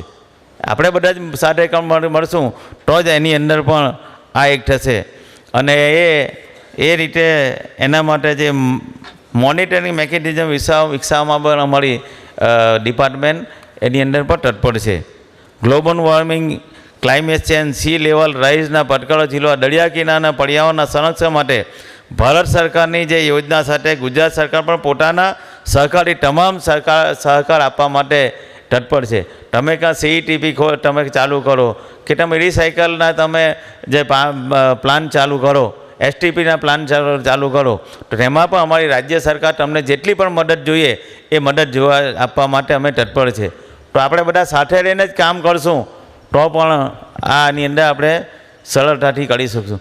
અત્યારે થોડા સમય પહેલાં પણ ઘણી મારી પાસે ફરિયાદો આવી હતી કે અલગ અલગ નાળાઓમાં બધા કેમિકલ બહારથી આવીને પાછું ચાલુ થઈ ગયું છે, ખલવાઈ જઈશું. પણ હું તમને આ જાહેર મંચ પરથી આપને વિનંતી કરું છું, આવું કરતાં પકડાશે, હજુ બી ફરી વાર આવું કરતા પડશે, કોઈ પોલિટિકલ લાગવક, કોઈની પણ લાગવક વિના કોઈ અમને પણ ફોન આવશે પણ અમે ક્યારેય નથી ચલાવતા. કોઈ પણ માનવના નુકસાન, માનવીને નુકસાન થાય એવું કાર્ય કોઈ કરશે એમાં અમે બધા લોકો, કોઈ પણ જેનો પણ ફોન આવે, કોઈ પણ દબાણ આવશે તો એ ત્યારે અમે ક્યારેય પણ ઝૂકવાના નથી. એટલે મહેરબાની કરીને દરેક ઉદ્યોગકારો આ કામ બંધ કરે એના માટે ખાસ હું વિનંતી કરું છું. અને આ કોન્ક્લેવ જે આયોજન કર્યું છે અને હમણાં બંને મંત્રીને બોલાવ્યા, મુળુભાઈ આમ તો બીજા પ્રોગ્રામની અંદર તમિલ સંગમની અંદર એમને જવાનું હતું, પણ મારો ખાસ આગ્રહ હતો કે આજે અમારા સુરતના બધા જ ઉદ્યોગકારો આ ચેમ્બર દ્વારા તમને મળવાના છે.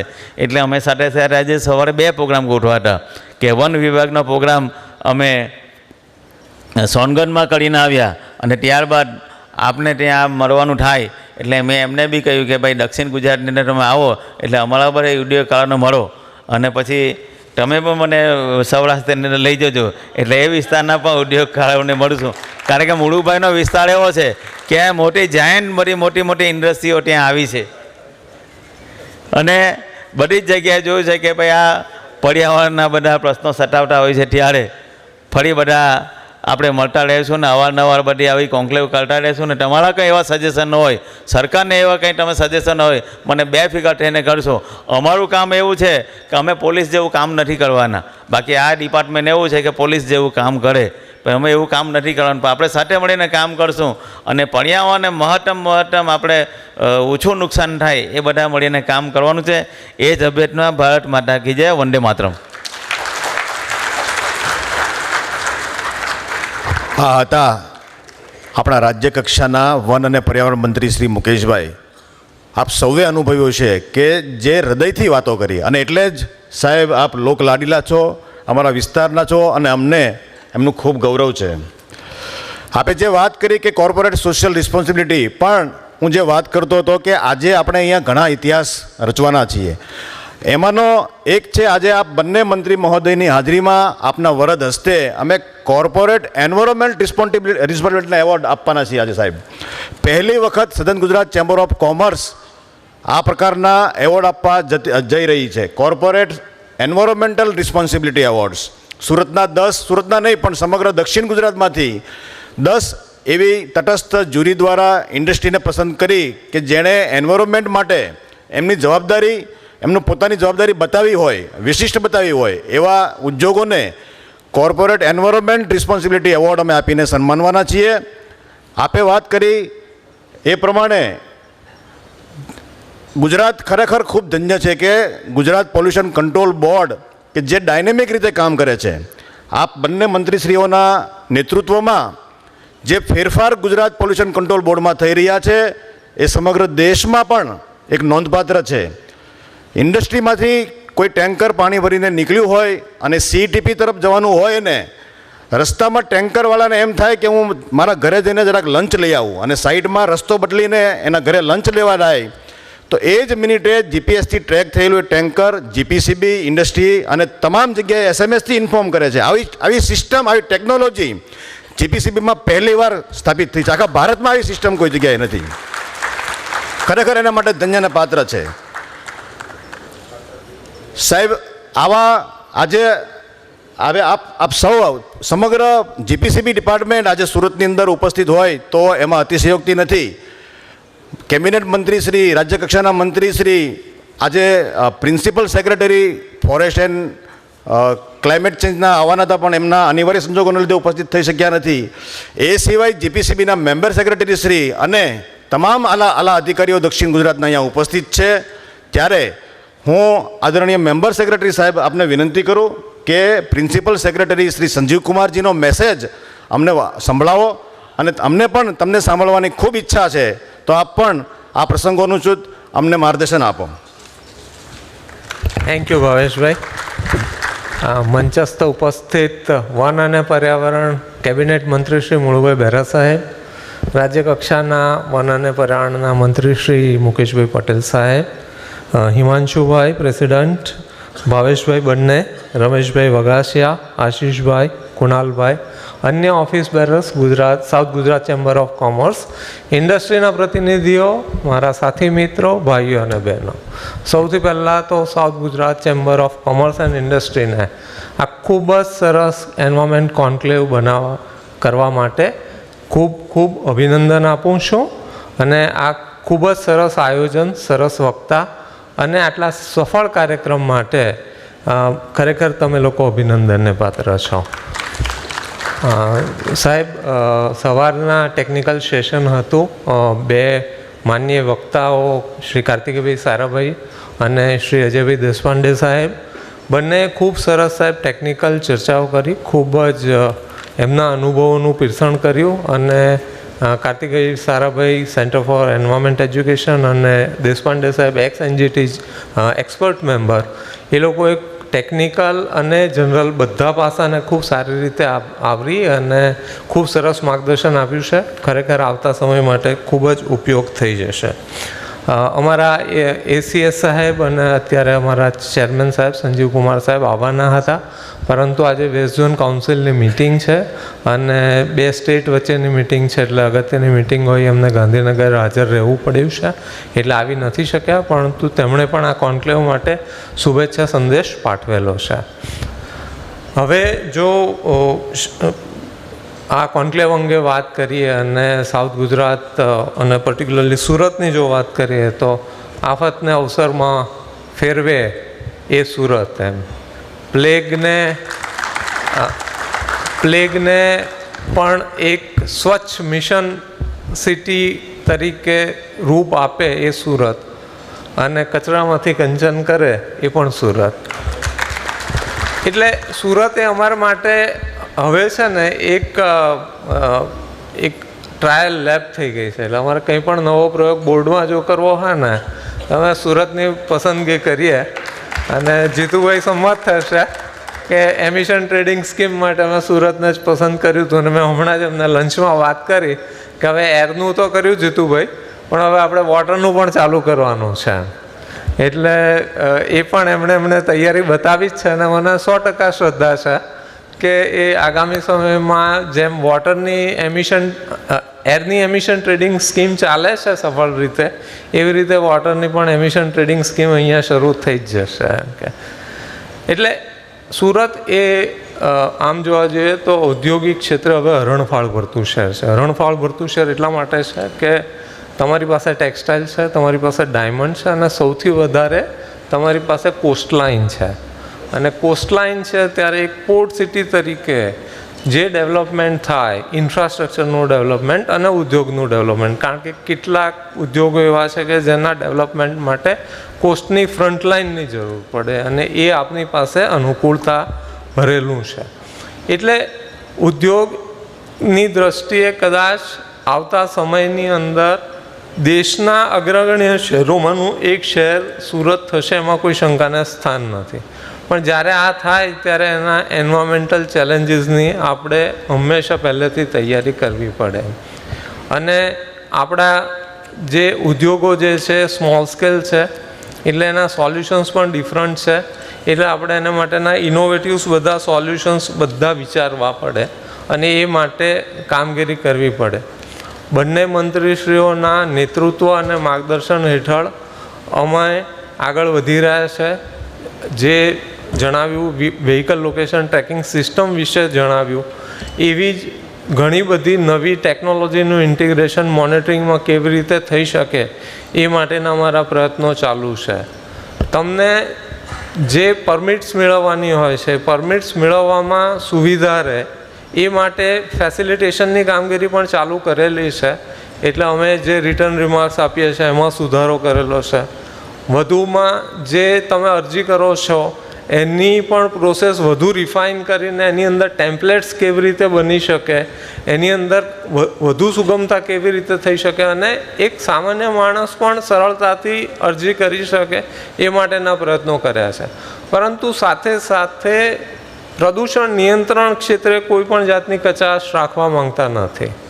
અને ઉપરથી પણ અમને બહુ સ્પષ્ટ સૂચના છે કે પ્રદૂષણ અને પ્રદૂષણ નિયંત્રણ કરવાનું છે, અને એન્વાયરમેન્ટના ભોગે કશું કરવાનું નથી. આપણે ડેવલપમેન્ટ જોઈએ છે, પણ not at the cost of environment. એટલે જે સસ્ટેનેબલ ડેવલપમેન્ટની જે આપણી વિભાવના જે છે એને સંપૂર્ણપણે અનુસરીને આગળ કાર્યવાહી કરવાની છે, અને એ જ રીતે આગળ ધપવાનું છે. આપે ઘણું બધું કર્યું છે ઇન ધ પાસ્ટ. જે કોમન એફ્લુઅન્ટ ટ્રીટમેન્ટ પ્લાન્ટ્સ છે તમે એ કરેલા છે, કોમ્યુનિટી બોઇલર્સ માટે આપણે આગળ વધી રહ્યા છે. એટલે એ બધા જે પ્રયત્નો જે છે એ હજુ પણ એમાં ઘણો વિકાસનું સ્કોપ છે, એમાં ઘણા ઇમ્પ્રુવમેન્ટની સ્કોપ્સ છે, હજુ ઘણા ડેવલપમેન્ટની સ્કોપ્સ છે. આપણે સૌ ભેગા મળીને સૌના સહિયારા પ્રયાસથી આ દિશામાં એક સંતુલિત વિકાસની દિશામાં સુરતને આગળ રાખીશું, સાઉથ ગુજરાતને આગળ રાખીશું, એવી આપ સૌને મારી નમ્ર અરજ છે અને વિનંતી પણ છે. આવો સાથે મળીને સહિયારા પ્રયાસોથી આપણે રાજ્યને આગલા સંતુલિત વિકાસની કેડી પર લઈ જઈએ. Thank you. ધન્યવાદ.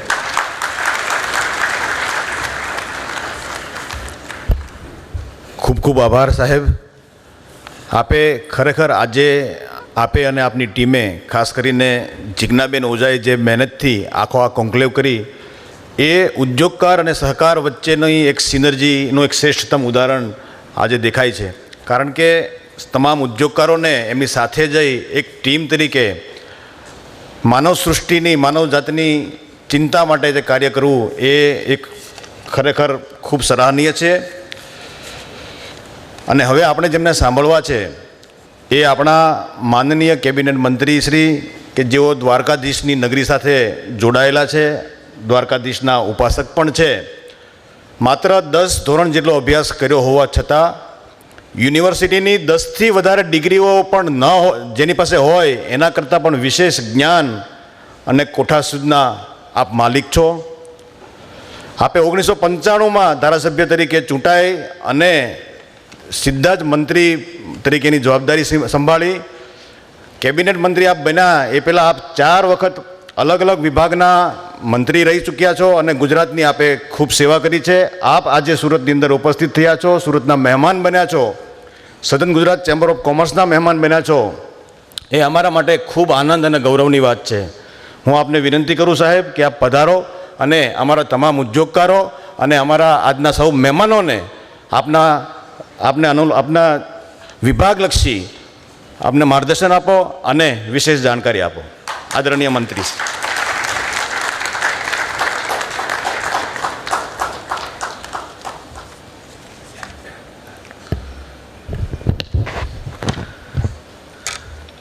આજે સવારથી એન્વાયરમેન્ટ કોન્ક્લેવની આ ચર્ચાઓ લગભગ આખો દિવસ આપ સૌએ કરી છે. એમાં બધી જ લગભગ ટેકનિકલ અને અન્ય બાબતોની ખૂબ ચર્ચાઓ થઈ હશે. આજના જે આ કાર્યક્રમ છે એમાં આપણી વચ્ચે હમણાં જ જેની ખૂબ સરસ માર્ગદર્શન આપ્યું એવા અમારા સાથી મંત્રી ભાઈ મુકેશભાઈ પટેલ, અમારા મેમ્બર સેક્રેટરી શ્રી ઠાકરજી,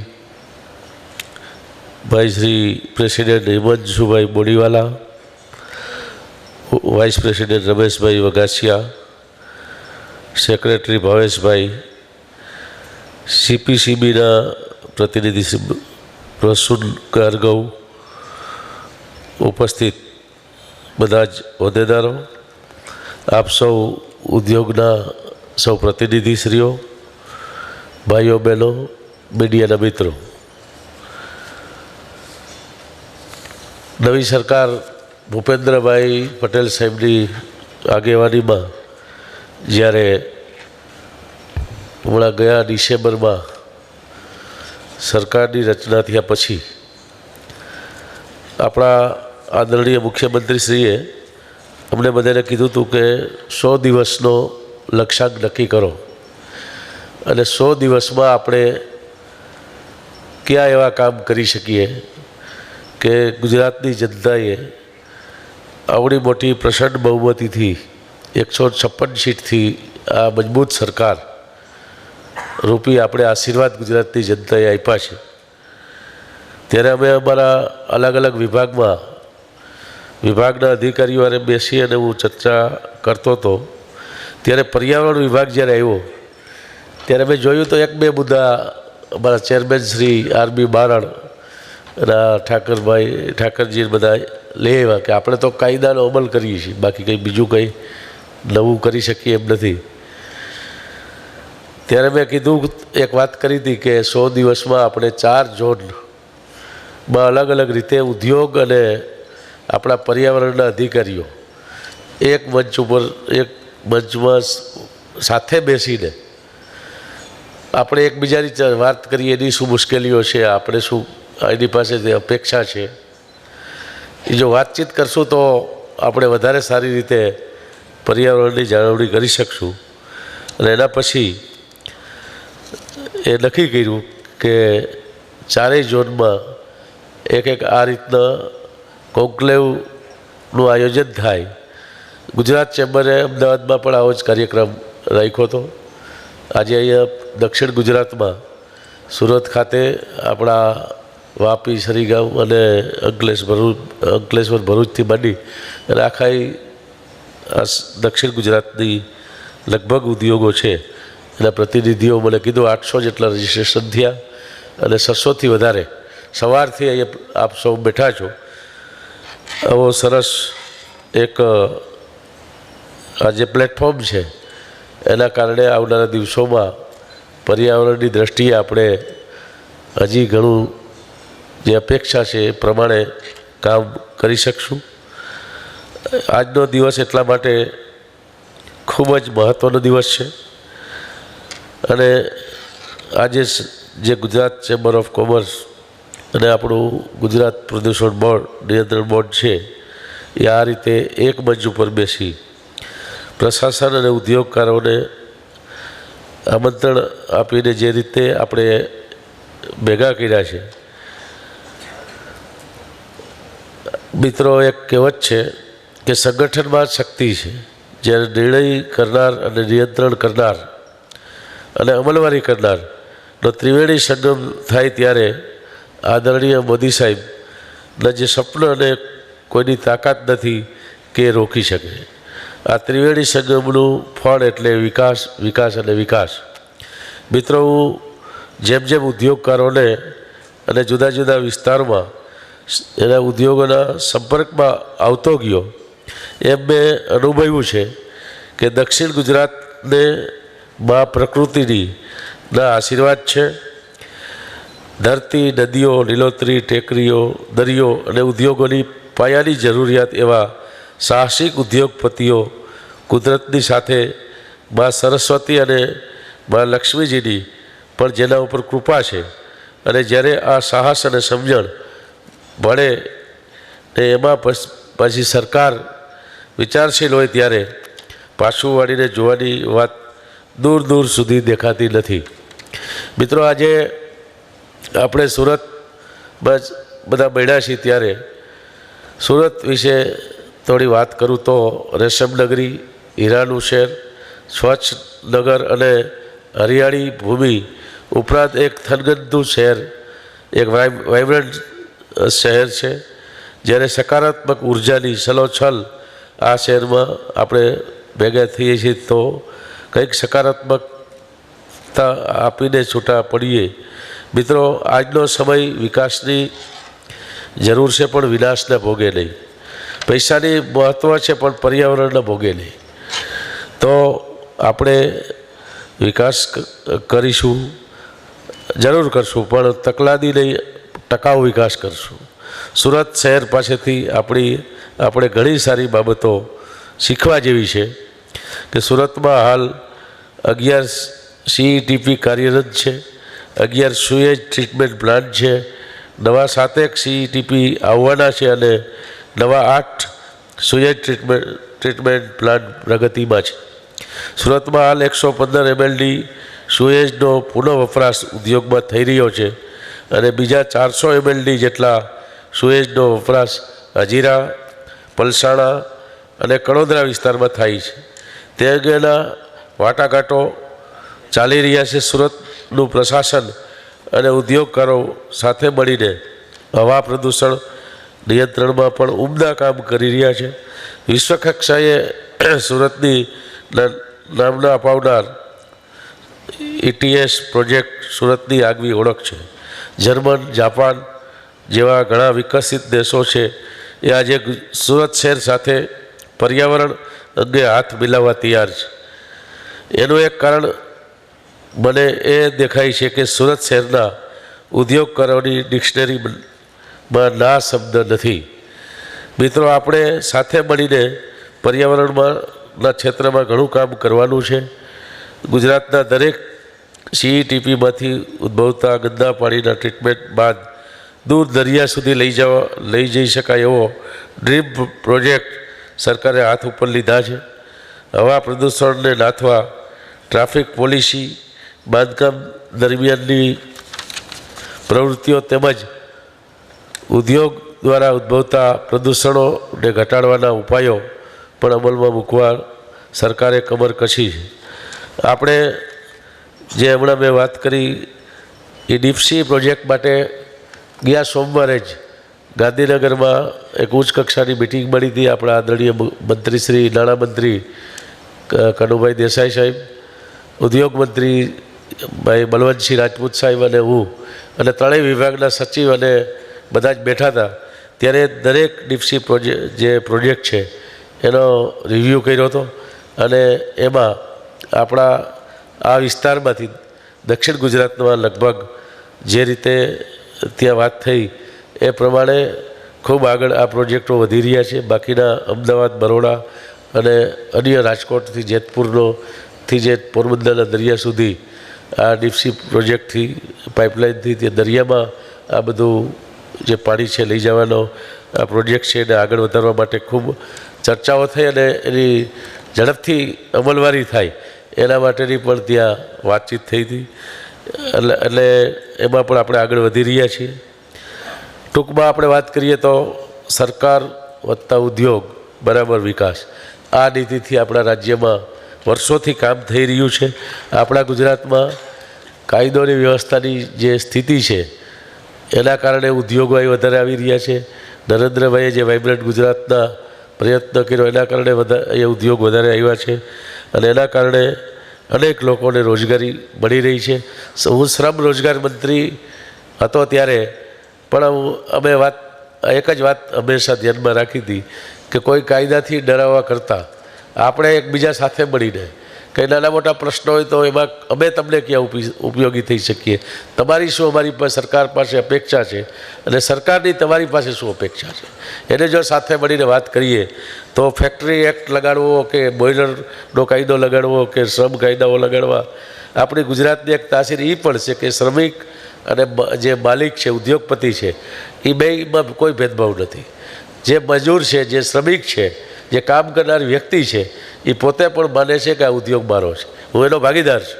આ જે એની પોતે શ્રમિક પણ આ રીતે માને છે. એના કારણે આપણું રાજ્યમાં ઉદ્યોગ છે એ ખૂબ સારી રીતે વિકસી રહ્યો છે. આપણી જે ચિંતા છે હવા, પાણી અને માટી એમાં બધી જ જગ્યાએ જમીન, બધી જગ્યાએ જે આજના સમયમાં પર્યાવરણની બાબતે બધાએ ખૂબ ગંભીરતા લેવી પડશે. માત્ર કાયદાથી, માત્ર ઉદ્યોગના પ્રતિનિધિઓથી નહીં પણ એક એક વ્યક્તિ જ્યારે પોતે નક્કી કરશે કે આપણે પર્યાવરણની જાળવણી માટે મારા પોતાનું જે કર્તવ્ય છે એ કર્તવ્ય હું પૂરું કેવી રીતે કરી શકું, ત્યારે આપણે ખૂબ સારી રીતે આપણા ગુજરાતમાં પર્યાવરણની જાળવણી માટે પણ કામ કરી રહીશું. અને એના માટે અત્યારે સરકાર ખૂબ લોકજાગૃતિના કાર્યક્રમો થાય અને દરેક વ્યક્તિ પર્યાવરણની બાબતે પોતે ખૂબ ગંભીરતાથી કાળજી લે એ પ્રકારનું વાતાવરણ ઊભું કરવાના અત્યારે પ્રયાસો છે. એમાં આપ સૌનો સાથ સહકાર મળી રહે એવી અપેક્ષા છે.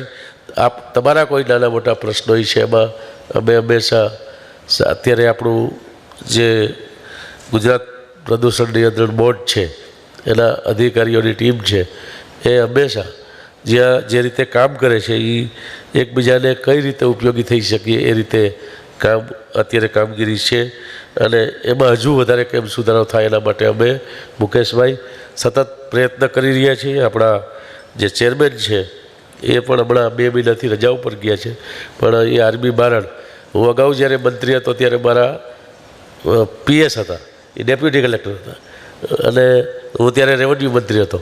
તો એ વર્ષોથી એને હું ઓળખું છું. મારું કહેવાનું એ છે કે એ પોતે પોઝિટિવ છે અને કઈ રીતે સારી રીતે કામ થઈ શકે એના માટે હંમેશા એ રીતે કામ કરવા માટેની એની પોતાની પદ્ધતિ છે.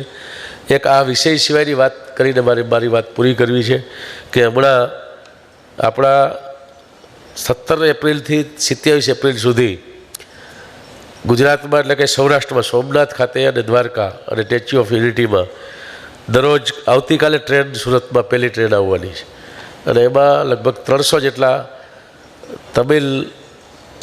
તમિલનાડુથી જે મૂળ આપણા સૌરાષ્ટ્રના છે, ગુજરાતના છે, એ દરરોજ 300 એટલે 3500 જેટલા ત્યાંથી જુદા જુદા ક્ષેત્રના વણાટ કામ કરતા હોય, ટેક્સટાઇલમાં કામ કરતા હોય, કલાકારો હોય, રમતગમત ક્ષેત્રે હોય, વિદ્યાર્થીઓ હોય, એવા અલગ અલગ ક્ષેત્રના સિલેક્ટ કરેલ ડ્રો કરીને એ લઈ આવીએ છીએ અને એ સૌરાષ્ટ્ર અને તમિલ નો એક સંગમ, બેની સંસ્કૃતિ એક જ છે, એનું પુનઃ મિલન કરવાનો એક વિચાર નરેન્દ્રભાઈને આવ્યો અને એના માટે ભારત સરકાર અને રાજ્ય સરકાર બે છેલ્લા 2 મહિનાથી ખૂબ મહેનત કરી.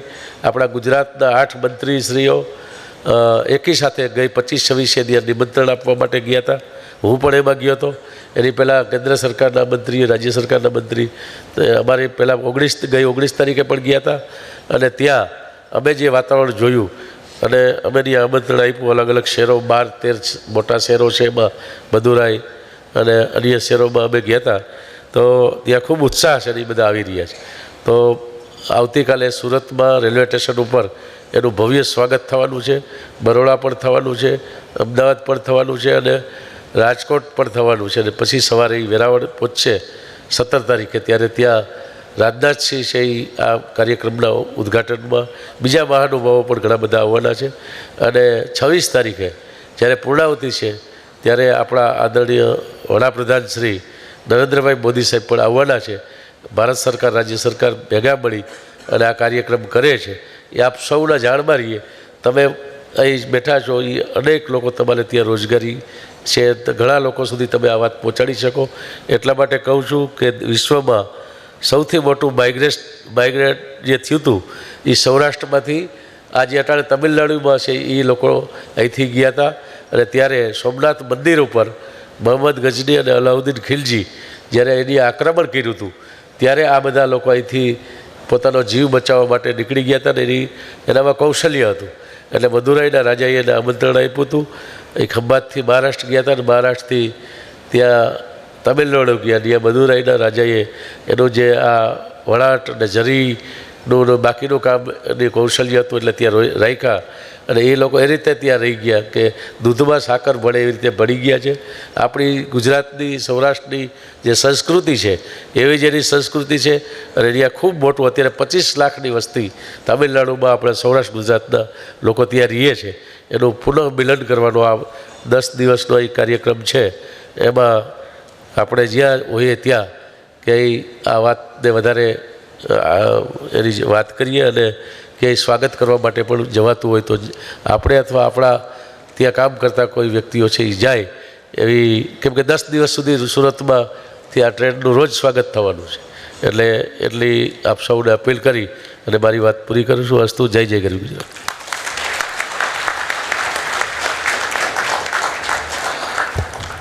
ખૂબ ખૂબ આભાર માનનીય મંત્રીશ્રી. આપે આપના હૃદયની શુભ ભાવના વ્યક્ત કરી અને ખરેખર આ ખૂબ ઓછા લોકો જાણતા હોય એવા તમિલ અને ગુજરાતનો રોચક ઇતિહાસ આપે અમને માહિતગાર કર્યો. એ માટે આપના હૃદયથી આભારી છીએ.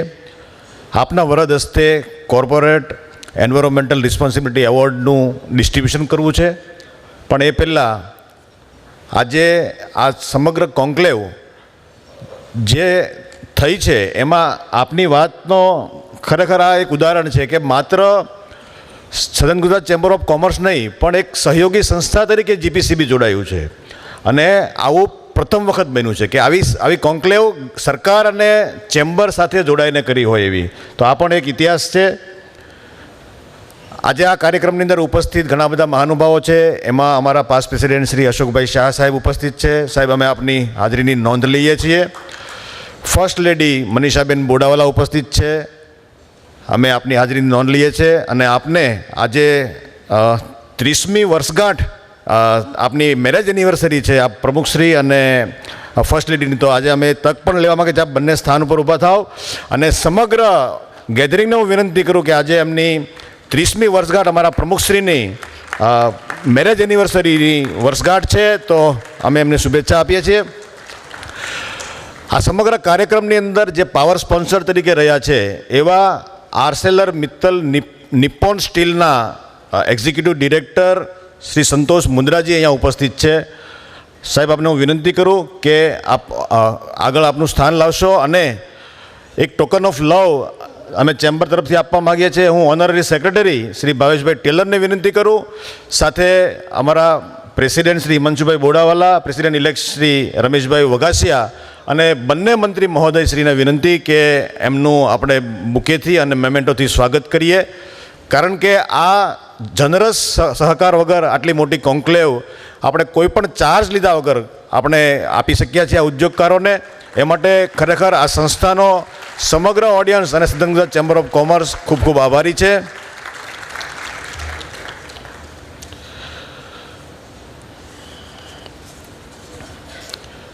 સમગ્ર દક્ષિણ ગુજરાતમાંથી અલગ અલગ ઉદ્યોગોના અલગ અલગ વિસ્તારના એસોસિએશનો પણ અહીંયા ઉપસ્થિત છે. આપ સૌને સ્વાગત છે.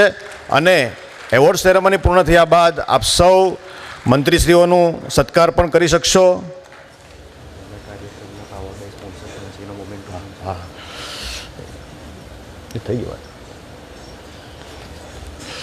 અને મુદ્રાજી આપને પ્લીઝ આપ પાવર સ્પોન્સર છો એનો મોમેન્ટો પણ આપને આપવાનો છે. Please president Shri give the honour of the power સ્પોન્સરનો મોમેન્ટો આપીને આપણે એમનું સન્માન કરીશું. અને હવે હું યંગ એન્ટરપ્રિનરના કો ચેરમેન ઉમંગ શાહને વિનંતી કરું કે please be ready for the declare the CER awards. Now I request to Umang Shah to take the charge for the award ceremony. Thank you all.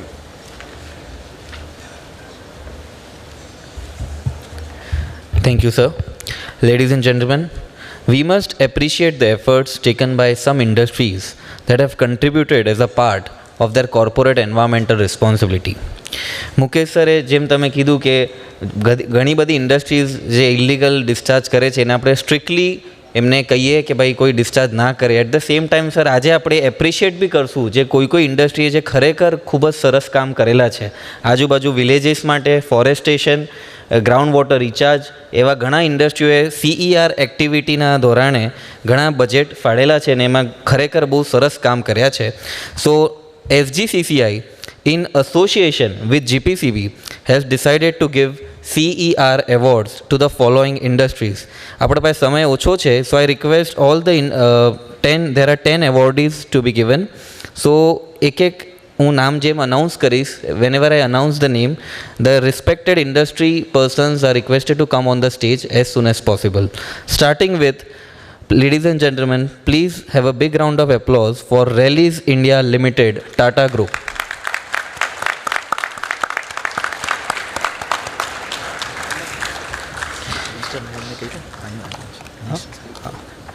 I request Shri Mulubhai Bera and Shri Mukesh Bhai Patel, ministers, બંને સાથે મળીને sir please award. Rallies India has been awarded as official responsible care logo for 3 years. Rallies India has also come up with a long-term sustainability plan, aims to go for zero liquid discharge projects, also aims to use water-based formulation products.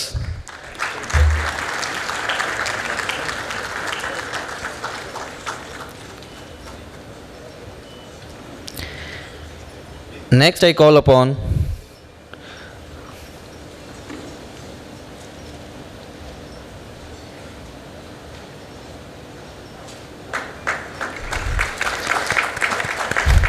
તાળીઓનો અવાજ જરાક રાખજો. Next I call upon Atul Group, Atul Limited. After Atul, we have UPL Group.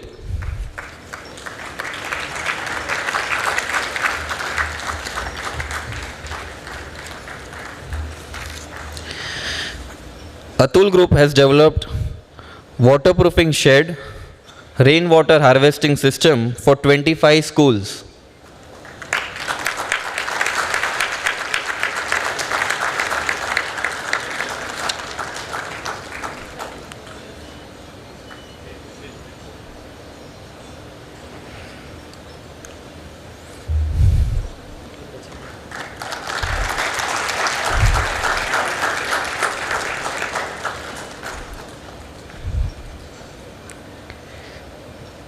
The third award goes to UPL Group. After UPL, we have Anupam Rasayan.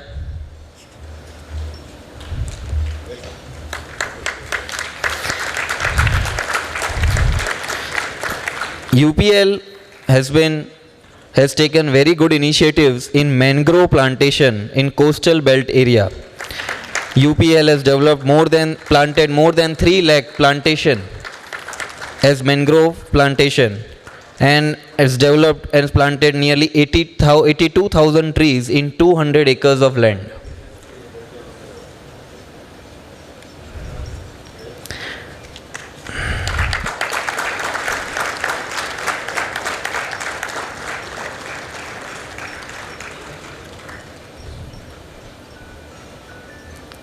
Now I call upon Anupam Rasayan Group. After Anupam Rasayan, we have Garden Silk Mills.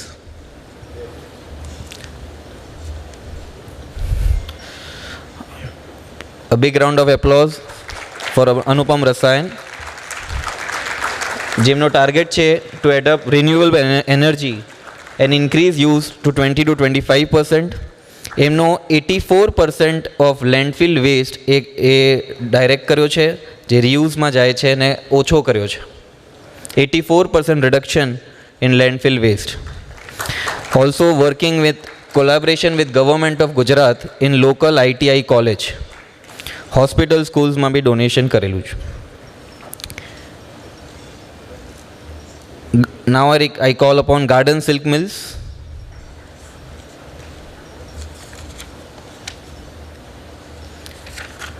After Garden Silk Mills, we have Lupin.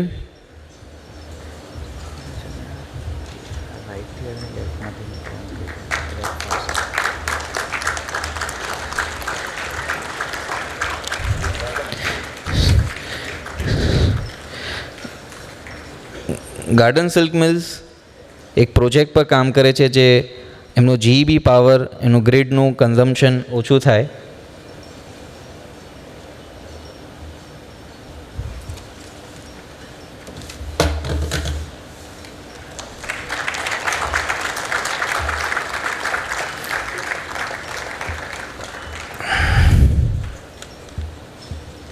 After Garden Silk Mills, we have Lupin, then Ether. I request every company to come from my right side and leave the stage on left side.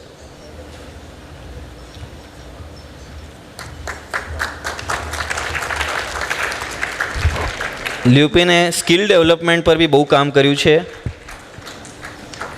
Health સેક્ટરમાં બી કામ કરે છે, અને આજુબાજુના local વિલેજીસમાં Lupin ઇન્ડસ્ટ્રીએ સરસ કામ કર્યું છે, including rain water harvesting and check dams બનાવેલા છે.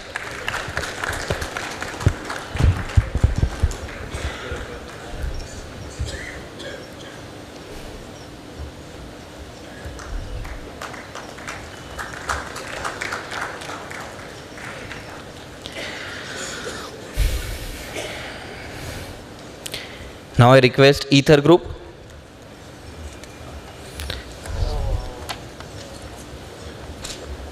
તાળીઓથી ગડગડાટ આપણે સન્માનિત કરીએ ઈથર ગ્રુપને, જે ક્લાઇમેટ ન્યુટ્રાલિટી પર કામ કરે છે. 100% રિન્યુએબલ ઇલેક્ટ્રિસિટી, ESG નોર્મ્સ બી બહુ સરસ છે.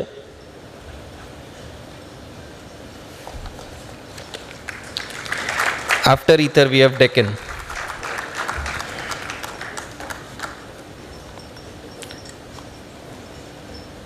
Deccan Fine Chemicals, એના પછી Steam House India, એના પછી ArcelorMittal.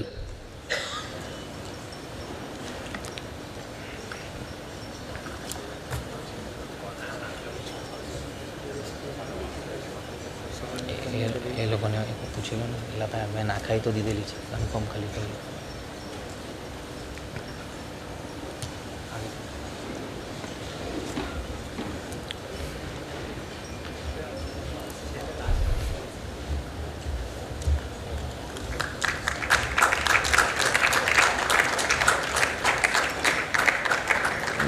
Deccan Fine Chemicals, Ankleshwar unit. Solar panel installation, green belt development and plastic free village campaign organize કર્યું છે.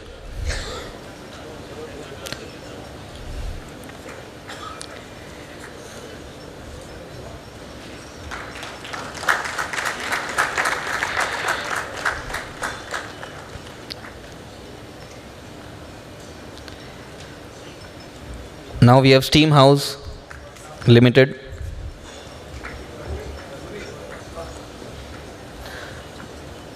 This is a video clip for Steam House.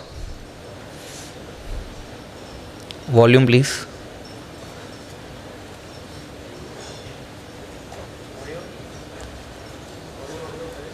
I request the staff to check the audio.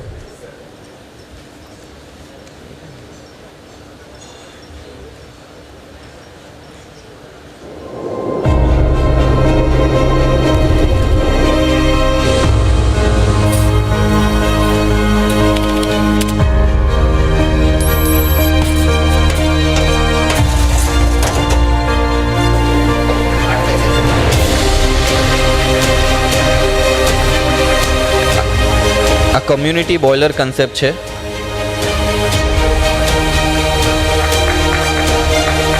This itself is a great initiative to reduce coal consumption.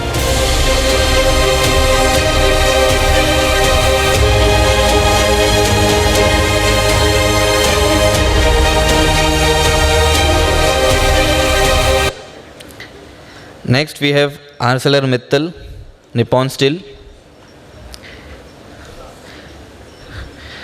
ArcelorMittal Nippon Steel has been recognized in India Book of Records and Asia Book of Records for Waste to Wealth project.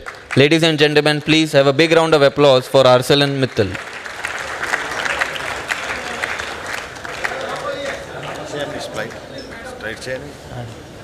ArcelorMittal ની slide. બોલવાનું છે હા હા. આ સાથે અમારા આમંત્રણને માન આપીને આપણી વચ્ચે સુરતના ખૂબ જ શ્રેષ્ઠ ઉદ્યોગપતિ એવા જીતુભાઈ વકારિયા ઉપસ્થિત છે. એમની પણ અમે સહર્ષ નોંધ લઈએ છીએ સાહેબ. સ્ટીમ હાઉસ જેને હમણાં એવોર્ડ આપ્યો એવા વિશાલભાઈ બુધિયા અહીંયા ઉપસ્થિત છે. અમે એમની નોંધ લઈએ છીએ અને સહર્ષ સ્વાગત કરીએ છીએ. શ્રી પ્રમોદભાઈ ચૌધરી અહીંયા ઉપસ્થિત છે. અમે સદન ગુજરાત ચેમ્બર ઓફ કોમર્સ વતી આપની સહર્ષ નોંધ લઈએ છીએ અને આપનું સ્વાગત કરીએ છીએ. શ્રીકાંત મુંદ્રાજી અહીંયા ઉપસ્થિત છે. અમે આપને આભારી છીએ સાહેબ, આપ પધાર્યા અહીંયા. વિનય અગ્રવાલજી અહીંયા ઉપસ્થિત છે અને વાપીથી અમિત ગોસિયા મેરિલ ગ્રુપમાંથી અહીંયા ઉપસ્થિત છે. આપ સૌને અમે હૃદયથી આવકારીએ છીએ. Thank you. હા, અને અમારા પોતાના અમારી સાથે હંમેશા ઊભા રહેનારા એથર ગ્રુપના એમડી એવા અશ્વિનભાઈ દેસાઈ પણ અમારું પોતાના જ છે. અમે એમની પણ સહર્ષ નોંધ લઈએ છીએ. આપ સાહેબ પધાર્યા અને આપે ખૂબ સમય આપ્યો આજે અમને. અમે આપના હૃદયથી ઋણી છીએ. Thank you sir.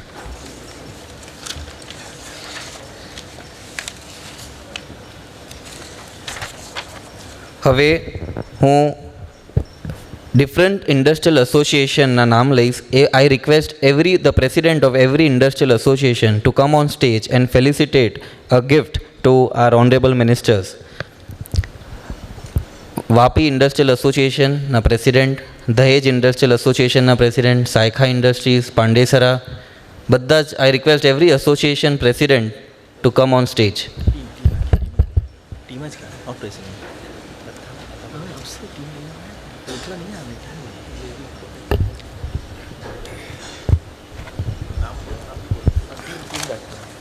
I request the team members of various associations to come on stage to felicitate the minister.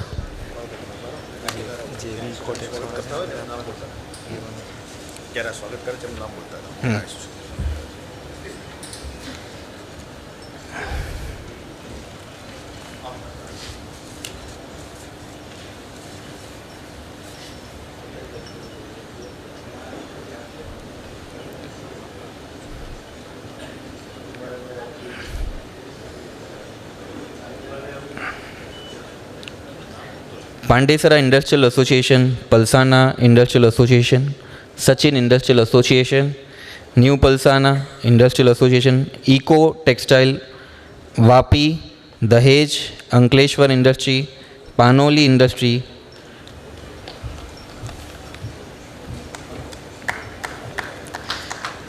A big round of applause. બધા association ના leading members, team members and president stage પર આવે ને મિનિસ્ટરને સન્માનિત કરે.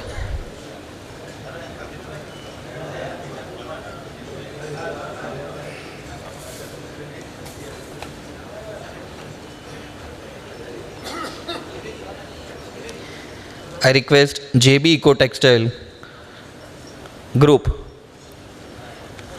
to gift the recycled jacket to the minister.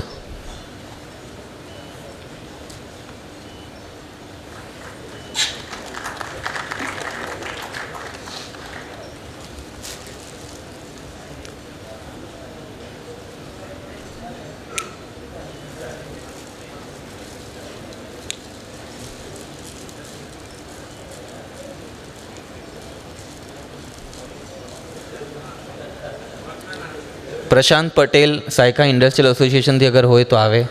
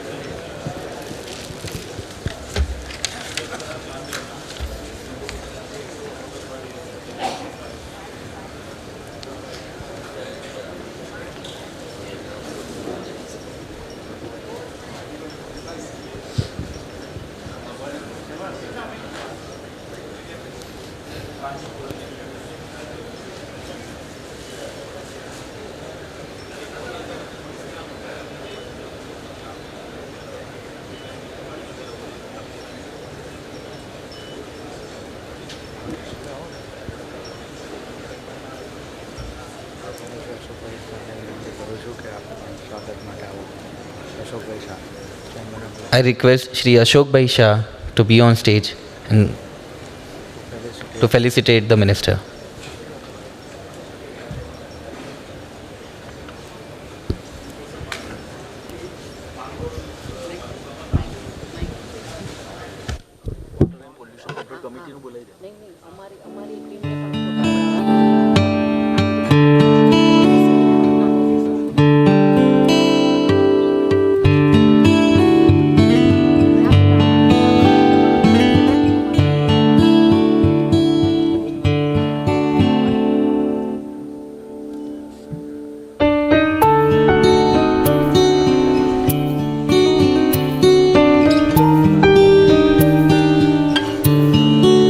Now I request all the members of SGCCI Water Committee, Wastewater Committee, Environment Committee of SGCCI to come on stage. All the members of the committee.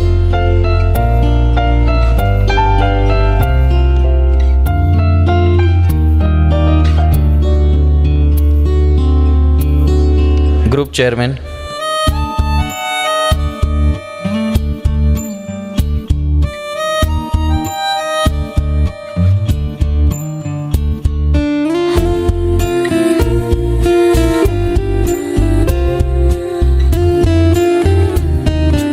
I request everyone to have a big round of applause for the hard-working efforts taken by the committee members of SGCCI, Water Committee, Environment Committee and Waste Management Committee, SGCCI.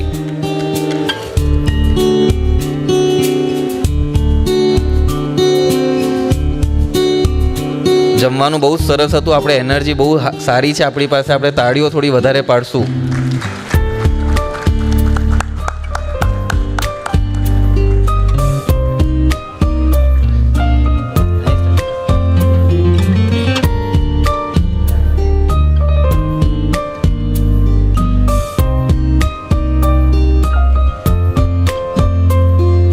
Now I request all the Gujarat Pollution Control Board members to felicitate the minister.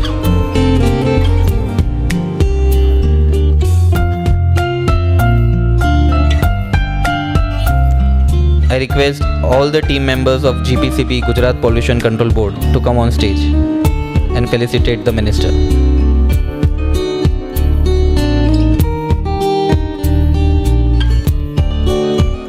આજનો આ programme જીપીસીબીના મેમ્બર્સના વગર possible નહોતો. So I request everyone to have a big round of applause for all the GPCB members.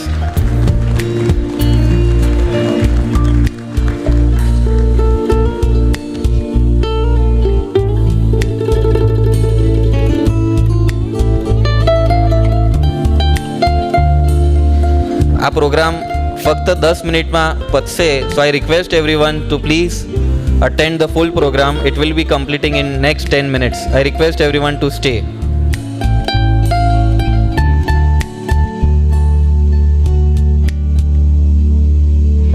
There is a high tea session arranged after 10 minutes when the program ends.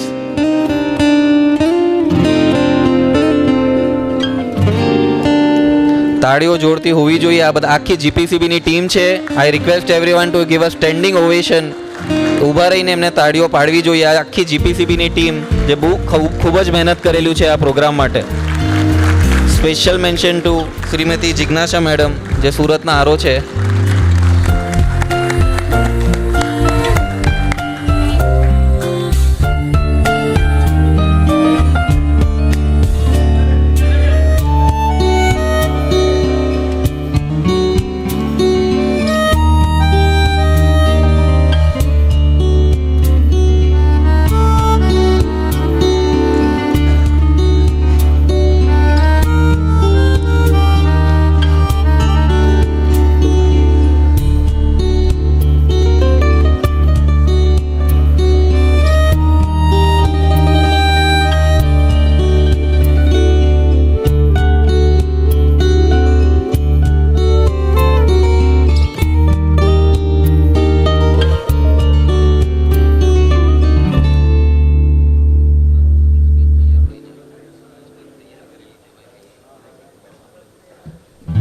Now I request Srimati Jignasha Oza, Madam, Regional Officer, GPCB Surat, to give the vote of thanks for the entire Environmental Conclave event.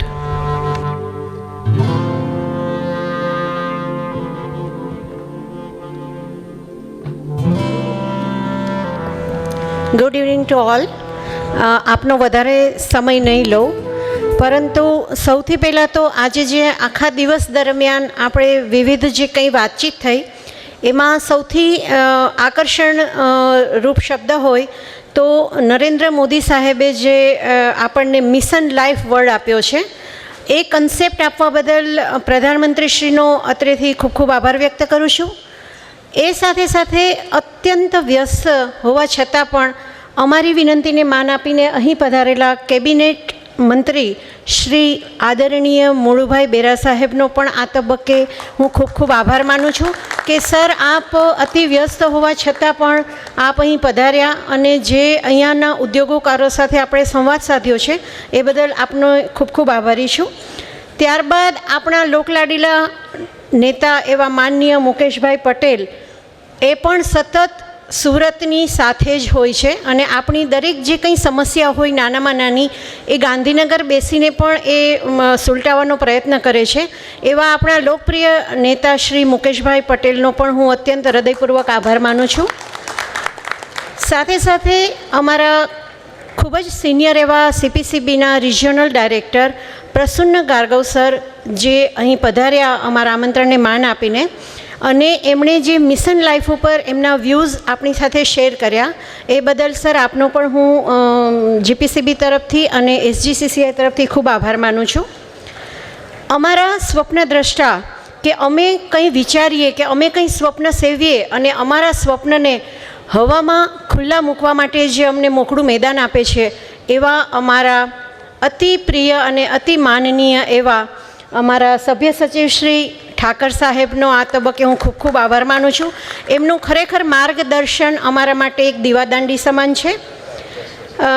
ત્યારબાદ SGCCIના president, vice president ભાવેશભાઈ, રમેશભાઈ, હિમાંશુભાઈ બોડાવાલા, તમામ જે કોઈ office bearer છે એમનો હું આ અત્રેથી ખૂબ ખૂબ આભાર માનું છું. સાથે સાથે એનર્જેટિક અને ઉર્જાથી ભરપૂર એવા યંગ એન્ટરપ્રિન્યોર ઉમંગનો પણ હું આ તબક્કે એણે જે રીતે એન્કરિંગ કર્યું અને આખા પ્રોગ્રામને રન કર્યો એ બદલ એમનો ખૂબ ખૂબ આભાર માનું છું. જાન્યુઆરી 2023માં જ્યારે એક વિચાર બીજ લઈને કૃણાલભાઈ મારી પાસે આવ્યા કે મેડમ આપણે આવું કંઈક કરવું છે, અને સતત 3 મહિનાથી અમે આ પ્રોગ્રામની પાછળ નાની વાતો રોજ અમે શેર કરતા અને પ્રોગ્રામનું આયોજન કરતા. તો એ આ જે આખો પ્રોગ્રામ જે છે પ્રોગ્રામને એક ઓપ આપવા માટે અને એ પ્રોગ્રામનું બીજ વાવવા માટે હું કૃણાલભાઈ શાહનો આ તબક્કે ખૂબ ખૂબ આભાર માનું છું. એ ઉપરાંત જે આ કાર્યક્રમના સ્પોન્સરર છે MNS ઇન્ડિયા અને JB ઇકોટેક્સ, એનો પણ હું આ તબક્કે આભાર માનું છું. ભરૂચથી લઈને સરીગામ સુધીના પધારેલા તમામ એસોસિએશનના પ્રેસિડન્ટ, ડિરેક્ટર્સ અને ઉદ્યોગકાર મિત્રો તેમજ શિક્ષણવિદો, તજજ્ઞો અને NGOનો પણ અહીં પધારવા બદલ હું ખૂબ ખૂબ આભાર માનું છું. આ સાથે જે આપણને સર્વિસીસ જેને પ્રોવાઈડ કરી છે, જેમ કે સાઉન્ડ સિસ્ટમ છે, લાઇટિંગ, પાર્કિંગ અને આપણને ખૂબ સ્વાદિષ્ટ ભોજનનો જે લાભ આપ્યો છે એવા કેટરર્સ, અને ઉપરાંત આપણને તમામને અહીંયા સમયસર સેફલી પહોંચાડ્યા છે એવા ડ્રાઈવરશ્રીઓનો પણ હું આ તબક્કે ખૂબ ખૂબ આભાર માનું છું. મીડિયામાંથી પધારેલા સર્વે મીડિયા કર્મીઓનો પણ હું GPCB તરફથી ખૂબ આભાર માનું છું. Last but not the least, મારા GPCBના પરિવારના સાથી મિત્રો અને મારી સુરતની ટીમ કે જેણે આ પ્રોગ્રામને સફળ બનાવવામાં દિવસ રાત જોયા વગર સતત આમાં સાથ આપ્યો છે, એ તમામનો હું અત્રેથી આભાર માનું છું.